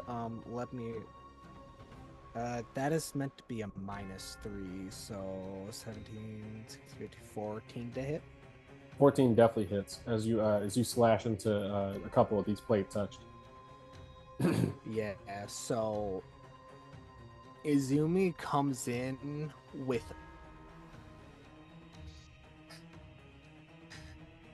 I almost want to say a sadistic glee, but also anger, Mm-hmm. as this would be a 48 plus 1d8, as she is right now just silently just slashing away as many of them as her blade can reach. 22 damage.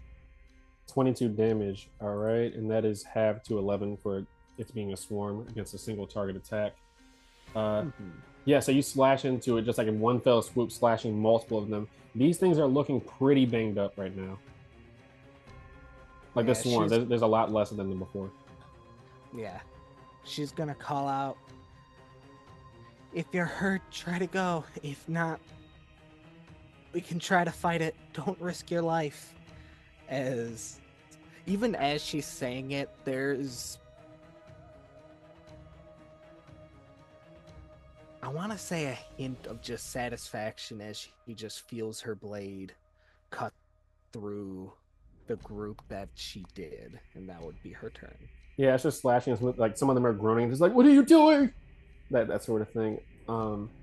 That will be Uzi's turn. You now have your reaction available for the purposes of like when creatures damage the swarm, you can use your reaction for that. But it's your turn. I'm gonna figure out this gauntlet's business. It's gotta work eventually, right? Yeah, that's how statistics work. Double check. I'll say you make yours with advantage right here.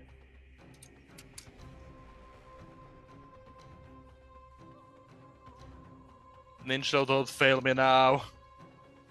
Not 20! Nat 20. Oh my yes. god, bro. That's what. Oh my god. Okay. Yield!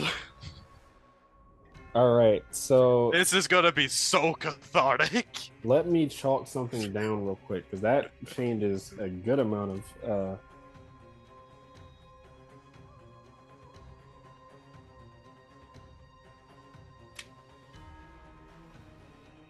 Oh shit! I almost forgot about that.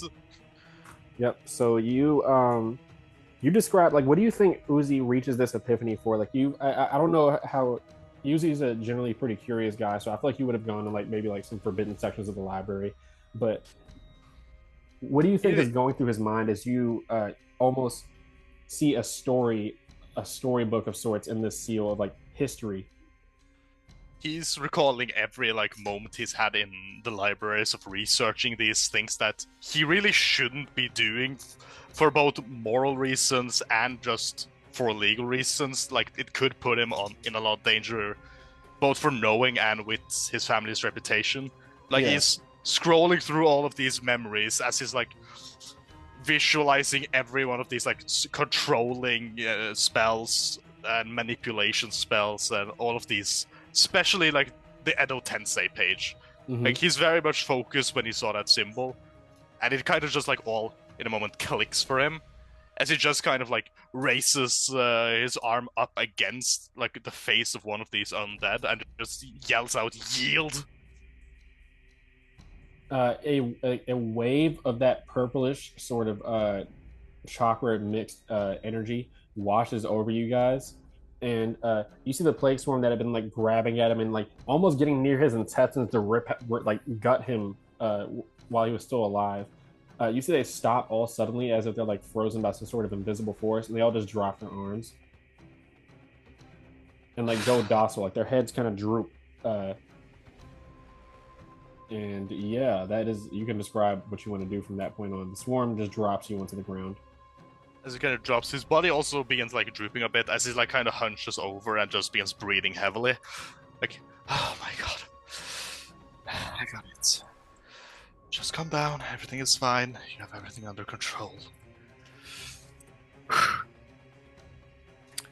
As he's then like, as he's like having this calming moment, he suddenly remembers something, and he's gonna walk over to the same corpse that he stole the gauntlet from, and he's gonna search for like the earpiece that they were using. I already grabbed it. Yeah, Izumi has that. Yeah, Izumi has the earpiece. Yeah. I'm not gonna see it. While I do note that you're not gonna have to make it for the next like hour, Azumi, but I forgot to ask you to roll that con save again. I mean, I can just do it now. It makes no difference. Yeah.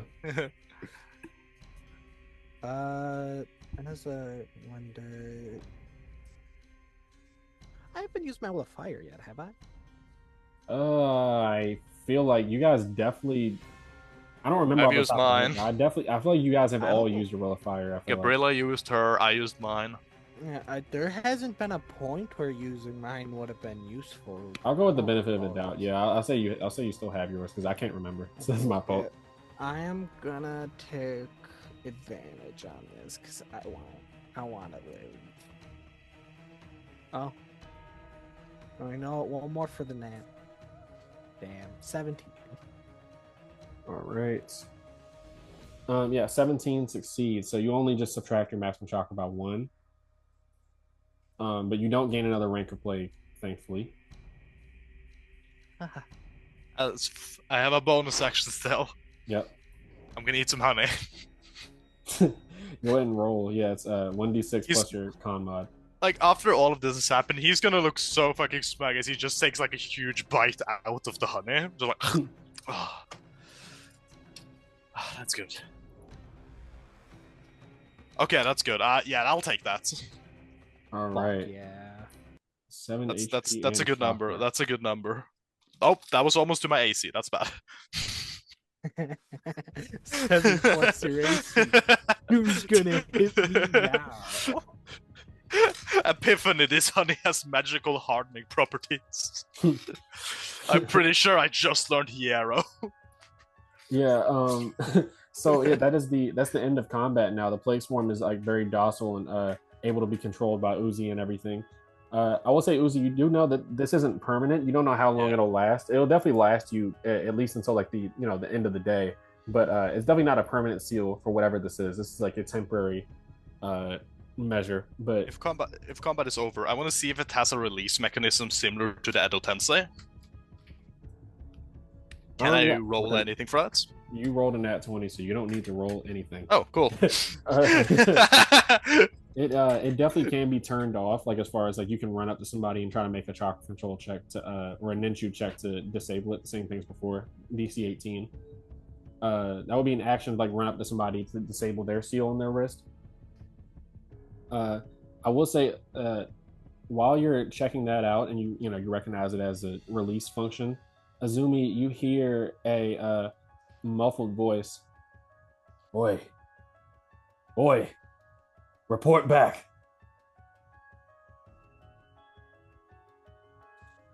Coming from the earpiece. This is where the one jutsu I learned specifically for these moments comes into handy. I am casting voice change. To make my voice exactly as the dude that I fucking killed.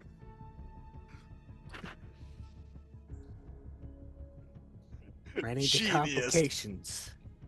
Almost done. How did you handle those runts? Did you have to kill him? They at least got the seal done first, right? Just about. You hear some muffled voices. It says, "1 second, I'm gonna put you on with the leader." Oh God. Oh no. Azumi did not expect leader talk.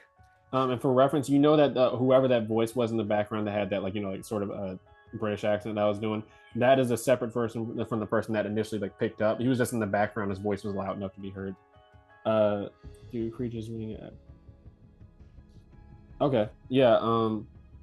You hear a man's voice, just like extremely gravelly, speak up on the earpiece. Trying to think of what he would say. He essentially communicates along the lines of, now that you've taken out the brats, confirms that that they finished the seal. You said that, right? Yeah. Okay. Yeah, he would basically just tell you that they took care of the haunted house and that brat that was trying to stop them with it basically mentions with like a sadistic sort of voice that like like burning it to the ground after he was done. And he just basically communicates, we got all the research we need. We just need to finish this last what's it called? Finish this last seal. And that there is a wounded but still alive sealsmith that they're having work on it, but he's not having a lot of luck doing it because he's trying to hold on. What's your location? He tells you the carnival ride. Got it. We'll be there soon. Did you find the other brats that fought you first? They tried to play hero. You just hear a content sort of not sigh, but a content, like a noise of content as he just grunts and says, "All right, let me know when you're close." Copy. I'll have you roll a deception check with advantage just for that whole interaction and everything. One time, fucking, and It would be change 100% with advantage because they would need to actually see through that's a skill, skill to see through. Wait, what are they rolling? Insight. There's insight versus her advantage deception roll. Wouldn't it be? I thought it was going to be performance. Well, I mean, I am actively lying. I mean, it would be performance if they were doing a voice impression, but this is an actual jutsu to change their voice. Yeah. So all they would need to do is just effectively lie. All right. So let me roll that twice. 13. 13. Honestly, for what it could have been, that's way better than I was expecting. Agreed.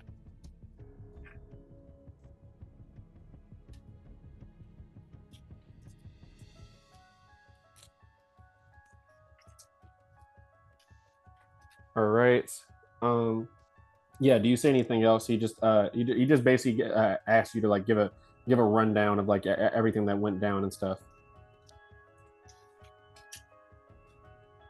Like in detail, did you did you turn them into were you able to turn the shinobi into plague touched as well? And if so, like was there any differences in their symptoms? She were to respond, no, they were too much of a. They resisted too much for too long.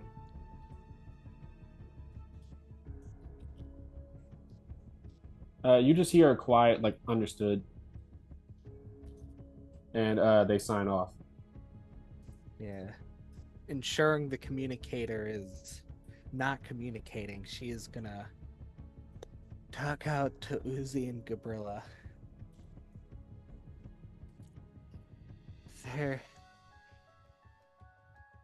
They're working on the last seal right now. Shit. They think we're dead. You have the element of surprise. And an army of plague touched. We could meet them at the front gate. Let them break it. Does Izumi know the... Fuck, what's it called? What's the shape change jutsu?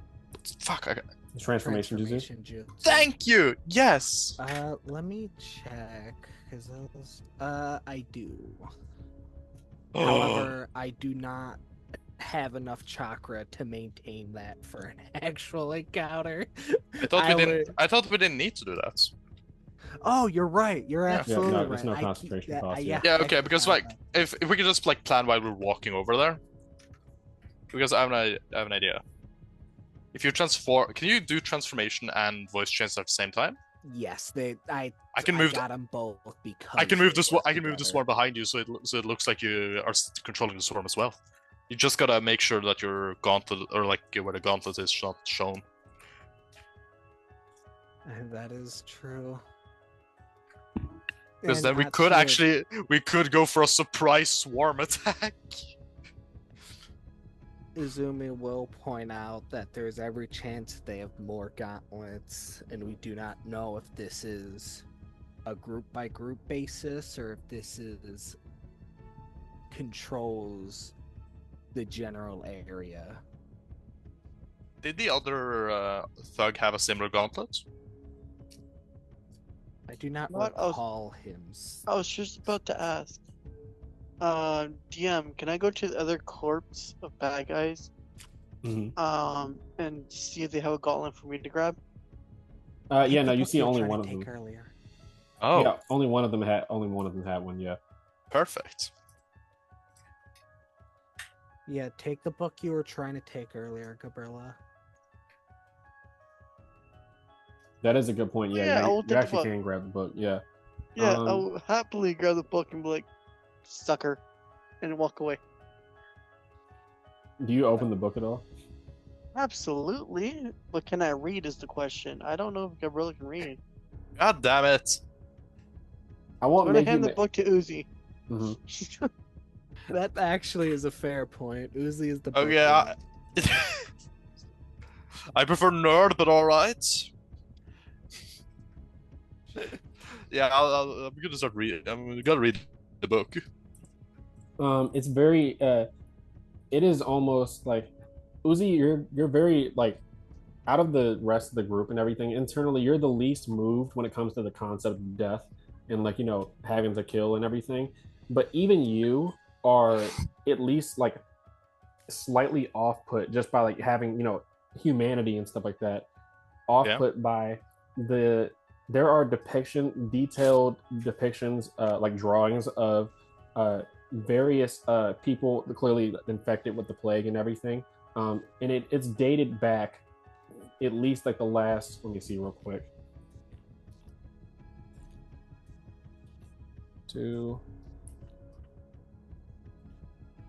Dating back to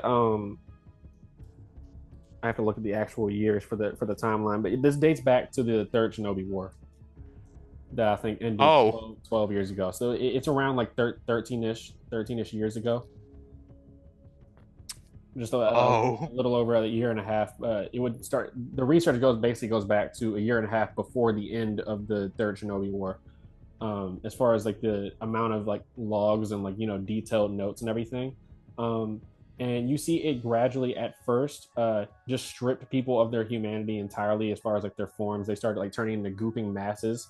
And you can see just more refined notes over time, and the depictions of the drawings get more I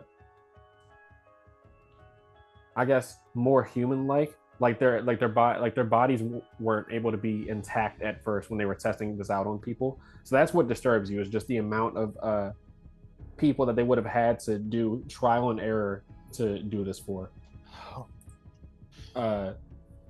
You would guess hundreds. It easily, at minimum, hundreds of people have been tested on with this strange sort of substance that turns people into this until they refined it to the point where it is now. Like, it would be a very like unusual like facial expression for Uzi. Like, it wouldn't be anger or anything. It would just be like pure, honestly, disgust at what he's looking at. As he just like after like looking through it a bit, he just like closes it, a bit shaken as he just like puts it away. Like no one should have to see what's in this book anymore. As he just like stashes it away, as he's gonna deliver it after this. Yeah. Take your word for it. All right. So, I got a quick question. Are you guys cool if we end it here? Because I gotta go real quick. Yeah, we can leave it here. Yeah. Yeah, honestly, we're going up on what should be the final battle. I think this is a fine place to stop. Yeah. You guys got a lot done this session. We did.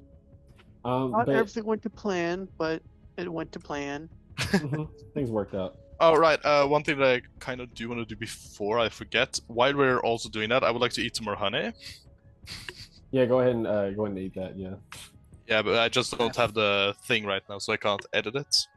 I find it very funny because I am literally at near max of both now because of my donation. I am literally half my chakra that I started this with now. Yeah. Luckily, as you said, scary. you don't really need chakra, and we've seen that with your 11d8. I'm there a very cure in the thankful book? of it. You said, is there a what? That's The a great cure question. in the book. What, L cure? Is there a A cure cure. in the book? Oh, cure. No, there's no details about the cure. This is all like notes on them refining the process of whatever the end goal is, refining the process of this disease that turns people into plague touched. Okay. I'm gonna turn them into plague touch. See how they like it. Can we And we'll loot see the slowly. bodies? Hmm? Can we loot the bodies and Yeah. infect them? I mean, yeah, they're dead. They're dead. Okay, so- that does not work. I'm talking But- about the future enemies. Yeah, Like- I mean, like instead of throwing my shuriken, can I throw the syringe and infect them? yeah, I'll say that it would be just a one shot sort of thing because they did have to keep reloading it and everything, and they fired it a lot of times. So yeah, I'll say each of you has one syringe if you guys want to carry it with you. All right. Okay, I'm gonna put in my inventory zombie virus syringe. Same. I Uh, am not gonna be using I'm gonna that. put fun dead syringe. fun dead syringe. But yeah, so I'll adjust things for you in on your token, Uzi. But for everyone you. watching, if you guys enjoyed the session, please leave a like and comment, subscribe, and all that sort of jazz. And yeah, peace out.